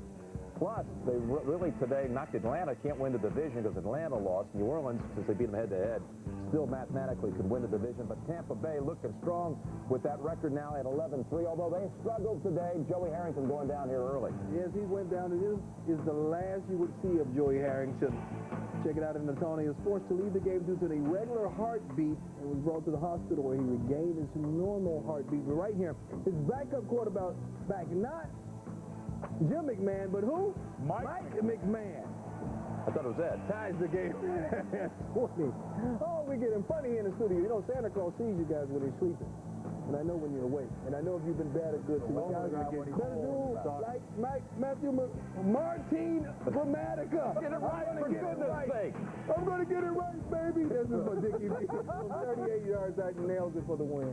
Hey, the Bucs had 4 rushing touchdowns on the whole season before today. They got 2 today, and let's hear from Michael Pittman. He finally got his first touchdown of the season. They tied the franchise record for wins in the season with 11. Here's a shocker, Minnesota at New Orleans, and a little gamble at the end of the game by Boomer's old college teammate, head coach Mike Tice of Minnesota. Culpepper throws for 2 touchdowns, rushes for 2 touchdowns. What a game it was in New Orleans. It really was. Here's Michael Lewis looking like Carl Lewis, taking it 97 yards. This cut the Vikings lead to 14-10. And look at those uniforms. I don't like those jerseys. You guys like those jerseys? I do like I know you like those jerseys. They kind of match your outfits every week. Dante Culpepper now hits Randy Moss, my favorite player in the NFL. Why? Because all he does is make touchdowns. He scores too much. And then here comes Aaron Brooks. He finds Deuce McAllister. Now look at this move right here. Whoop, see you later. 15-yard TD reception. That's why the Saints like Deuce McAllister. They like him out of the backfield. And then here comes Dante Culpepper. Right at the end of the game, he finds Randy Moss. I don't like that guy. I love that. 6 seconds left at that point. And here's Mike Tice says, go for 2. First fumble it, then pick it up, then go for 2. Mike Tice got nothing to play for. There are no playoff implications for his team, and that's why it's dangerous playing these games so late in the year for teams like the Saints. Plus, you had 9 out of 22 overtime games. We had another overtime game today that sets the all-time record for most of the season, but 9 times, of course, you'll win the coin flip or the first possession you lose. So why not? There have been coaches who said, I wish we had that chance. Let it go. Let it go. But why give the ball to Dane? But if you're Mike Tice, why give the ball back to Aaron Brooks and all of those other guys on that offense? And you did the right thing. You just go for it and see what happens. And doesn't matter. You might as well do it. If they wouldn't have won and got there, you would have been all of, this is the stupidest thing I've ever heard. Not today. That's why Not today. That's the perfect thing to do. You got nothing to play for, go for it. Sanders Claus. That's right. Yeah. You watching me when I'm not around? Get out of here. There's nothing, no way. Has he been good or bad? He's been naughty. By the way, Minnesota's road losing streak is over with that victory. They had lost their last 17 road games before today. We've got the active scores and the stories on those games when we continue here on the Subway postgame show after this message and a word from your local station.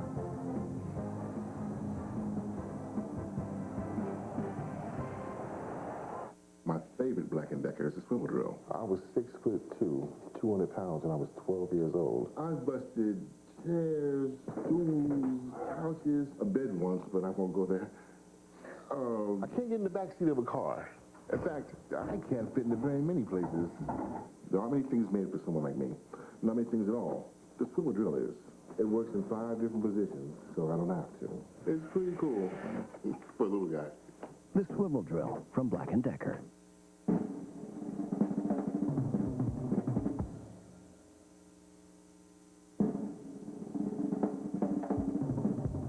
Pepto-Bismol. It's first aid for heartburn, diarrhea, nausea, indigestion, and upset stomachs. Today, HP Technology is building efficient miracles, helping access the web wirelessly in coffee houses, and letting citizens talk to their government 24 hours a day. It's powering the engine of the world economy and making art timeless. To the world's great companies, thinkers, and doers, HP makes more things more possible. Whether Iraq does or doesn't have weapons of mass destruction, one thing they do have are oil wells. Is that what it's all about? 60 Minutes tonight. The search is on. Don't miss the Star Search premieres, CBS Wednesday, January 8th.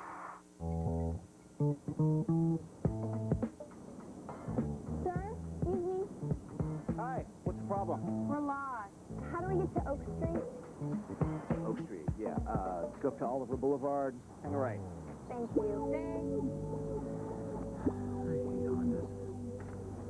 The Civic from Honda. It figures. Get special APR financing as low as 1.9% for up to 36 months on 2003 Civics. Don't forget the ticket. Yeah.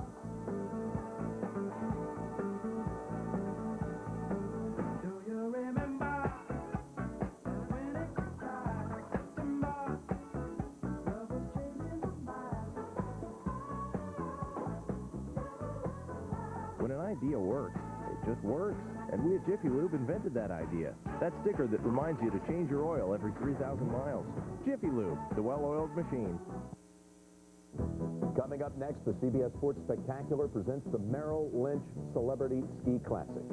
And a quick program reminder, be sure to join us this Saturday. Again, a special edition of the NFL Today at 12:30 Eastern Time. We will see you next Saturday. Dan reminiscing with members of the undefeated 72 Miami Dolphins. That'll be fun, Dan. That'll be fun. Then we've got the 2002 Dolphins taking on the Vikings at the Metrodome. That again, next Saturday. We'll see you at 12:30 Eastern Time. All right, active games. Portis just running wild here for the Broncos in early action. 14-0. He has 2 touchdowns already. And they don't want to go lose 4 in a row at home. What does he do right here? Takes it up the middle for 51 yards. Clinton Portis, you're not going to catch him. And later in the game, right up the middle, where's the Kansas City Chiefs middle linebacker? Not there. Portis for a 4-yard touchdown. They're up 14-0. Really in control this game. All right, Green Bay's playing at San Francisco. These teams since 1995 have met 9 times in regular season and playoff action, and Favre and the Packers are 8-1 against San Francisco. They have an early field goal lead. Meanwhile, the Giants, and I didn't see this coming, the Giants 21. Go Giants. Giants will get a big boost with that Seattle win over Atlanta. If the Giants win here today, they'll be just a half game back in the wild card chase. Things a little bit clearer on the NFC side as 4 teams have clinched positions with Philadelphia, Green Bay, and San Francisco already locking up their divisions. Tampa Bay clinches a berth, and of course they got the 2-game lead in that division, but they haven't clinched the division. Those 4 are in. New Orleans and Atlanta right now have the wild card position, and the Giants, again, a big boost today with that Atlanta loss. The key is going to be who's going to get home field advantage in Philly. The way they're playing, you know, obviously they want to have home field advantage because Tampa's going to have a problem going up there. Anytime it's a cold weather game, Tampa struggles. And Tampa has much problems playing Philly in Philly if it ever come down to that. But if Tampa Bay can get you in Tampa, oh, it's over in that Florida heat. But you know what? This is why John Gruden was brought into Tampa, because Tony Dungy could not win on the road in Philadelphia the last couple of years. So, you know, it's going to be a fight to the finish. But how about them Cowboys, huh? Yeah, they didn't show up today. At Philadelphia, by the way, its last 2 games are on the road at Dallas and at the New York Giants. Here's the AFC side. You see the divisional leaders, but no one has officially clinched a berth on the AFC side. 4 on the NFC, but none so far clinched.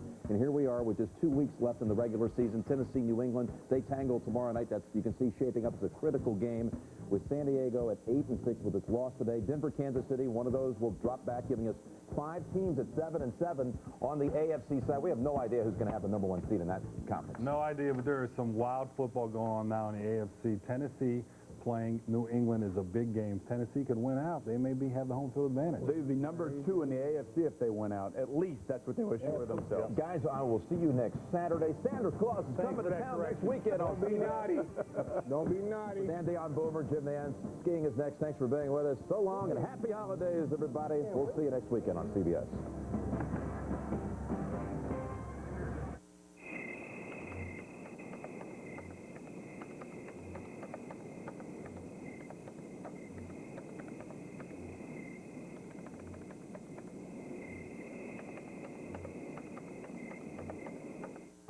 CBS Sports thanks you for watching this presentation of the National Football League.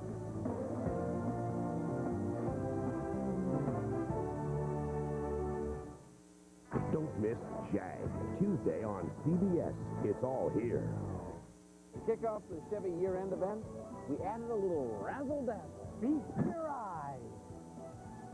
Razzle-dazzle! Maybe we'll stick to what we do best. Now get $3,000 total cash back on every 2003 Chevy pickup during the year-end event. And just announced, now get 0% APR for 60 months on select 2003 Chevy SUVs.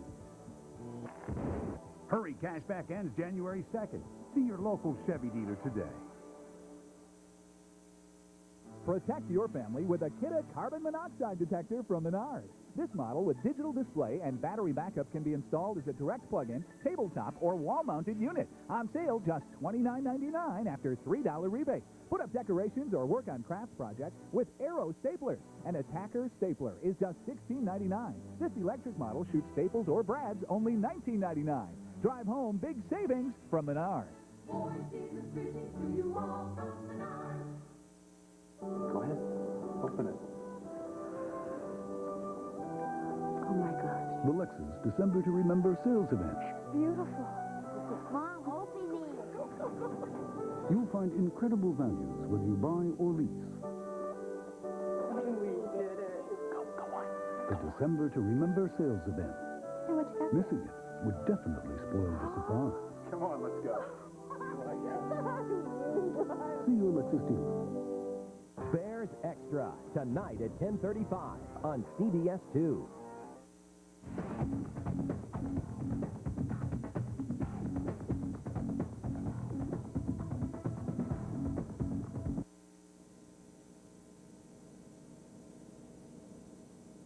All right, tell me, could you tell which team was 3-10? The Bears played like the team fighting for the playoffs. They were efficient on offense. The defense played an inspired game. And what do you know? The Bears pull an upset 20-13 down in Champaign. Hi, everybody. I'm Howard Sudbury. This is Bears Locker Room. Mike Adamle is standing by at Memorial Stadium for a lot of interviews from a happy locker room for a change. But first, here's how it happened. And with another injury on defense, R.W. McQuarters out of the game, the Bears defense came out and shut the Jets down in the first half. Philip Daniels drops Chad Pennington. And you wanted Adrian Peterson, and you got him. He had a nice run. Then they split him out wide to the left, the catch, and the run down to the 16. And the drive continues, and you'll get a little more Peterson. Up the middle, 5 yards through a big hole, and it's 10-0 Bears at halftime. The Jets scored on their opening drive of the second half. A great sign, though. The Bears come right back at them. And there goes Leon Johnson, 23 yards against his former team, and he scored on a 3-yarder to make it 17-7 Bears. Then 20-13 Bears, one last chance for the Jets, and they drive. That's Wayne Chrebet, a big leap, and he loses the ball. The Bears came up with it at the 14-yard line, and that was it. The Bears hang on, and they win it 20-13. An exciting finish. It was their 4th win of the season. Now let's go live to Mike in Champaign. Mike, I can hear some fans now. Oh, no, they blew the draft order. Don't tell that to Philip Daniels, one of the people we'll interview down here today, Howard, because the Bears are in it to win it, the remaining 2 games of the season against Carolina, and then finally the Tampa Bay Buccaneers. I'll tell you what was impressive today. Chris Chandler, 23 of 28, and the Bears made no turnovers. They had the 1-2 punch of running backs Leon Johnson and Adrian Peterson. Chandler was able to hit 7 different receivers, 8 if you count himself, and the ball that was batted it back into his face that he caught. Very impressive indeed. No turnovers especially, and that's what made Dick Duran so happy after the game. Well, you know, this game, like most of our games, it wasn't significantly different. The only thing that was different was we found a way to win it in the end. You know, the games we've played have been close games, other than Miami and you know, in the game in Minnesota. And that's the way, you know, that's really the way, in my experience, the NFL has been. You've got to find ways to win the close ones in the end, and we did that today. It happened to be a fumble, you know. One of the things that happened today, though, that was good was the fact that we came out after the halftime, and they took the ball and marched the field and scored. But then we took it back and marched the field and scored. To get it down close and then to finish it at the end, I was so happy when I saw that ball on the ground. Looked like we had 3 or 4 black shirts around it, and there was only that one of them. But somebody said run a play quick, but that ball was out 5 feet above the ground, I thought. Interesting game. Paul, as usual, was outstanding, you know, and Brad punted the ball well, and we really, you know, we really had to do something with the kickoffs because Morton is such a weapon, and so we did. I mean, Paul kicked 2 terrific balls. If you make your living in the National Football League and you happen to get traded to another team, there's nothing sweeter except maybe winning a Super Bowl ring than coming back and playing against the team that you used to play for, like Leon Johnson did today. Leon, congratulations on a well-deserved victory. You particular were great. Just how sweet it is. You talked about laying low during the week and not saying anything that might incite the Jets, but now that it's over and now that the Bears have won, how do you feel? Oh, I feel great. I think for myself, you know, being with the Jets for so many years I was up there, it was great, but I'm here, I'm in Chicago now, and I want to come out there and get the win. Early in the week, I want to just play low-key, you know, just say, you know, I'm going out there and play hard. I don't want to talk about anyone, which I really don't. But the win would make me feel really, really good because of the things I went through up in New York, and now I'm here in Chicago, and I'm doing well. Career highs in carries and yards rushing today. Why was the offense so successful, in your opinion? I think we just went out there and played hard. I think we game planned very well against them. We knew what they were going to do. We just went out there and just expected, you know, what they were going to do, and I really just, I guess, capitalized on all of the mistakes they made. We messed up a couple times out there at offense, but, you know, we were able to bounce back, and different guys stepped in and helped out in different areas of the game, so we all played a complete game as a team. You were also able to capitalize on the mistakes that they made, like the roughing the passer penalty that gave you new life, and then you carried it, took really most of the load on that touchdown, that drive. Yeah, it seemed like this game, everything that happened to us all season, we kind of got back a little bit, you know, with the hurting the quarterback, you know, hitting the quarterback late, gave us some yards. Even though we gave up a couple pass interference calls, it may have hurt us a little bit, but, you know, it's just part of the game, and, you know, you just got to be able to play with it and learn from it. That was the first run on this drive, and then here's the touchdown drive. Maybe you can describe it for us. Well, I wanted to get in the end zone. It didn't matter. You know, I was playing, you know, I want to score, you know. So once I got the ball, I read my blocks, and it was a hole wide enough for 2 people to go through. You know, the line really did a good job, and, you know, it's just, you know, the opportunity for me to get in the end zone. Not only do you run up the middle between the tackles, but you have the ability to be lined out outside. You're so versatile, and that means a lot to this offense, I suspect. Well, I think we added a lot to this offense during the game. You know, I think we surprised ourselves in some areas. But, you know, if we're able to split running backs out and throwing the ball just to confuse the defense just a little bit, it really helps out, you know, as far as getting the running game going and getting other phases of the game going. But, you know, offensively, we got a lot of weapons. You know, we just want to go out there and use our weapons effectively as we can and hopefully come out with a win. You know, all week long, Coach Duran talked about the integrity of the game. The whole idea is to win on Sunday, but we would like to be able to see some of our young players get into the game and get action that can be useful next season. One of those people we saw today was Adrian Peterson. Talk about him a little bit. Oh, he's a great back. I think he's learned a lot. He has to get his feet wet, you know, as far as getting in the real live NFL game and knowing the situation and being calm and being able to handle the pressure. He stepped up today and had some great runs. I mean, he went out there and played really physical. He kind of got me going a little bit when I saw him trash talking, you know, with the other player, you know. So I knew he was fired up. He was happy with the opportunity he had. He went out there and he got his first touchdown. And, you know, we need guys like that, you know, to step up and make our team better. You know, he runs sort of like a human pinball. He kind of bounces off of people. You know, we saw him catch the ball there, and there he is for the touchdown here. Just a really tough, inside, hard-nosed runner. Oh, I think he was just happy. He was just so happy to get the ball, you know, and be in the game and be used. He was just going to run hard, you know. Nothing was going to get him down. You know, he was just determined to get in the end zone, determined to go out there and show that he can play in the NFL, and determined to, you know, take advantage of his opportunity. And perhaps happy, not strong enough a word to describe how the Bears and your teammates feel today, because This win in many respects, sure it's not the season, but it knocks the Jets, hurts their playoff chances, and gives you guys something to build on. Of course, anytime you can spoil it for another team, it makes you feel great. Even though you're going home, it'd be nice to know that you knocked the team out as far as going to the playoffs. You know, we wish we could have had a better season, but, you know, it's coming to an end in 2 weeks. You know, all we can do now is go out there and play hard, you know, and just, you know, finish the season on a good note. You know, we got a lot of young guys that we can look at as far as helping our team out next year. You know, hopefully we can get them into the swing of things these last couple of games and kind of incorporate them into the offense for next year or defense for next year. Yeah, and a final word on Chris Chandler, too, because the game seemed to really come to him today. He looked comfortable for a change, and it's, you know, because this guy, he's a great quarterback. Oh, yeah, I mean, you know, he's got a little age on him, and, yeah. You know, Chandler, he went out there and he really, you know, composed himself well out there on the field. He really got us in and out of the huddle, you know, when we had to go up there and get the plays. He just made us all feel calm when we was in the huddle, you know, and that's one thing is, you know, you got a quarterback who's been in a situation before and knows how to handle the pressure.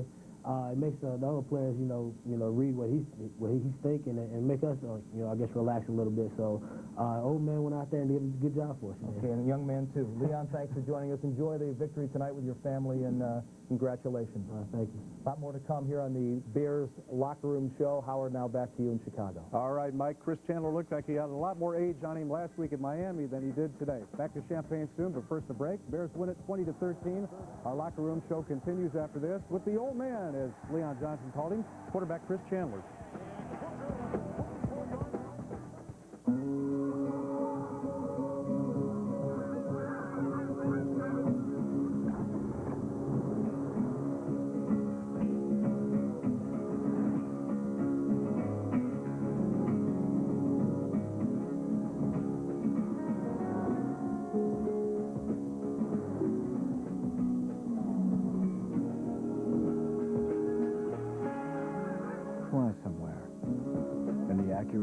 Type S. Don't forget the ticket. Yeah.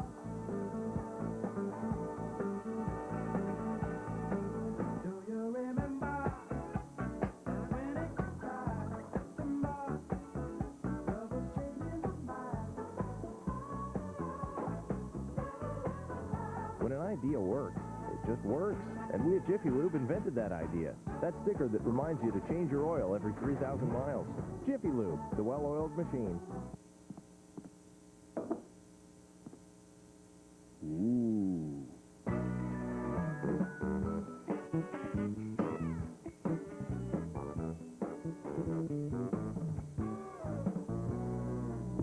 There's holiday fun for some, and there's holiday fun for all. Give holiday instant games from the Illinois Lottery, like Merry Millionaire and Holiday Cash.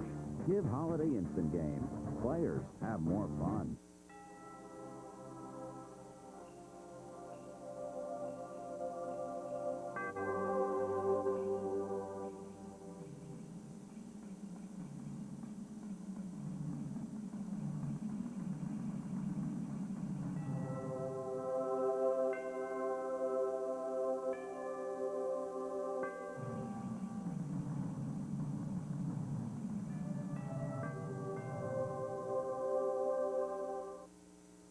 Bears Locker Room with Mike Adamle, Howard Sudbury, and Chris Bowden.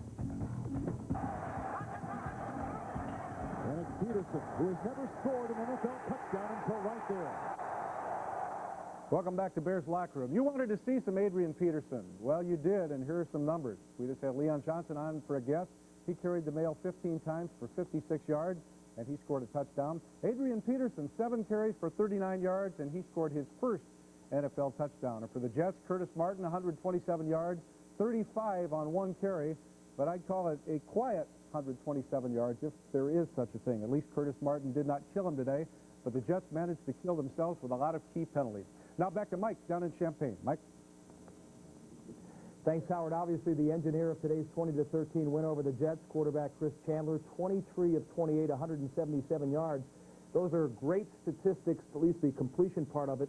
But the most important thing, as you were just telling me, is that the timing today of the offense was just everything you've been looking for all season long. It was. I mean, it started with the guys up front. You know, we came out early and threw the ball on early downs to start the game, and I think that did get us into a rhythm, but it also got those guys up front going. And then when we did run the ball, there was holes to run in. And again, it starts up front with those guys.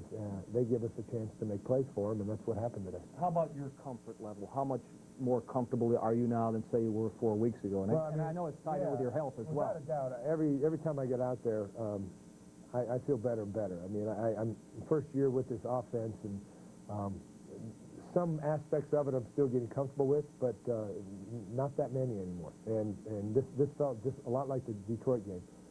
Being able to go out there, and we were successful throwing the football, and I felt as good as I have in a long time today. Yeah, and it showed today, too. Now, how important was getting the running game going, and what Leon Johnson was able to do today to help you guys? Well, you know, Leon played outstanding, as did Adrian. You know, those two guys with the different styles. I mean, Leon is a little bit more of a pounder and a bruiser, and when you see, you know, Adrian get the ball, you see his explosiveness, and he's has some strength to go along with it. But it was nice to get those two guys both working well together.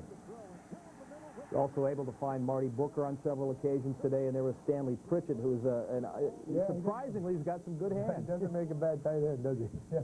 He and the emergence of John Gilmore, who looks like he's going to be a player. He's had a great year, you know, as far as being on the practice squad before all our tight ends got hurt, and then has always looked good in practice. And to get him into a game with a chance to play the way he did the last couple of weeks, I think you're seeing the start of a guy who's going to be in the league for a while. Marty Booker having a Pro Bowl year in your estimation, Chris? As far as I'm concerned, I think so. I mean, he's one of my favorite guys ever got a chance to throw the ball to, and you know, he has a great attitude. He's got great hands.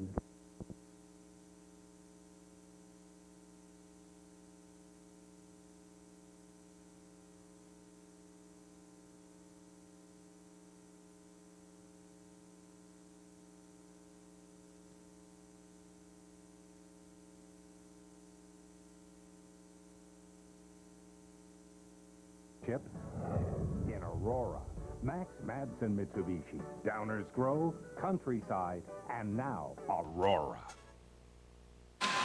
Northern Illinois leads Bowling Green 17-3.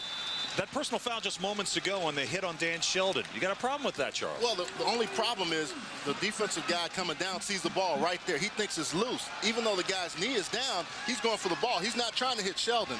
And then he comes up, you know, and it's an aggressive play. Makes a mistake, but it's an aggressive play.